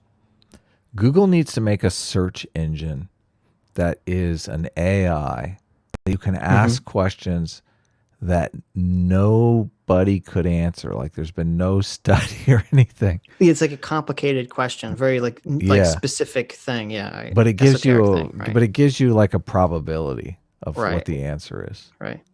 Yeah. We'll get there one day. That'd be awesome.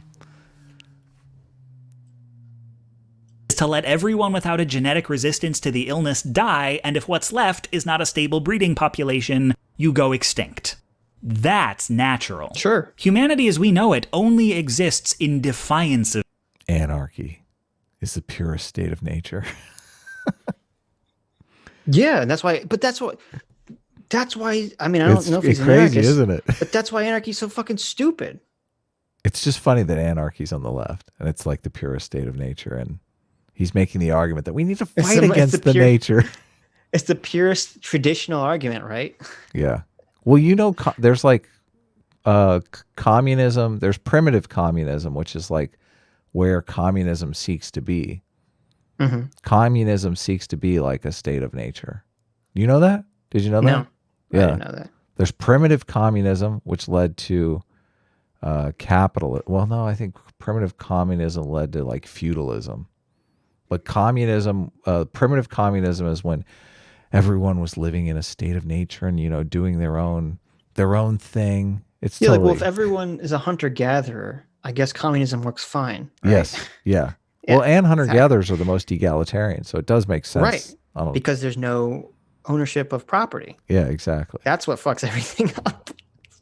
Once we started having food production, everything gets more complicated. Yeah, because you've got these massive stores of resources that you have to defend. It's all of a sudden it's like, wow, making all this stuff has become totally easy. Right. Defending it is the hard part.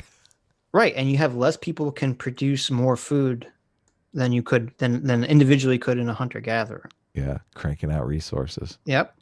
No, it's definitely. Nature. Every form of bigotry. But that's the problem because that's true.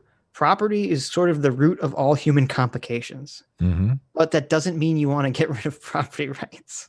Oh yeah, yeah. That's where the communists fuck up. That's bad. Because maybe they understand this on some subconscious level that property rights are the root of all human complications, but to destroy it is to be anti-progress, right? Because then you're saying you want to go back to being a hunter-gatherer. Yeah, and also, I mean, it is the incentive structure of modern society. People want things, and Right. people make promises based on things that they want, and promises is just that's what fuels modern economies. People say, "I'm going to do something," and they do it. Right. Well, that's what money is. Money is a transferable form of energy and a transferable Yes. form of a promise. Yeah. Yep. Every means of oppression is a thing we created. They are human problems, and they have human solutions. Bullshit. Yeah. Well, this is so stupid. Okay. Wait. Let me go back to his exact wording. Okay. Before I Humans didn't fucking create the cold, and the cold is goddamn oppressive. Light nature is oppressive. I know, the fact exactly. that you have to kill. You literally, as a human being, you have to murder something to survive. To eat every day. Yeah, To exactly. eat, you have to kill either a plant or an animal every day to live. Yes, and humans Okay. didn't fucking create that source of oppression. No. Yes. No, we're unwilling participants. Look at this. We're being oppressed right now by a fucking pandemic. You think? Yeah, exactly. You think humans created that pandemic? Come on. Well, Ian. maybe This China is like, did. oh, don't go there. Come on. Don't indulge in conspiracy theories. Okay. Is not a stable breeding population, you go extinct. That's natural. Humanity as we know it only exists in defiance of nature. See, he says humanity. I would say modern society Yeah. is a defiance of nature, not humanity. Yeah. Form of bigotry, every means of oppression, is a thing we created. They are human. Okay. This is so stupid. It is. All forms of oppression and bigotry. Well, first of all, bigotry is all, as we said, is a form of tribalism. Tribalism is an evolved trait for any animal that exists in some sort of pack or group. Yeah, exactly. Has to have a Eusocial biological. insects. Yes, has to have, or wolves or horses or chickens or dogs or any animal that doesn't live by itself has to create, and it has to have evolved some instinct for in-group, out-group preferences. Yep. Even non-pack animals. Because why do you think a mother bird cares for its young? Because it has some sort of internal idea or instinct, maybe, for an animal, not an idea, an instinct to have an in-group, out-group. The in-group is its children. Yes. The out-group is everyone else. This is one of the devastating arguments against anti-theism too, because anti-theists always say religion is the cause of tribalism, as if like wolves don't have tribalism and without religion. Like all these animals, there's in-group or between group conflict in animals is pervasive without religion. They don't need religion for that shit. Well, and no, tribalism, evolution works. The way evolution works typically is that there are, I forget what it's called. It's a term for when different traits evolve completely independent of each other. Like eyes have evolved a couple times completely independent of each other. I forget there's some specific term for that. But usually that's not, but I can't remember it. Yeah. But usually that's not how it happens. Usually some system or process or piece of biology evolves, and then evolution throughout thousands and millions of years just builds upon that or uses that to create something new. Okay. Tribalism, I think you can make the argument, and I would, is an evolved process that started from whatever the first animal that cared for its young. Mm-hmm. That's where tribalism originated. It had to be right, or I don't know if lizards or whatever. I don't know. Whatever the first animal that cared for its young. Birds do too. Right. But they were mammals before they were birds. I think birds came first. Birds are dinosaurs. No. Dinosaurs became birds. Right. They were mammals during the late dinosaur periods. Right. Like little rats and shit.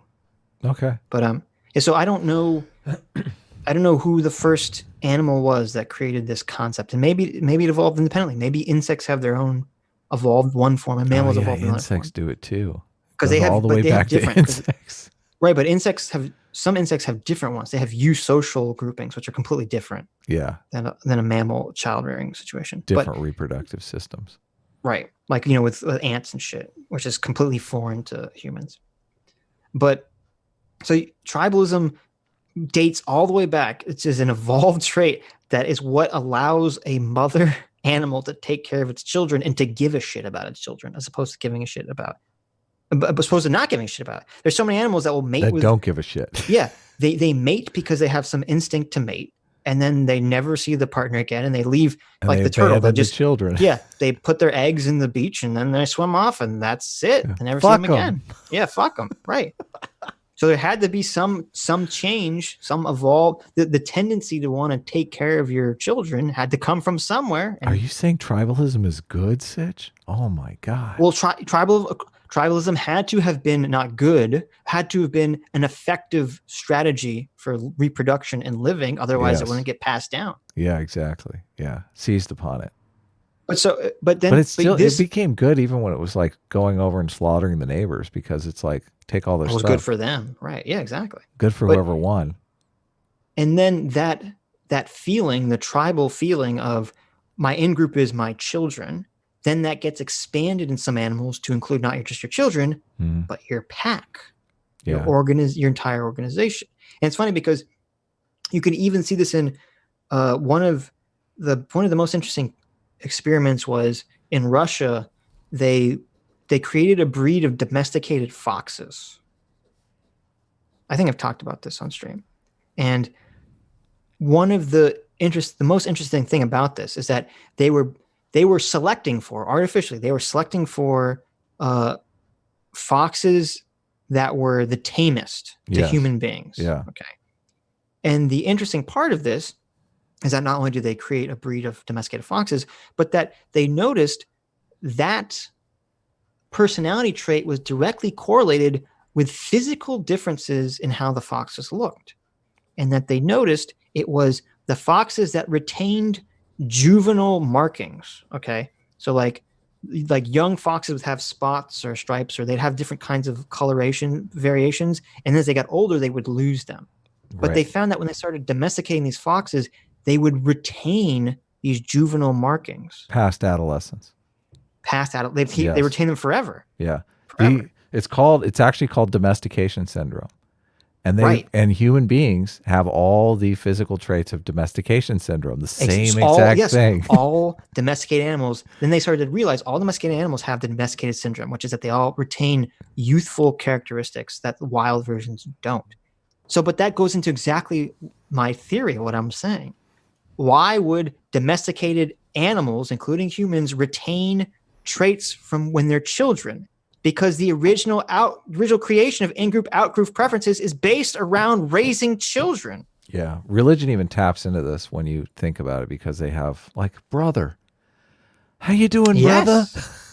Or father. As they call the priest our father. heavenly Father. Exactly. Right. You're 100% right. They do. They tap into that same tribalism. Yes. Right. That's what makes it work. That's why it's a hack.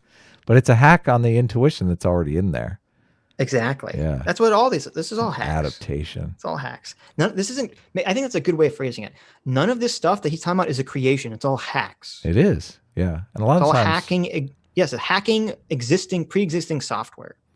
This is why people who are pro-religion atheists like myself are so sensitive, because you don't want to throw the baby out with the bathwater. There's a baby in there. These hacks are being used by people to make their lives tangibly better. There's a story, and I might have told this before, but there's a story in the book,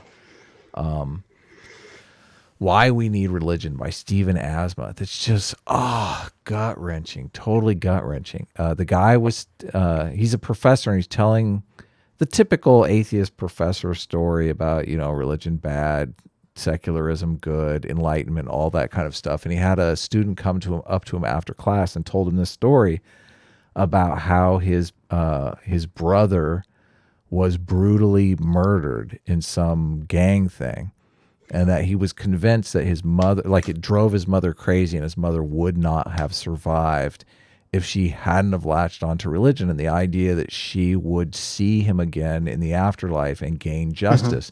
And he even went as far as saying, like, him and his sister were worried that they were going to be in foster care because she was losing her mind that much. Right. So you're taking a tangible hack that people have that they can say, you know, okay, you know, this grave injustice I've suffered that's just, you know, completely emotionally debilitating for me. And I have this way around it that I can cobble my life back together and start taking care of my kids who would have died. That's an evolutionary story right there. Right. That's the baby Yeah, in with the exactly. bathwater that you can't That's the hack. necessarily You're get rid 100% of. right.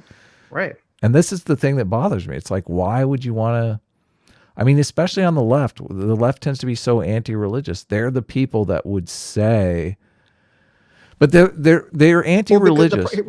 But here's the problem, because the religious people can't acknowledge the hack, because that destroys the illusion. Oh, of the totally, hack. totally. I'm not asking for them to acknowledge the hack. I'm just saying. No, but I'm saying, but then that leads to problems, because then if you don't understand why the hack is real, you get into problems where, like, you know, you still have people that eat kosher, even though that's absurd. Like, there was a reason to eat kosher for health reasons. That it was a hack. You don't Right. need to keep doing it now that we understand what But creates there's bacteria. this story about the woman, though. There is no secular solution to. There's no fucking secular solution to that. What is the secular solution to that? There isn't. Or isn't. Show up at the hospital until you're fucked. Fuck off. Cognitive behavioral therapy is probably what they would say, but I don't. Well, I'm just saying, like, they'll make the argument on the left that religion is the opiate of the masses, right? But at the same time, they're in favor of, you know, if you want to do drugs, do drugs. All drugs should be legal. It's like, right. Let them have their opiate then. Like, why are you in favor of real opium and you're not in favor of this other opium?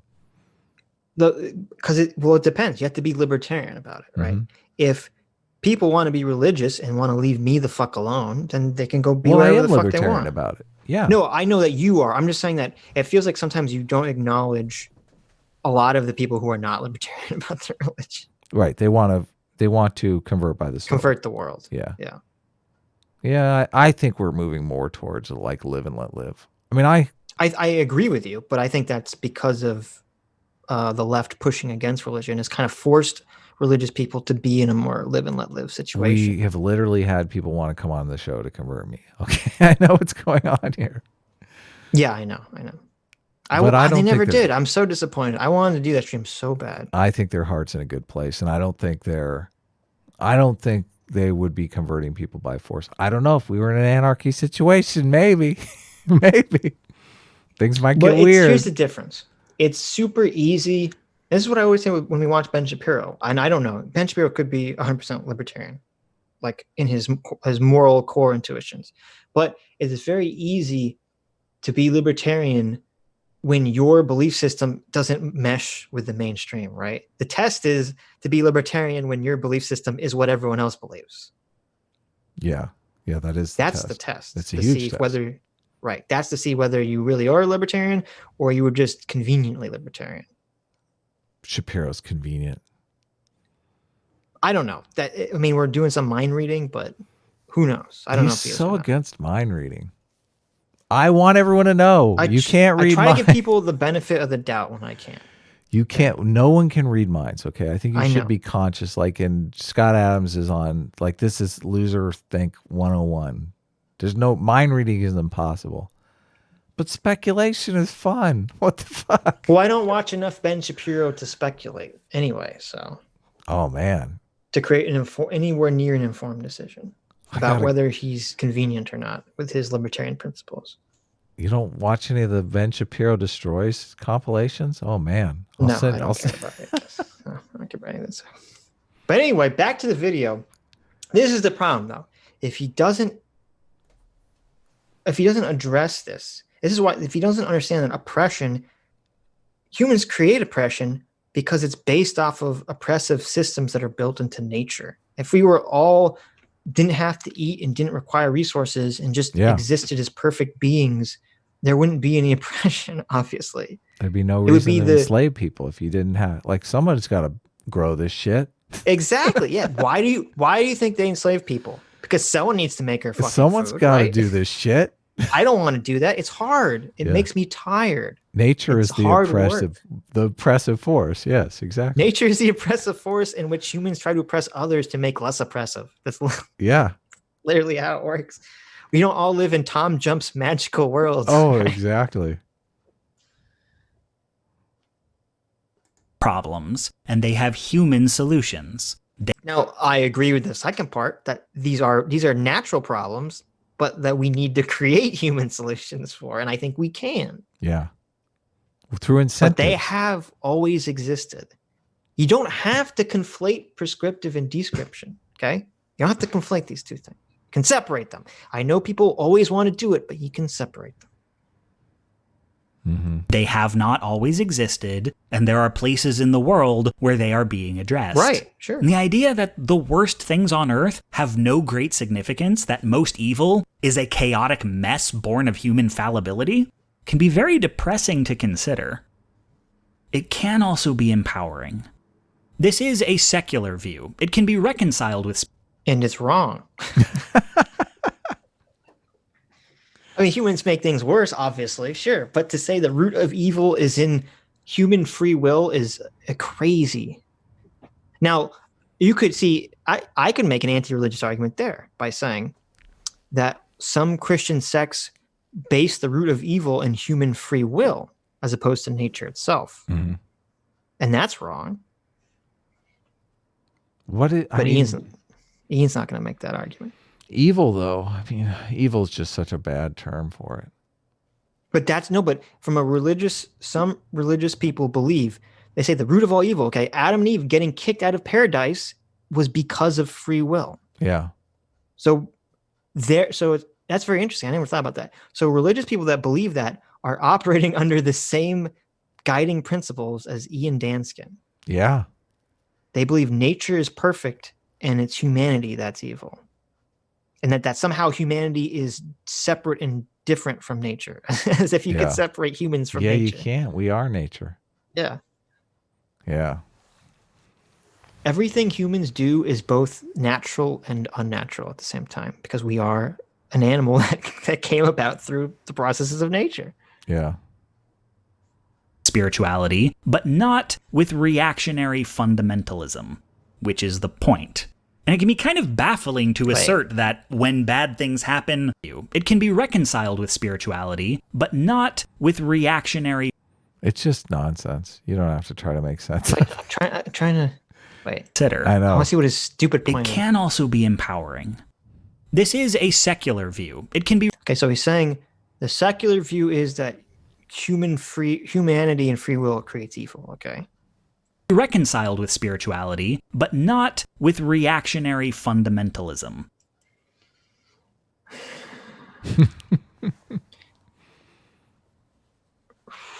Okay, so he's saying that can be addressed with spirituality, which I guess wouldn't it be great if it was just clear? If he just clearly stated what his argument was? But he's saying cannot be addressed by reactionary fundamentalism. This is like the postmodern playbook. You gotta watch that Stephen Hicks video because he talks about this. He's like, the whole point of this is just misdirection. It's like it's a rhetorical trick. I'm gonna figure this out. Yeah, see, he's playing off your puzzle liking thing. I don't agree with Stephen Hicks. I don't agree. I think there's a very small minority of people. Well, first of all, isn't Stephen Hicks like an Ayn Randian? Okay, so I'm suspicious of a lot of things he says. No, I don't think he's Ayn Rand. Really? I thought he was. No, I don't think he is at all. He's the postmodern guy that Jordan Peterson talked to, right? Yes. Is he a Randian? Oh, man, I didn't know. I don't think he is, though. I'm going to find out. I thought he was, and I saw it, and I said, oh, no. No, that's disappointing. It is disappointing. Let me see. He's Canadian-American philosopher, teaches at Rockford. Center of Ethics and Entrepreneurship. I could have swore I saw something that said he was. The thesis that he's making about why postmodernism is a thing, because he basically says to build a philosophy is a huge, gigantic undertaking. But he says that classically, there's always been a socialist component in politics. And once all of the big socialist experiments failed, like the USSR, Soviet Russia, the USSR is Soviet Russia, North Korea, Vietnam, all these socialist experiments, Venezuela, all have failed. Like their philosophy clashed with reality in a way that they couldn't salvage it. Therefore, postmodernism came into existence because it's a way to say reality is wrong, which makes a lot of sense. It totally makes a lot of sense. It does. But I forgot to inform you that Stephen Hicks is an objectivist. Really? Ayn Randian objectivist? He Man, is you a gotta professor of fucking- why philosophy. you always got to ruin everything. ruin everything. Sitch, you ruin it all. Staff bio, Stephen Hicks, professor of philosophy at Rockford University, is the senior scholar for the Atlas Society, Wow. which is the Atlas Shrugged Society. And on his webpage, stephenhicks.org, he has a whole section on objectivism, and he has nonfiction and fiction books. And it's really funny. He's literally arguing with people in the comments about objectivism. All right, guys. I'm an objectivist now. It finally happened. So Coming out on the show. now look. I don't want to. Doesn't mean he's not. It doesn't mean that he's wrong about postmodernism. Yeah, I totally forget. What's the fallacy? You were that trying to we figure use? out you were trying to figure out Ian Danskin's argument. No. This is like the most common fallacy where you insult someone's character or their person, not their argument. Yeah. Ad hoc. Yeah, I know. I understand. It's a total ad hominem. I'm sorry. I know Yes. it's a total ad hominem. It doesn't take away from any of his arguments, but it does make me tepid to some degree. Yeah. Okay. No, I'm trepidatious, maybe. Objectivism. It's I have fucking a- stupid. Yeah, I have a huge problem with because morality evolved to suppress selfishness, and objectivism is like elevating selfishness to the highest ethic. Right. So it's Right. like, what? How can you make a moral system out of like a moral system evolved to suppress selfishness, but Promote we're going to cooperation. sacralize selfishness to facilitate co-op. I guess It doesn't maybe make any in a sense. capitalist, maybe it works in a capitalist kind of system because really, why does the baker bake the bread? Because he's a selfish motherfucker. Look, That's why. Ayn Rand is just upset that when her father and family fled Russia, that her father had to give in to the communists instead of burning his shop down. And she just never got over it. Okay, that's what happened. Oh yeah, Ayn Rand. Objectivism is literally just is all ad hoc dealing with personal daddy's issues. That's all it is. All philosophy All- and some Well, I'm sure all level philosophy I is. mean, Yes. his argument against postmodernism is the exact same thing. Like, Okay, but anyway, back to the video. I'm trying to understand what he's I know, saying the because I'm pretty puzzle, sure he's the puzzle. completely fucking wrong. Okay, let's do it. I'm gonna put this puzzle together. And the idea that the worst things on Earth have no great significance, that most evil is a chaotic mess born of human fallibility, can be very depressing to consider. It can also be empowering. This is a secular view. It can be reconciled with spirituality, but not with reactionary fundamentalism. Wrong. I literally just explained how it can be. Okay, I knew he was wrong. It totally is reconciled with reactionary fundamentalism because there's lots of right-wing Christian fundamentalists who, as I literally just said, believe that all of evil comes from free will, comes Yeah. from the initial choice of eating from the tree of life or the tree of And knowledge. also human fallibility and just the desire to do that stuff. Right. Yeah, exactly. That God created a perfect world of bliss and that humans ruined it because Fucked it of up. free will. Yeah. Right. So no, Ian, you're wrong. Yes. Well, and actually religion, it's so funny because religion builds a hack around that. It's like, yes, you're a fallible human being that wants to steal and rape and kill and murder. Right. But you can't do it because we're all brothers and sisters in the Lord. We're all in Because the your same family. Exactly. Your original in group is what your spiritual father is watching you forever. Mhm. Yep. Yeah. Religion my is the child, ultimate yes. hack. Ian, what Yep. is your hack that's better than religion? That's what I want to know. More tribalism. Oh, yeah. People that are conservative are all evil Nazis. Political tribalism. Yeah, that's the hack. Which is the point. And it can be kind of baffling to assert that when bad things happen, maybe we should do something about it. But you just can't take for granted that when someone agrees a thing is bad, they're agreeing it's a problem. But if you cross that hurdle, again, not with the people spewing bullshit, but the people they're trying to convince, you may find incrementalism still doesn't do anything for them. They may still long for some What does this have to do with the alt-right? These people over here should just be sheep right here. Well, I'm telling you, this is the secret anti-Bernie or bust argument. That's what he's talking about right now. He's literally preaching to the Bernie or busters, saying, please vote against Trump. Please vote against Trump. That's what this video secretly is. This is a secret manipulation video for the left. Look, they're yawning at him. They're like, boring. I want Bernie. Fuck this guy.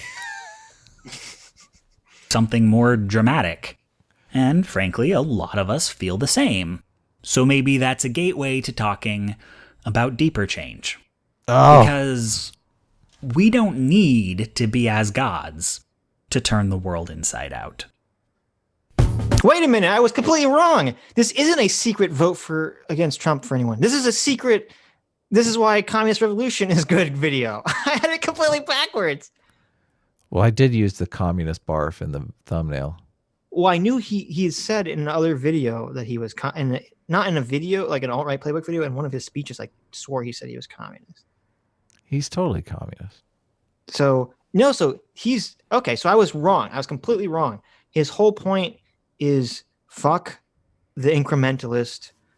Let's all just revolt. Let's all change the world. He's like, listen, I know you're upset that Bernie didn't make it and that Biden has no possibility of winning and that Trump is going to be your president for the next 4 years. But we can just revolt.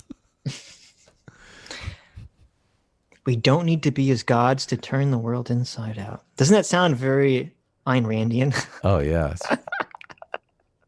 It's so funny. That seems like an Ayn Rand quote right there. That's so funny.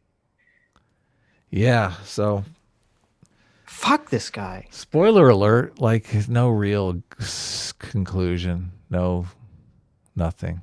But the conclusion is, I mean, the whole idea that nature is not responsible for oppression, that it's all human contract, that's like 100% the communist manifesto. That's the communist idea. That's because they have to believe that, because the best argument against communism is, well, no, because hierarchies and structure is sort of inherent in human biology, and there always needs to be this kind of hierarchical structure to some degree, but you just always have to be aware of it to prevent corruption. No, it's all fake. It's not biological. We can all live in magical peace land, harmony, anarcho communes everywhere, doing, living in peace and harmony. Evil person disagreeing with me. It's like, no, sorry, but no, at least not until we have the magic replicators from Star Trek with free energy. Then we'll talk. But until then, no. Nope. Oh, someone in the chat said, where did he say revolt? He said Viva la Revolution at the end. Isn't revolution about revolt? Yeah, Viva la Revolution. Yeah, the revolution. Even has it's not really good when your political ideology is represented by a fucking skull, right? Oh yeah. It's like, this is literally like, that's the head of a capitalist though. No, but this is literally like the joke play with like the two Nazi guards who are like, wait a minute, why do we have we're the bad guys? Are we the bad guys? This is literally Ian Dayskin, unironically, is the meme of the Nazis saying, are we the bad guys? Here, I'll turn the volume down so we can get to that skull. No, it was before this. Oh, it is? Yeah. Oh, here it is. Viva la Revolution. Look at that. He's got, I don't know. Is that skull a priest? Is that skull man a priest? No, the skull is the communist. He's wearing a little communist hat. Yeah. He's got the little French mustache. He's saying, because this is brought up by, he's talking about, so the guy in the blue shirt is the guy telling the communists, the Bernie Ian. Bros, no, it's not Ian. I thought it was, but it's not.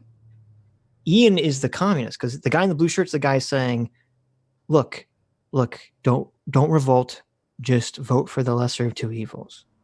Oh, really? This is why this is confusing. He ends up being the lesser of two evils guy in the end? Come on, he was such a Viva la Revolution guy in the beginning. No, but I'm saying this is what's so confusing. Bad character development.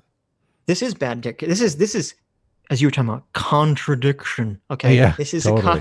This is a contradiction. If this was a movie, it seemed like throughout most of the video, Ian was arguing against the idea that he seemed like he was arguing in favor of the idea of the lesser of two evils, right? Yeah, incrementalism, consequentialism. Right, because he framed it like only the evil conservatives don't vote for the lesser of two evils for some sort of weird moral integrity reason, because they don't care about changing the world. They care about their own personal integrity. That was the argument he made through this whole fucking video.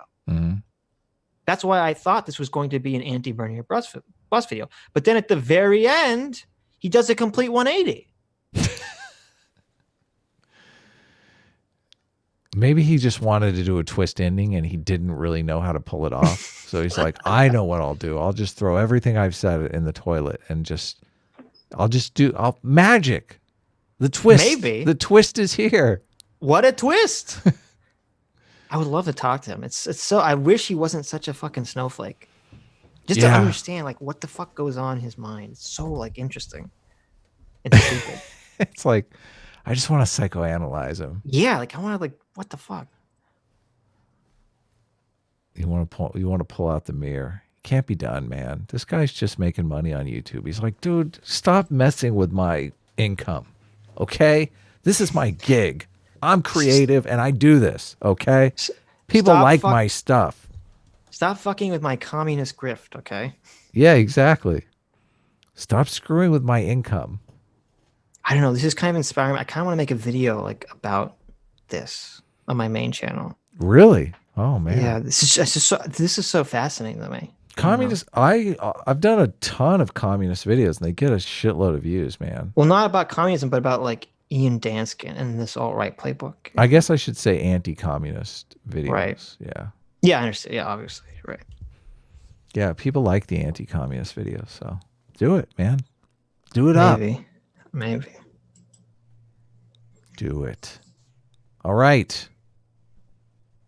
There you have it in all of its contradictory postmodern nonsense glory. See? Yeah, because he does a complete 180. He says, maybe that's the gateway to talking about communism. Yeah. There you go, guys. Total contradiction. Well, if you can nail him like you nailed 1791L, just leave him shaking and fucking crying in the corner. It's a little different because 1791L was not easier, but it's more like apparent because he was factually wrong about the things he was talking about. Yeah, you had the clips and all that stuff. Right. This is more like Ian just doesn't understand human nature. Right. He doesn't understand reality. It's a tougher sell because a lot of people believe human nature is different. And it's not like I can point to a clip that shows, look, in-group, out-group preferences evolved in human beings through nurturing instinct in animals. Like, there's no clip of that, right? Yeah, exactly. So they do make that argument all the time, though. It's so funny debating with the anti-theists. You see every argument that they throw out, and when I make the argument that evolution is based on or morality is based on evolution, a lot of times they will throw out an anti-evolution. They will say that morality exists in lower animals, and it kind of messes with my definition of who says morality. That? Anti-theists. Well, they're saying it specifically arguing against Christians. They're saying Christians are saying morality comes from God, and we can't have morality without God. Okay, so they're saying morality exists in animals. Right. And then they will say... does exist in animals. Totally. It does exist, but like it reaches its zenith in human beings. Yes. We are the ultimate pack animal. Well, human beings seem to be the best at widening their in-group to encompass as many other, even non-human creatures as possible. And cooperating and acquisition resources and fucking land and everything else, space, like whatever. Yes. So, but I would say but morality does exist in animals because morality comes from nature. Right. But exactly. But I don't think most theists agree. Well, they'll say morality comes from nature, but they mean God. They don't mean evolution. I would imagine. The thing that bugs me though is anti-theists make this argument against theists. But I understand. But then when I use the same exact argument, they aren't willing to take it to its logical end. that religion is the basis of morality. Religion is hacking morality. Right? Yeah, that religion is an adaptation, a pro-social adaptation. Yes. Right. Egons for $4.99 says Unplanned is a terrible movie. Watch the Cinema Snobs review. There you go, Adam. He says it's terrible. Unplanned? Yeah. Or no, were you talking about that, or one of the super chatter talking about that? I've already forgotten. Is it rubber? Platform. Oh no, it was a super. Yeah, it was a super. Yeah. So no, someone said to watch Unplanned. They're saying it was about someone working in Planned Parenthood. Okay. That was one of the Streamlabs. So we have conflicting super chats. The Streamlabbers told us to watch it. Econs over here is telling us not to watch it. It might be propaganda, because if it's, I don't know. It might be right-wing propaganda. So much of this is like left and right-wing propaganda. Right. But that doesn't mean that it's all wrong, right? But I'm sure it is. I'm sure it's propaganda. Like Waiting for Superman, the fucking documentary that makes me the most mad. But we're not talking about that. One cross for $5 says, prove me wrong, Sitch. Tell me the funniest joke and make the stream 12.55 hours. Can't do it. Look. Go fuck yourself, okay? Mahler stretched us to our bitter ends yesterday. Like we were like, oh. Well, look. Let's be fair here, okay? We watched one 15-minute video just now, okay? And it took us 4.5 hours to get through. On Mushroom, we watched 3 videos. Yeah, they were short. That were about like 10 minutes. No, I guess Movie Bob's was 5-ish. One was 7 minutes, and then the other one was like 10 minutes, right? So, yeah. And they have way more super chats to get through. So yeah. So look. I'm just jealous. Okay. I'm just jealous of the super chats. You're just jealous of the super chats. Lord of the Nerds for $2 says, absurd is a normative claim. Yeah, of course it is. Yeah. I don't remember what the context was, but yeah, I agree. Kuba Morlow for 20 Kazikazigas says, have you watched Full Metal Alchemist? It's great. I have watched both the original Full Metal Alchemist and Full Metal Alchemist Brotherhood. And Full Metal, I mean, obviously the ending in the original version where they just made up shit was goofy. And yes, Full Metal Alchemist Brotherhood is great. I would agree. Though, interestingly, the first time I ever saw Full Metal Alchemist, I didn't see the first 3 or 4 episodes where they explain the backstory with Ed and Al's mother and why they're the way they are. And so I didn't find that out till halfway through the series. And I realized the series was actually 1,000 times better if it's a mystery why the protagonists are the way they are, and then you find out later. It makes the series so much better, in my opinion. So Full Metal Alchemist. The weird Full Metal Alchemist. I haven't watched that in a long time. So you've seen Full Metal Alchemist? Yeah, too? that's the one with like the flaw. They're searching for the Philosopher's Stone. Yes. Yeah. Yes. Right. I've seen it. Yeah. No, it's great. I like it. It's got robots in it. Of course I like it. It doesn't really have robots in it, but it has people in mech suits, I guess, technically. They look like robots. So enough to satisfy my robot urge. There you go. Benjamino for 420 pounds says, my parents were communists. Don't do it. Uh-oh. There you go. Straight from the horse's mouth. Sarky Swan, thank you very much for giving us lots of money today. For £5 says, do you guys think that moderate left-wingers have genuine political representation? Non-woke people who don't consider themselves centrist, no shade? I do. I think that's most people that vote Democrat are moderate left-wingers. Yeah, they're the ones who voted for Biden. All those people that voted for Joe Biden, moderate left-wingers, yes. You have to remember, it's very easy to get sucked into the idea that believing internet politics is representative of the whole, and it's really not. Internet politics is the echo chamber of the most extreme examples of political ideas.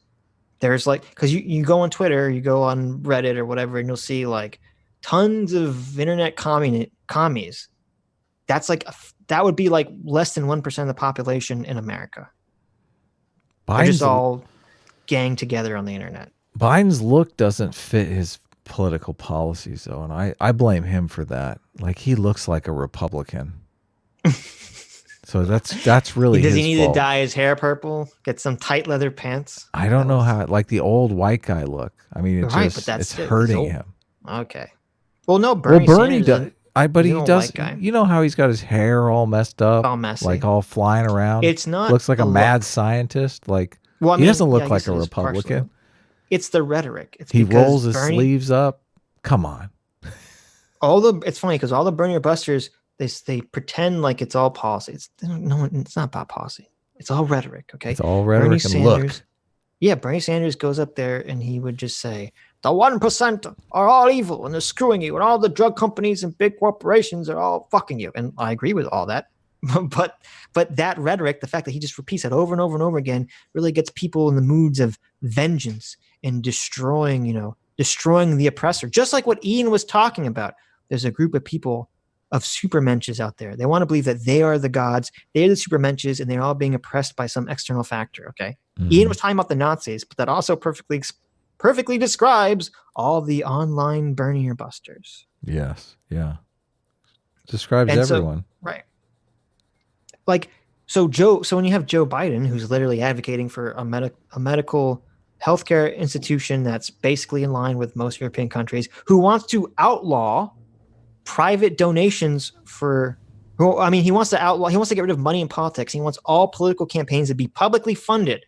That's literally the fucking platform that the Justice Democrats, that Kyle Kalinske created his entire fucking political party off a platform that Joe Biden is endorsing.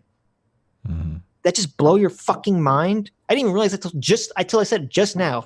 Kyle Kalinske started the Justice Democrats. The entire idea of his platform that he created. Kyle Kalinske, the fucking Bernier bust magnitude hero over here, created his entire political platform on the idea that he wants to get rid of money in politics. That was what it used to mean to be a Justice Democrat. And fucking Joe Biden is literally running on that platform. And he hates him. Hates his guts and says, don't vote for him over Trump. I'm telling you, it's just a misalignment of look and policy. I'm serious. He needs to do something about that. You're right. He doesn't look like his policies. That's a huge part of it. He needs a mohawk or something. Okay. Like shave his head on the sides.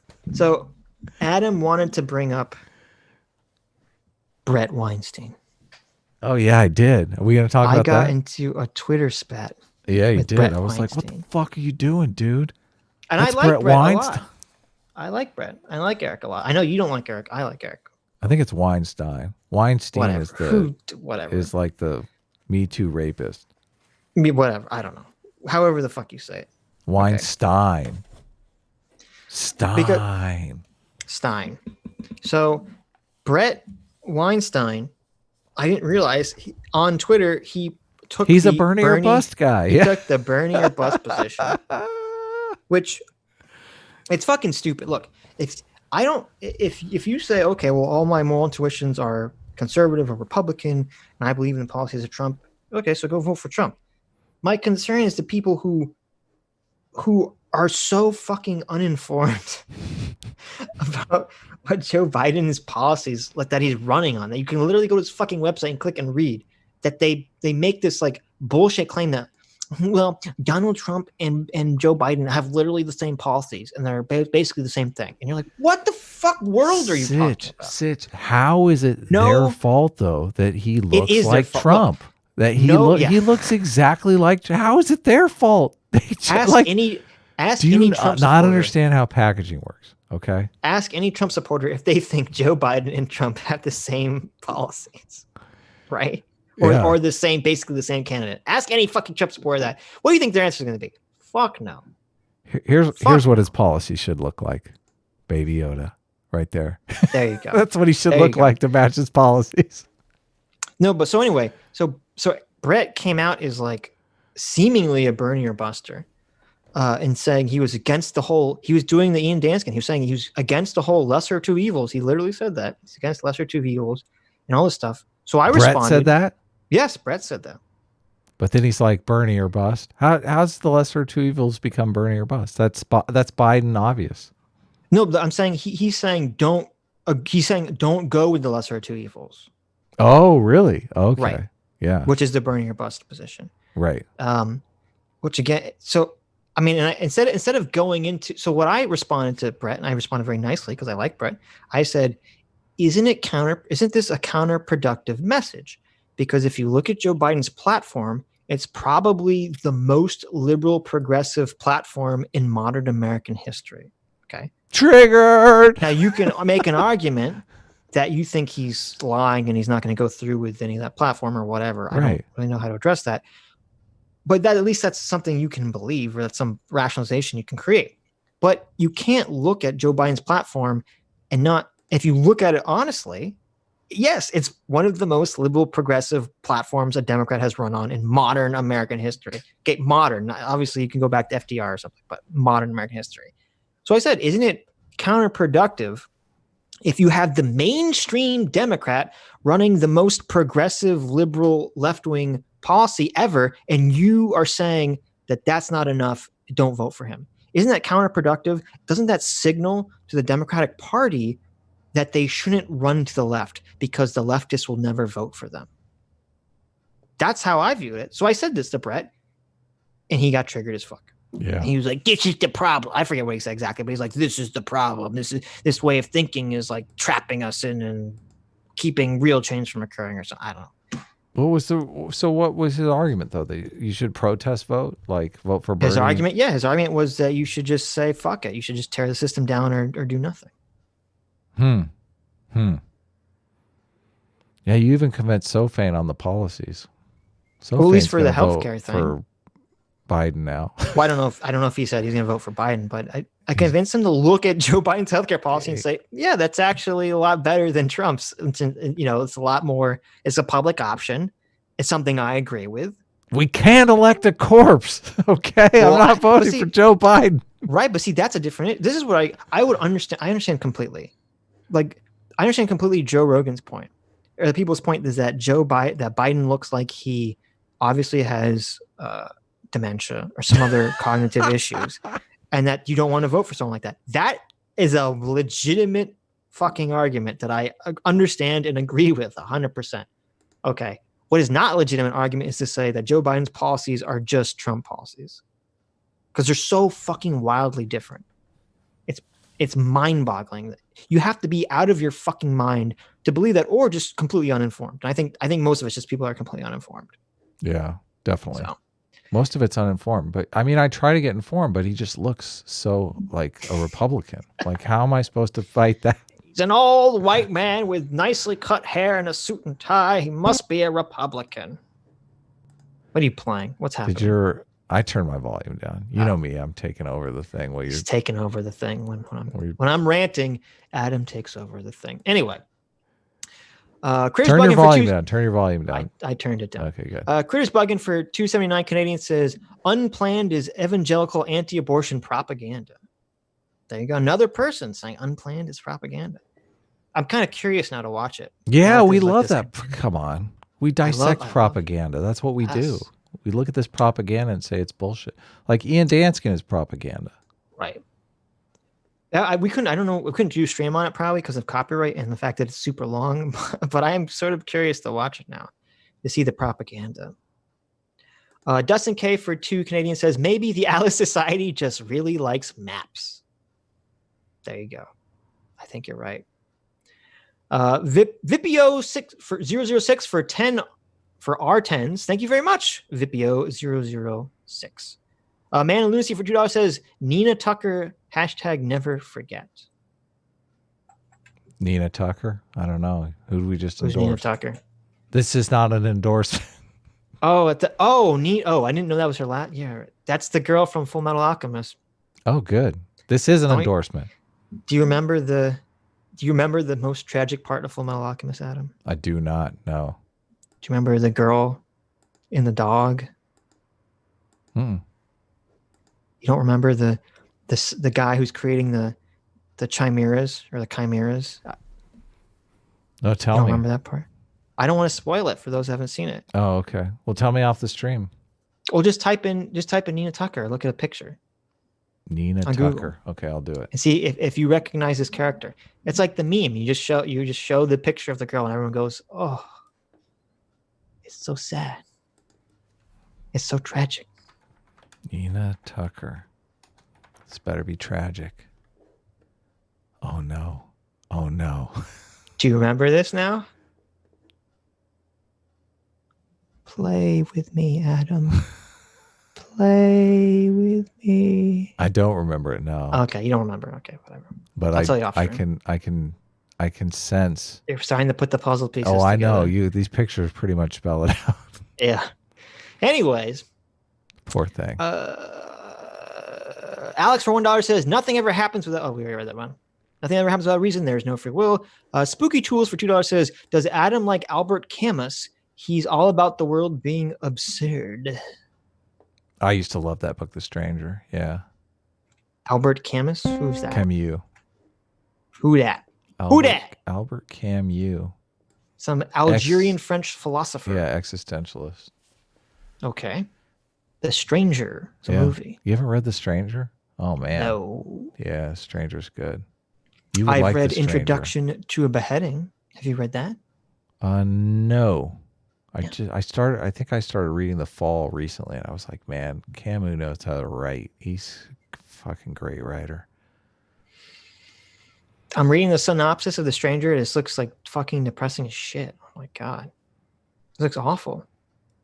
What is The Stranger? Yeah. Oh, it is depressing. Oh, you don't like I hate depressing stuff? I fucking despise depressing stuff. Yeah.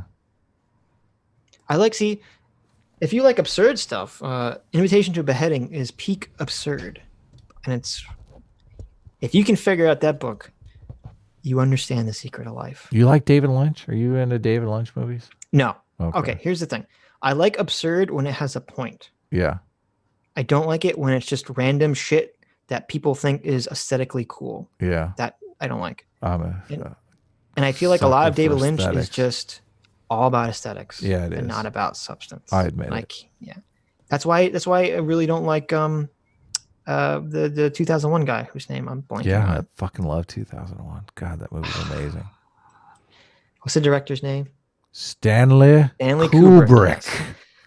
To me, Stanley Kubrick is peak aesthetic over substance. I know that's going to trigger some film people, but that's how I feel about it. Someone in the chat said RoboCop best robot, right? I think he was a cyborg technically.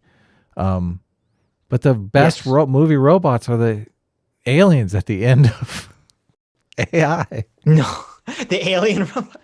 Well, okay, give a non-meme example. Who's your favorite robot? I like the robots in Interstellar. I like them a lot. I know I haven't seen Interstellar, so I don't know. Really? Oh, I think they're called the Tess.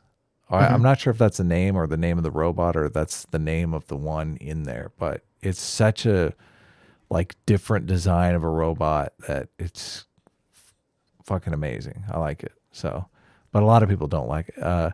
The robots are kind of like, what's the Cybertruck that Elon Musk came out with? That's what the robots in that's weird because I thought you were really big into like mech suits and Gundams and stuff. Yeah, I mean it's not technically a robot, but the robot in District 9, the mech suit in District 9 is fucking amazing. Like the idea of a mech suit that's modeled on an alien, like it looks like the alien. We always make mech suits that look like us. And then the idea that an alien would make a mech suit that looks like them is just... It's kind of hilarious. Yeah. It's great. Yeah, it's so great. Yeah. That was almost a perfect movie. District 9, yes. There's a couple things that you have to let go because the end is so stupid. I hate that. I hate that. I hate when it's like Far Cry 3. Far Cry 3 is literally almost a perfect game until the ending is just so stupid.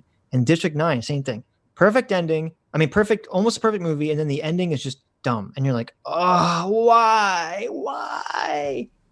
Yeah. So I'm surprised you're not like a big Gundam fan or a big Neon Genesis fan. Maybe I am, and I just don't know it. Maybe you are. I'm a pretty big Kill La Kill fan now. Yeah, but there's no robots in that. Yeah. Yeah. I mean, I guess you could sort of conceptualize the clothing as sort of robot-like. There's robots in Alita Battle Angel, and that movie's badass. That's true. That's all about robots. Yes, I like that movie. I liked it wasn't a robot. I liked the AI in Moon. That was a nice change of pace. Oh yeah, that is a good one. You think? Yeah, because Moon is an amazing movie. Moon is a great movie, and the stereotype is that is that the AI is always evil. So it's kind of nice to be like, no, in this movie, the AI is good. In Moon? Yeah, remember? The AI is trying to help him the whole time. Oh, yeah. The Kevin Spacey AI. Yeah, trying to help him, though, to an end that is ultimately futile. I mean, It wasn't futile. What are you talking about? oh, I can't. Maybe I can't. Maybe I'm the end of the spacing movie, on he the. succeeds at the end of the Okay. movie. Okay. Well, okay, I guess I know what you're saying. He's futile in terms of his.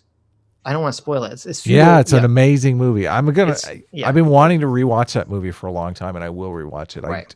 I admit that I can't remember if he succeeds or fails at the end. Another great movie that I've watched a bunch of times is Children of Men. Have you seen that movie? No, I know it's Yeah. about. I haven't seen it. But Yeah, that has a great up-down ending. I'm such a sucker for endings too. I yeah, can't believe I don't Moon remember. is an up down ending. So I guess that's why. Yeah. Okay, so he does. So he fails but succeeds. No, he succeeds, but at a cost. Oh, okay, yeah. That's the classic Classic. ironic ending. Yeah, Classic. Right. which I love. Yeah, Moon is great. If anyone hasn't seen Moon and they like science fiction movies, Yeah, it's and one they of like the kind of best. like those movies that kind of make you feel like something's uncomfortable and you're not sure, like the aesthetic is like something's wrong. You're not really sure what it is. You know there's something wrong, but you don't know why. Moon is like the perfect movie for that. True. True. Where was I? Paradox for $1 says, "Oh shit, the lesser of two evils argument Sitch had with Brett Weinstein the other day. Consequentialism kind of sucks. Thanos is a consequentialist. He will kill half the life because he believes consequences will be good." It's not really obviously. Look, Yeah, that's the problem. yeah, that's the with point. Any consequentialism right ideology can be taken to some extreme crazy example, right? there. Yes, And indeed. Thanos' consequentialism actually was absurd and made no sense. Yeah, right? totally. Because if his concern was resource distribution, it's not like every planet that has life is going to have like that problem necessarily, right? You can't just randomly get rid of 50% of all life in the universe and solve the problem of redistribution of wealth. I mean, of resource problems. Doesn't make any sense. Doesn't at all. Completely bonkers. So, but I mean, then again, that's because they had to try to create a motivation for Thanos because they weren't going to use his comic book motivation. So they had to kind of create something for the movie that would sort of maybe make sense. And I guess that was like, I mean, I would be hard pressed to try to think of something. If you want to have your villain wipe out half of humanity and you want it to be, he's not just evil, you want to give him some motivation. I don't know how else you would frame it except for the way they did. They did a decent job. Yeah, no, the first. I mean, it was entertaining. First one was good. Yeah, I like the first Infinity War a lot. Paradox $1 says, reactionary fundamentalism. Okay, here's my try. What author says, reactionaries who are committed to the non-existent doctrine of reactionism. What author means, alt-right conservatives. Yeah, that's true. Also, the author's view were at a point in history reactionary. Yeah, that's true. That's why I don't like categorizing things strictly as like, oh, reactionary versus not. It's like, well, I mean, you get into the problem that we've talked about where it's like, how old does something have to be to become tradition? Right. So. Yes. Yeah. We're constantly battling that one, huh? Right. Clears Bugging for 279 says, do a red letter media style review for upload. He wants me to do a red letter media review of Unplanned. I don't know, I'll watch it. See if it sparks my fancy. I don't know if that would get a lot of views, but we'll see. Yeah, we're terrible people now. All we care about is views. That's true. That's true. What do you mean now? Oh, yeah, I guess we always have been. We've always been terrible people. We've tricked you. That's right. We tricked you. Hummer Eduardo Rodriguez Medrano for $10 says, yes, Unplanned is a pro-life propaganda, but it also has a lot of truth. Like a broken clock is right twice a day. The problem is that it shows rare incidences as something usual. Yes. It's a classic propaganda technique. You take something that's true but rare and you make it seem like that is the norm case. Yeah. Oh, that's so bad.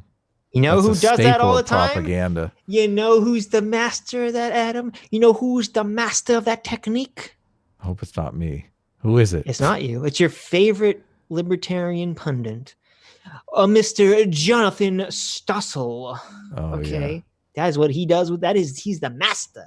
He's gonna find the one homeless person who's not actually homeless, but is actually a kid from a middle class family and is only pretending to be homeless to drives get a Prius. Money. Yes, drives a Prius. He's gonna find that one case and be like, "This is why you can't give money to homeless people."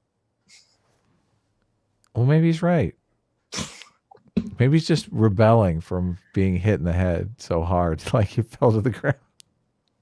Why am I wrong about the prequels? For 249 says, "Hey, did you guys miss my Streamlabs, or am I just impatient? You guys should start showing the memes inspired by the stream. Have you guys seen Gunbuster? You'll like it, Uncle Creepy. It's mecha anime about underage girls in short shorts." What is it? Sounds Gunbuster. Well, I don't like underage girls, but I'll check it out. Just see if the story's any good. Sure. I'm not even writing it down. I'm gonna pull up the meme. I'll pull up the meme from. What was the meme? From the Mahler thing. There was 2 good memes. No, but he was talking about. I'm assuming he was saying memes inspired by the stream. He's talking about this stream. So. Yeah. Well, are there any memes inspired by this stream? I don't know. Who the fuck knows? I mean, the part of the benefit of their stream is that they have a Discord where it's all localized. I got some tricks up my sleeve here. I mean, I can find the meme and put it on screen. But no, I read your Streamlabs. Why am I wrong about the prequels? It was, let me scroll down.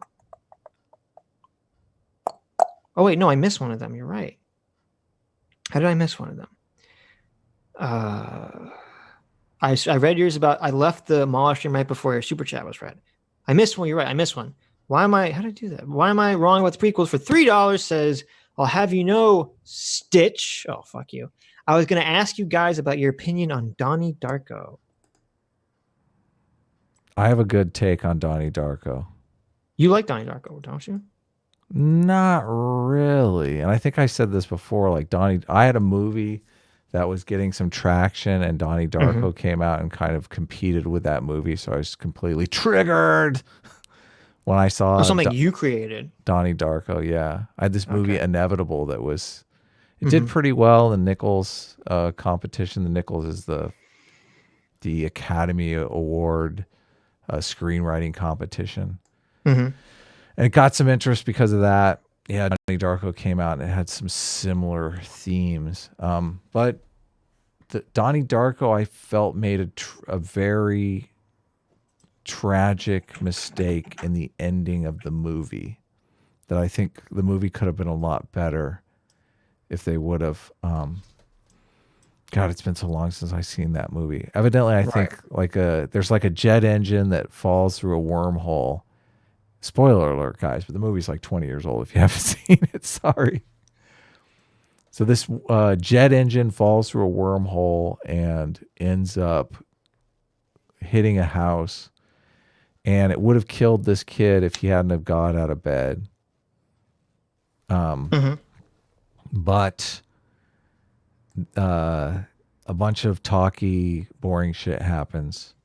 And then at the end of the movie, it's really difficult to tell exactly what happens. But I think you could have solved a lot of those problems if the audience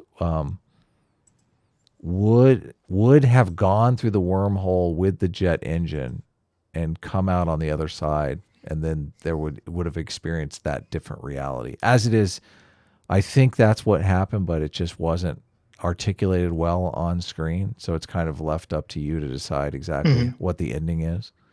But in the ending, so it has a not definitive ending.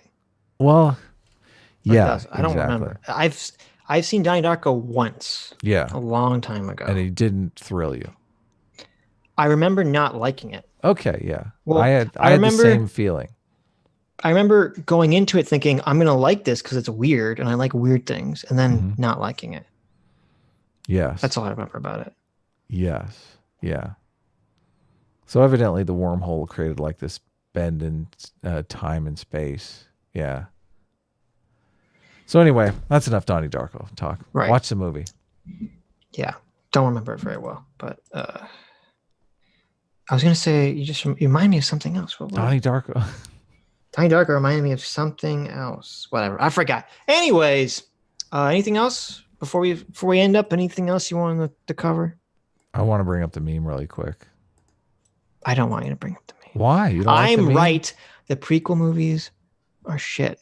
You don't like the meme? Okay. Anakin didn't become evil. David spent a lot of time on this meme. It was great. Anakin was tricked into being evil. The movie is stupid. Okay. How people were like, right? People were like, oh, the last prequel movie is good. Really? The last prequel movie that's entirely supposed to be about a character's fall from grace, where the character doesn't fall from grace because he has some ideology about needing to control the world to invoke safety and peace. No. It's not about that. The reason the character becomes evil has nothing to do with ideology. It's because he has a premonition that his wife is going to die in childbirth, and some creepy old man tells him that he magically knows a way to prevent women from dying in childbirth. That is the brilliant origin for Darth fucking Vader? That's the dumbest shit ever. How stupid is that? Awful. Adam. Terrible. I'm just trying to enjoy the meme. It's terrible. The meme is about the stream. See, well, I don't know. Can you? I guess you can't see that unless you got this. Yeah, I know. I have in the new YouTube video. I can see the stream. You have Mahler riding Rags, which is his. I mean, I'm a co-host here. Rags is a sidekick, so that's a huge difference there. And you have, it's not humans riding humans. I've noticed is not near as cool as humans riding dogs with sunglasses. Like they have us beat visually here. It kind of looks like. That's the point. That's the point. What do you call that when you do what is it when you, because they do that like at the fair and stuff like that, where you do a race with someone on your back. Oh, I don't. I mean, I know of it as like when you play in the pool, it's called when you play chicken. I don't know what it's called. Okay, yeah. So we're kind of like playing chicken here. Yeah. I fucking don't even own a pair of flip-flops. What's going on, David? I'm in flip-flops. Looks like I just got out of the shower. It does. So he's got me running and Sitch is on my back and they're jousting. And it says the Star Wars prequels are objectively better than the sequels. No, they don't feel like real movies. Well, it's true. Look, I didn't know. I was completely unprepared to have a hour-long discussion / debate about this it was topic. like 3 hours, man. It was going on and on. Well, that's why I brought it up before the stream with Mahler's because I thought it was like I was just curious what his thoughts was. I didn't think he was going to bring it up on stream and it was going to be this big contentious issue. Oh, it was and good. I did. It was good YouTube though. It was great YouTube. It probably was, but here's the thing. I fell into Sitch's fucking first rule. I fucked it up. I fell into Sitch's first rule because we were having an argument about what it means for something to be objectively good. It was never defined what the fuck that meant. Totally. And I kept trying to define it. When it came to like round 7, I was like, come on, we have to, what do you mean by objective? Right. But we didn't really. Because here's the thing. I defined what I meant by objective. Right. But Mahler never defined what he meant by objective. So. Yeah. So. But that was the problem. It was Sitch's law. And I was completely unprepared. But look, as I said, I might even make a video about this. I started watching the first prequel movie, Phantom Menace. It's really awful. It's really fucking bad. You literally don't understand the motivation or goal of the main antagonist in the entire movie. Yeah. All of you our literally don't understand what the fuck intuitions his were plan is, or correct. how any of it works. All of our intuitions were right on the money. We were right. Though I do think the main culprit of why the prequels were so boring to me is entirely the acting. Yes. Yeah, the acting The acting is so terrible. Stilted and weird. And yeah, the acting in the sequels isn't like fantastic. No one's going to win an Academy Award, but it's like they're still acting now, right? They're still acting. You don't have these there's so many scenes, at least in the first one I'm watching, where it's like two characters talking to each other in this dry monotone and nothing is happening. They're just standing there talking to each other. There's no sense of tension or conflict. There's no ticking clock element too. That's another thing I noticed in Phantom Menace. There's no ticking clock element. Okay.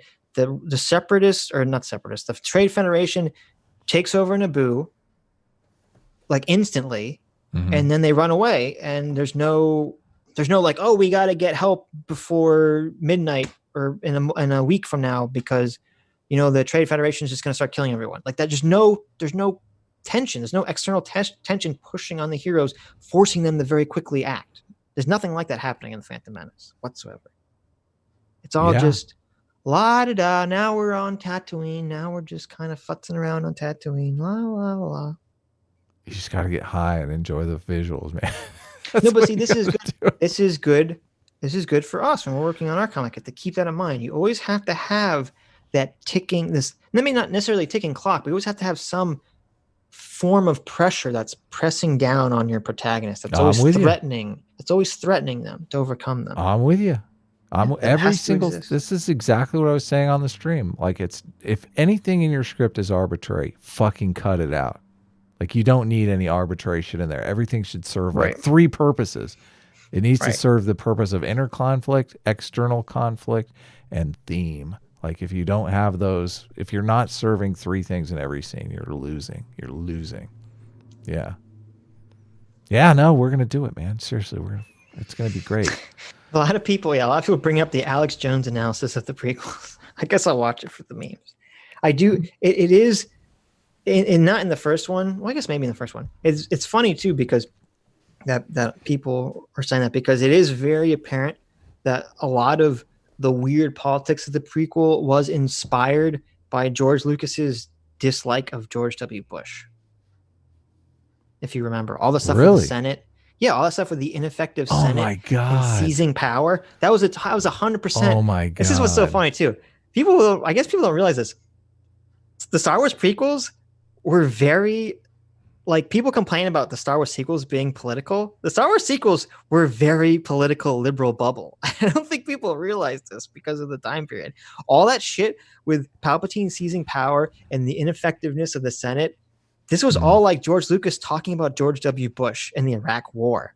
Don't you realize the entire plot of the prequels movie is a despot creating a fake war in order to gain power? This is happening while the Iraq wars and the Afghanistan war is fucking happening. Fucking the Star Wars prequels are fucking. You can't talk about politics in Star Wars. George Lucas was fucking talking about fucking George W. Bush in the Star Wars prequel. George Lucas is an SJW. Is that what you're saying? It was a total fucking SJW. Wow. People don't. I guess people forgot that. Wow. Or maybe they were too young at the time they saw it to realize that. Iraq. That was totally what was going on. That Iraq shit affected me. I did some really bad paintings during that time, and sometimes I look at them and I think, I was too influenced by politics. This painting sucks. Right. Yeah. Don't let it ruin your art. There was even a Boondocks. There's even Boondocks comic strips where they literally where he talks about, wow, I thought the Star Wars prequels are terrible, but I like that they're like politically inspired by George W. Bush policy. Wow. There's literally Boondocks comic strips talking about the same concept at the time.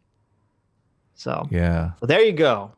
See, guys. Yeah, that's weird because they came out. That 2000 election was super weird because that was when we didn't know who the president was for like a month and a half after the election. I remember going into work every day going, do we know who the president is today? No, nobody knows. Nope. It's like.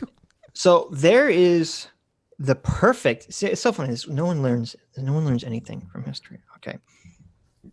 That's the perfect argument against the burn your bus people. That's the perfect argument against Brett Weinstein. Okay. You had Al Gore and George W. Bush, right? Yeah. Two people that probably can't be more apart from each other, right? Oh, yeah, totally. And so Al Gore lost the presidency by 5,000 votes. Oh, I know. In Florida, in one state. It wasn't 5,000 though. It was like 573 votes or something. Or even less. It might have even been 500 votes. It was some minuscule amount. Al Gore lost the election. Okay. And in Florida, the Green Party candidate won millions of votes. Yeah, totally. It was Nader, right? Yes. Ralph Nader.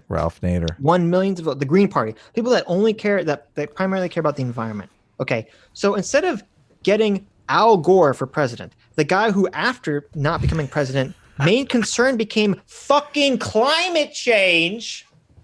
We get George W. Bush, who is the oil tycoon who doesn't believe that there's any climate change, doesn't give a shit about the environment, gets us into two fucking boondoggles of a war, allows 9/11 to happen on his watch, and completely fumbles Katrina. Yeah. All because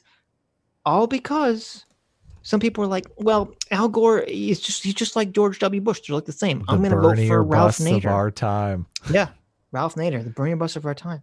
No one fucking learns anything. Well, they don't remember that. The Bernie or bust people were like toddlers when that shit was going on. Right. But that's why they don't remember that. Yeah. That's why no one learns, because everyone's a fucking egotistical shithead, and they think this is why they think like that fucking sketch from Aqua Hunger Force. This time will be different. I will be different. Jordan Peterson talks about, I will make the communism right this time. I'm going to be egotistical enough to believe I'm going to be different than everyone else. I'm going to make it work this time. And guess fucking what? You're wrong. Wouldn't it be great if those people had like just a hair of humility in them? Like just a little tiny bit of humility? A hair of consequentialism. Yeah, exactly. Mix up a little humility, a little consequentialism in there. It's so stupid. So fucking stupid. You're going to get Trump for another 4 years. Brace yourselves, people. Oh, yeah. I don't. Unless the corona stuff becomes just fucking awful, then yes, we will have Trump for another 4 years. Yeah. And I'm not one of these psychopaths wanting to be awful. I don't. Okay. I'm not saying that. I'm just saying that's the reality of the situation. If it's awful, regardless of anything Trump does, no, it doesn't matter if Trump successfully helps or does nothing or makes it worse. That is completely irrelevant. All that matters is the outcome. People aren't able to discern. People aren't going to be able to just. If you're on the left, you're going to think Trump did a terrible job with Corona. If you're on the right, you're going to think he did a good job. None of that matters. All that matters is the outcome. If it's a good outcome, Trump will win. If it's a bad outcome, Trump will lose. We're headed towards the good outcome, I feel, to be honest with you. That's where we're being predicted to head towards a good outcome. Yeah. The concern I have would be, and I think Scott Adams vocalized this too. He said, if we're on a good outcome now, if we're heading towards a good outcome right now, you still can't go back to work and lift quarantine until there's some kind of treatment. Because then all you're doing, because the whole point of social distancing and quarantine and all this stuff isn't to cure the problem, it's to buy time to find the cure for the problem. Because if the trend is going down so that there's only 60,000 deaths, as awful as that is, or less, possibly even less, if everyone goes back to work in a month, you say, okay, the coronavirus is starting to dip away, it looks like it's disappearing, you open everything up again, it's just going to spike back up. Yeah, exactly. So that's my concern, is that, and this is what's weird too. There's been so many tests about hydrochloroquine and Zinthromax, or whatever it's called, and zinc. And it feels like we should have health officials telling us either it works or it doesn't work by now. And the only thing that I can think of is that the reason we're not hearing anything about it from mainstream avenues is because it does work, but they don't want to tell us it works. Fuck yeah, exactly. Because they're so afraid of people hoarding it, because people were hoarding it already. Well, there's two reasons. Yeah. The hoarding one, and also they don't want to give Trump the win. Like Trump's been forever saying. That's true. Yeah, that's true. Like there's two reasons, political and. Well, that's for, the media doesn't want to give Trump the win. Right. Yeah. Yes. Fucking lame. Yep. So there it is, folks. Are you ready for my classic, iconic, bye-bye? Why am I wrong about quality? The prequels for $2 says the prequels got woke and went broke. How ironic. It's true. Yeah, oh yeah. Prequels were entirely woke.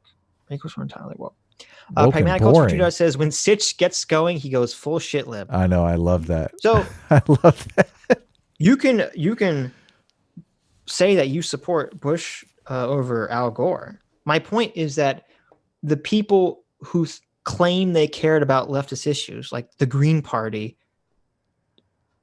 instead of supporting the person who ended up to become the climate change guy, they ended up supporting, incidentally, the person who didn't give a shit about the environment and made everything worse. Yeah. They went That was against my their point, own pragmatic interests, which is like So, their and own first of all, stated look, interests, I'm their own moral interests. I thought even most conservatives nowadays think that George W. Bush was a shitty president because he was neocon. I thought that was like, I thought everyone accepted that George W. Bush was a terrible president, but I don't know. I guess not. Uh-oh, Wooster's weighing in. The Wooster 499 says, I don't vote because voting is for whiny losers and old people. Plus, my vote would probably be wasted on a leftist considering my demographic. There you go. Oh, let me go full shit lib. That's not a waste. Let me go full shit lib again. Okay. It's the end of the stream. Let me go full shit lib, guys. Let me review my power. Get ready. I'm just kidding. His power level, his shit lib power level. No, I tweeted this out.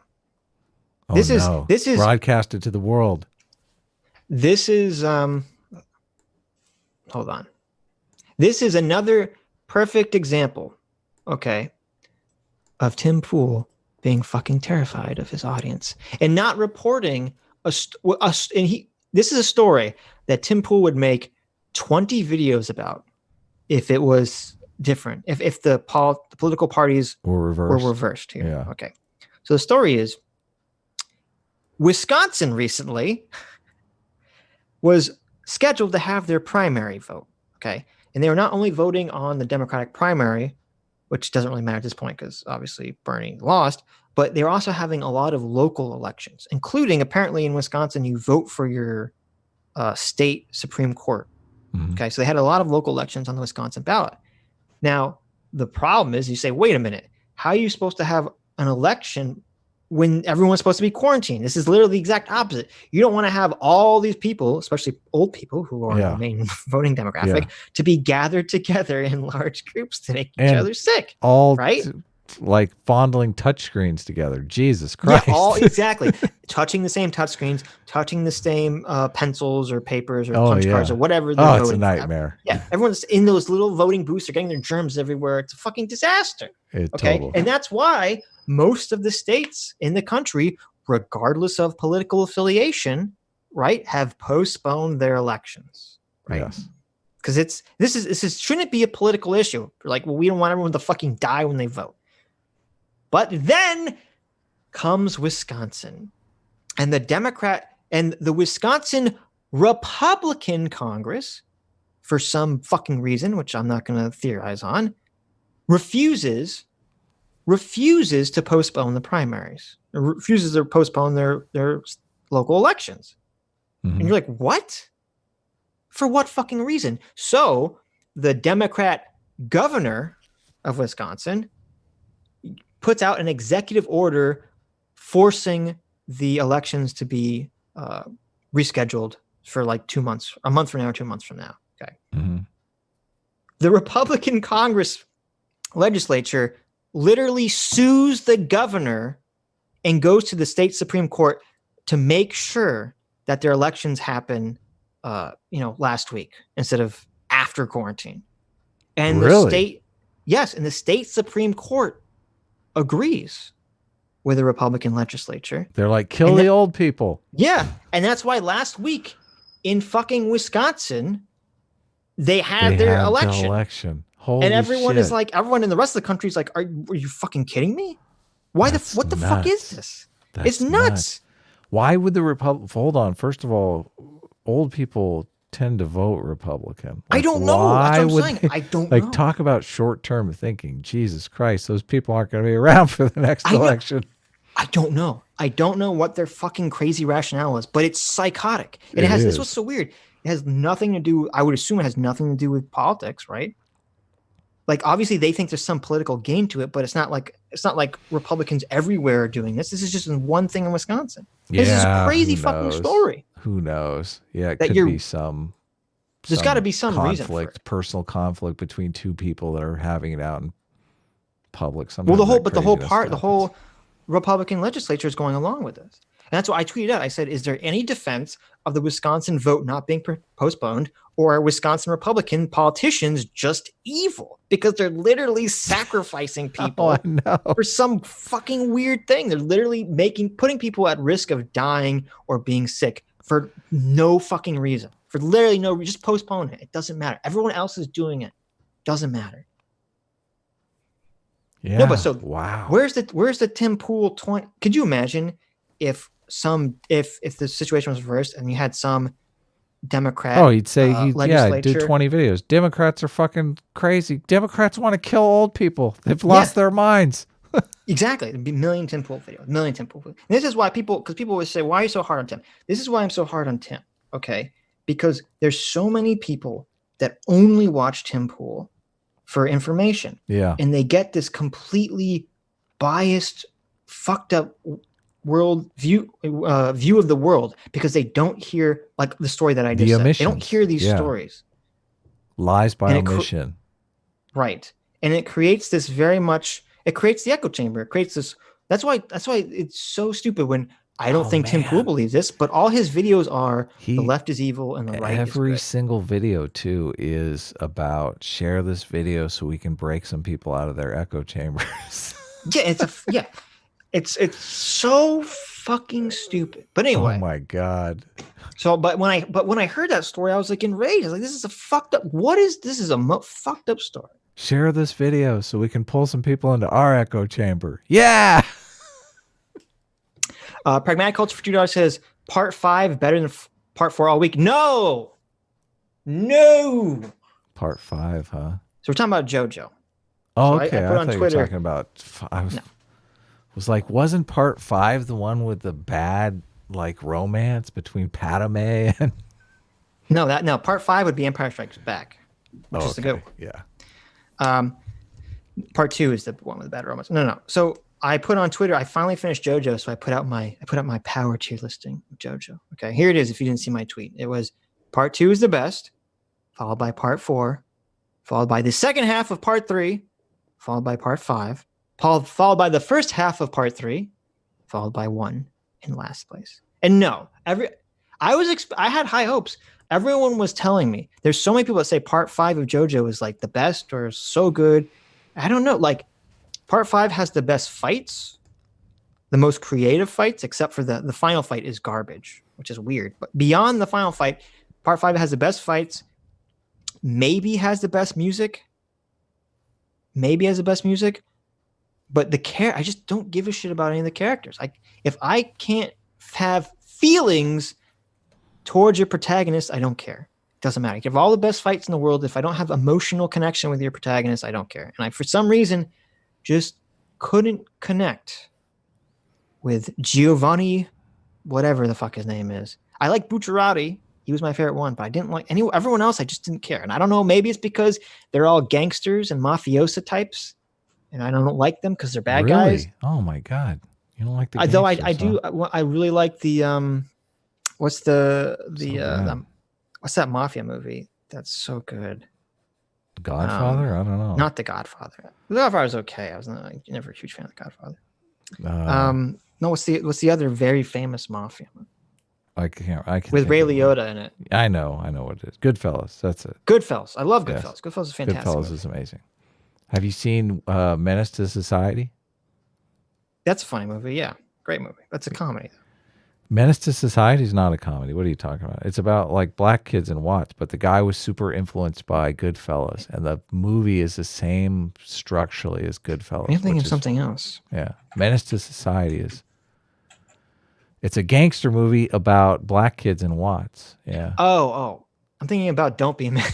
But yeah, you're thinking about the parody of Menace to Society. Yes, Don't Be a Menace to South Central. Yeah, that's something. That is funny. That's I was like, what are you talking about? Menace to Society is actually a good movie because structurally and also visually, it very much is Goodfellas. Like you watch the movie and you're like, this is Goodfellas. Is it bad that I didn't realize this whole time that Don't Be a Menace was a parody of like a specific movie? Yes, it is bad. It's pretty bad. Especially if you're a film person. I love the fact I love the fact that you and Pragmatic Culture are arguing over anime stuff. This is the power of overlapping tribes. Like, you guys could probably disagree on everything politically, but you can still relate to one another on this television show. The power of America. Okay, so hold on a second. So anyway, but You're part four, the reason I like part four, first of all, part four has great music, and I like all the characters. They're all nice people. They're all good people. Okay. And good people. Ugh. Joseph and JoJo in part four, I like him. He's a nice boy. He's a nice boy. Who wants to do the right thing, and he has a personality. For some reason, Giovanni he's so boring. Gio, however say his name. He's just boring. He's boring. He has no personality. I don't know. It's disappointing. He had a very interesting stand power, but his personality was like, it was basically one step above Jotaro's lack of a personality. Okay. Jotaro is like squall ... personality, and Gio's like slightly above that. Anyway, the Lucifer 199 says, "Don't hate the Grift King, hate the Grift Gang game." Yeah, I guess that's true. That's true. But you participate by participating in the game. You perpetuate it. What is this show? JoJo's Bizarre Adventure? Yes, JoJo's Bizarre Adventure. It took on me Netflix. That's why everyone's watching it.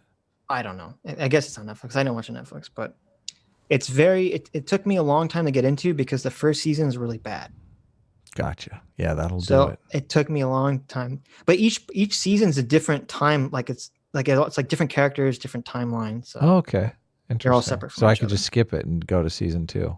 Well, you can sort of, but it references because it's all JoJo is about this. It's about the same family. They're all from the JoJo family. So like season 2 is about the grandson of the character from season 1. Right. So it's like referencing all this stuff that happened in the first season. So it's kind of like you could read a plot synopsis of season 1 and then maybe watch season 2. I don't know, but you can try that if you want. You can read a plot synopsis of season 1, watch season 2, which I think is the best one, and get back to me. Tell me if you liked it, Adam. Did you ever watch Parasite? That movie everyone was gushing over. No, I never watched Academy Parasite. Awards. Oh, okay. No, it looked depressing and sad, and I don't like depressing and sad. It's pretty funny. It's pretty hilarious. Oh, okay. The Wooster for 499 says, "Sitch, I don't like David Lynch because he's style over substance. Also, Sitch, I love JoJo's Bizarre Adventure. Look, the reason I like season 2 the most is not because of the style. It's because I love Joseph Joestar's character. He's fucking hilarious. Joseph Joestar is like if Marvel Cinematic Universe Iron Man had a baby with I'm sorry. Joseph Joestar is like if Robert Downey Jr.'s Sherlock Holmes had a baby with Kamina from Gurren Lagann. They would produce the god that is young Joseph Joestar. I just love his character. That's the reason I like so important. Character is so important. Character is so important. I'm a sucker for when characters are smart and funny and clever. That is my weakness. If a character is funny and clever, then I love them. Yeah. Pragmatic Culture for $2 says, but Speedwagon is still best girl. That's true. I will give it to that. Speedwagon is definitely the best girl. He's had the most lasting impact on the series. Speedwagon Foundation. That's true. That's true. I will give him that much. Nathan Margolis for $5 says, thanks for covering the video I asked about. That's right. Thank you for recommending. I think Nathan recommended the video that we watched 2 weeks ago. Sweet. So thank you very much. Thank you for actually recommending it. A lot of times when Adam asks for video recommendations, we get a lot of fucking meme answers. Yeah. They're not very helpful. They're funny, but they're not very helpful. Well, funny is always helpful for me. I like to laugh. I like to have a good time. He's a little too serious all the time. He's a serious one. He's like, this is serious. Prequels are way better than the sequel. So Alan Washburn said, prequels are not about George W. because the first one came out in 1999. Yes, the first one did come out in 1999, but the other ones didn't, did they? Yeah, exactly. Wait a second here. Look it up. Look, I'm typing in right now. Star Wars prequels. They did come out. Yeah, 1999. W. Bush. They came out before that crazy election when George W. Bush was. Oh, here we go. Before the Iraq War. There's even a Vox article from last year. Star Wars prequels are bad and insightful about American politics. There you go. I'm telling you, I remember literally walking out of those movies as a child and my parents talking about how it was related to George W. Bush. Here's an article from 2005. Star Wars saga ends with jab at Bush's empire. Oh yeah, I remember that part. Yeah. Oh, wait a minute. Wait a minute. It did start going there. But I mean, it couldn't have been in 1999 when the first the one original, came out. yes, the Phantom first Menace. one wasn't. Phantom Menace, no, but the other ones definitely. Even on the Wikipedia page for episode 3, Revenge of the Sith, it says under the critical reception, it says some American conservatives criticized the film, claiming it had a liberal bias and was commentary on George W. Bush's administration and Iraq War. Some websites went so far as to propose a boycott of the movie. film. Holy shit. There you go. It's hilarious. There you go. So there you go, guys. Get woke. Go broke. It existed for a long time now. Are you saying that when Darth Vader steps out and goes, "No," that's really that's really George Lucas? That's really George Lucas's reaction to George Bush winning in 2004? No! Oh my God, you're right. Literally, oh my God, Adam. Did we piece it Darth together? Vader going no is literally the same as that girl when Trump won going, Oh, no! totally. It is. Oh my God. It's literally the same thing. It is. Someone should put those memes side by side. Oh my God. The triggered girl when Trump was elected. Yes. You're so right. That's hilarious. It is. So there it is. The prequel movie that everyone points to as being the best one is literally liberal propaganda. Oh my God. Suck on that. Suck on that, motherfuckers. Oh my God. Take it. Take that, prequels fans. Take that, prequels fans. Panzer Dude for $2 says Parasite the anime is superior. We'll have to check it out. Is it about the same thing or is it about something completely It wouldn't different? surprise. Like, it's a Korean film, so it wouldn't surprise me if It's the about anime. something. No, it's about something completely different. Yeah. No. I'm assuming Parasite movie doesn't have a weird teeth monster that like eats people. No. Or does it? No. Okay. Yeah. Okay. So different. Parasite is about a family who all get a job in the same rich people's household. Like, the left has got to love this. Is why it won an Academy Award. The left has got to love this movie. It's about classism. I like the filmmaker. I like Host. It's one of my favorite. Host is horror a great movie. Yeah. Host is great. I don't really like horror movies. JJ Cheeker for $5 says, Sitch, I loved your Rise of Skywalker video. Thank you. Also, I started watching Frisky Dingo and it's hilarious. P.S. I'm glad. You know, I questioned whether I was going to put that Frisky Dingo joke where every time I say extacles, I say boosh. And I said, I thought I should take this out because there's such a small minority of people who nobody sing knows Frisky this. Dingo. No one's going to get this reference. But then I thought, if I can get just one person it's all worth to it. watch Frisky Dingo, then I succeeded. So thank you, JJ. You have shown me that I succeeded. I got at least one person to watch Frisky Dingo, which, in my opinion, is one of the greatest, funniest cartoons ever made. I can't believe. I mean, in 2006, I was all I watched was Adult Swim, and this is like an Adult Swim show from 2006. I didn't see it till it was off TV too. Fucking C-Lab too. I love C-Lab. C-Lab. It's the same. Yeah, exactly. Same creators as C-Lab. Yep. It swam under the radar. C-Lab. Pun intended. Swam under the radar for some reason. It was hard to get into because Frisky Dingo, by the way, is the precursor to Archer. If you like Archer, you like Frisky Dingo. It's literally, you'll watch Frisky Dingo and say, oh, this is just Archer 1.0.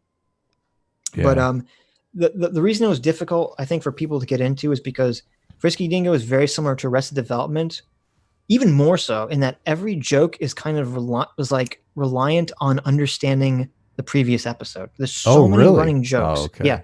the whole thing is just running jokes and running references that you have to watch like in order to understand. And so this was the time before Netflix, so you couldn't like binge watch a show. Mm-hmm. So Hell like yeah. I remember the first time I saw Frisky Dingo, I randomly clicked onto a random episode, and it's like, this isn't funny. I don't understand what's happening. You just don't get it because you have to watch it from the beginning, right? But when you do watch it from the beginning, Frisky Dingo is genius. And so, and I'll tell you, JJ, after you finish Frisky Dingo, because unfortunately Frisky Dingo was canceled and it's never finished after season 2. There's 2 episodes of just the Exticles spin-off show that are even fucking funnier than Frisky Dingo, which are hilarious. And I highly recommend that you check out the Exticles afterwards. DJM Voices for $5 says, Sitch, I never thought I'd say this to someone, but maybe stick to politics. Vash level of tisms with your prequel take. Sorry. That's see, this is so funny. This is all the it's so funny because the prequel fans, the people who are diehard prequel fans, who are basically acting the same, harder than politics to please these people. Well, wait, no, I know they're based. No, but it's funny because I hate to break this to you, DJM, but you're basically acting the same emotionally defensive maneuvers as people who are diehard fans of The Last Jedi. I'm sorry. Whoa! Throwing it out there. Throwing it out there. That hurts. That's a punch. Prequels, that's like a punch straight in the face. That's painful. Oh, again, if the argument is whether the sequels is worse than the prequels, that's fine. As long as people are willing to admit that the prequels are shit, that's fine. That's what I was getting upset about. Right. It's like we're like flavors of dog shit is not something I want to have a conversation about. I don't care if you think the sequels are better than or sequels are worse than the prequels, because they're both, as long as everyone's on board that they're both bad. But there's like this weird thing where like there's this weird revisionist history where now people are acting like the prequels were good or decent when they weren't. They were fucking awful and terrible. Yeah. So there it is. I'm glad you all came. I'm glad you all donated. I hope you enjoyed the show. Maybe I'll do a video on why the prequels are worse than the sequels. Or maybe not even saying why, but maybe just exploring whether they really are or not. We'll see. I don't know. Thank you all for coming. Hope you enjoyed the show. Adam is laughing because he's getting ready. What am I getting ready for? Awful bye-bye. And it's so fucking terrible. And it triggers Why, me. thank you all for coming. Thank you all for the super chats. This was a great time. I love arguing with Sitch for hours. And bye-bye. It's so bad. It's so fucking bad. You know you love it.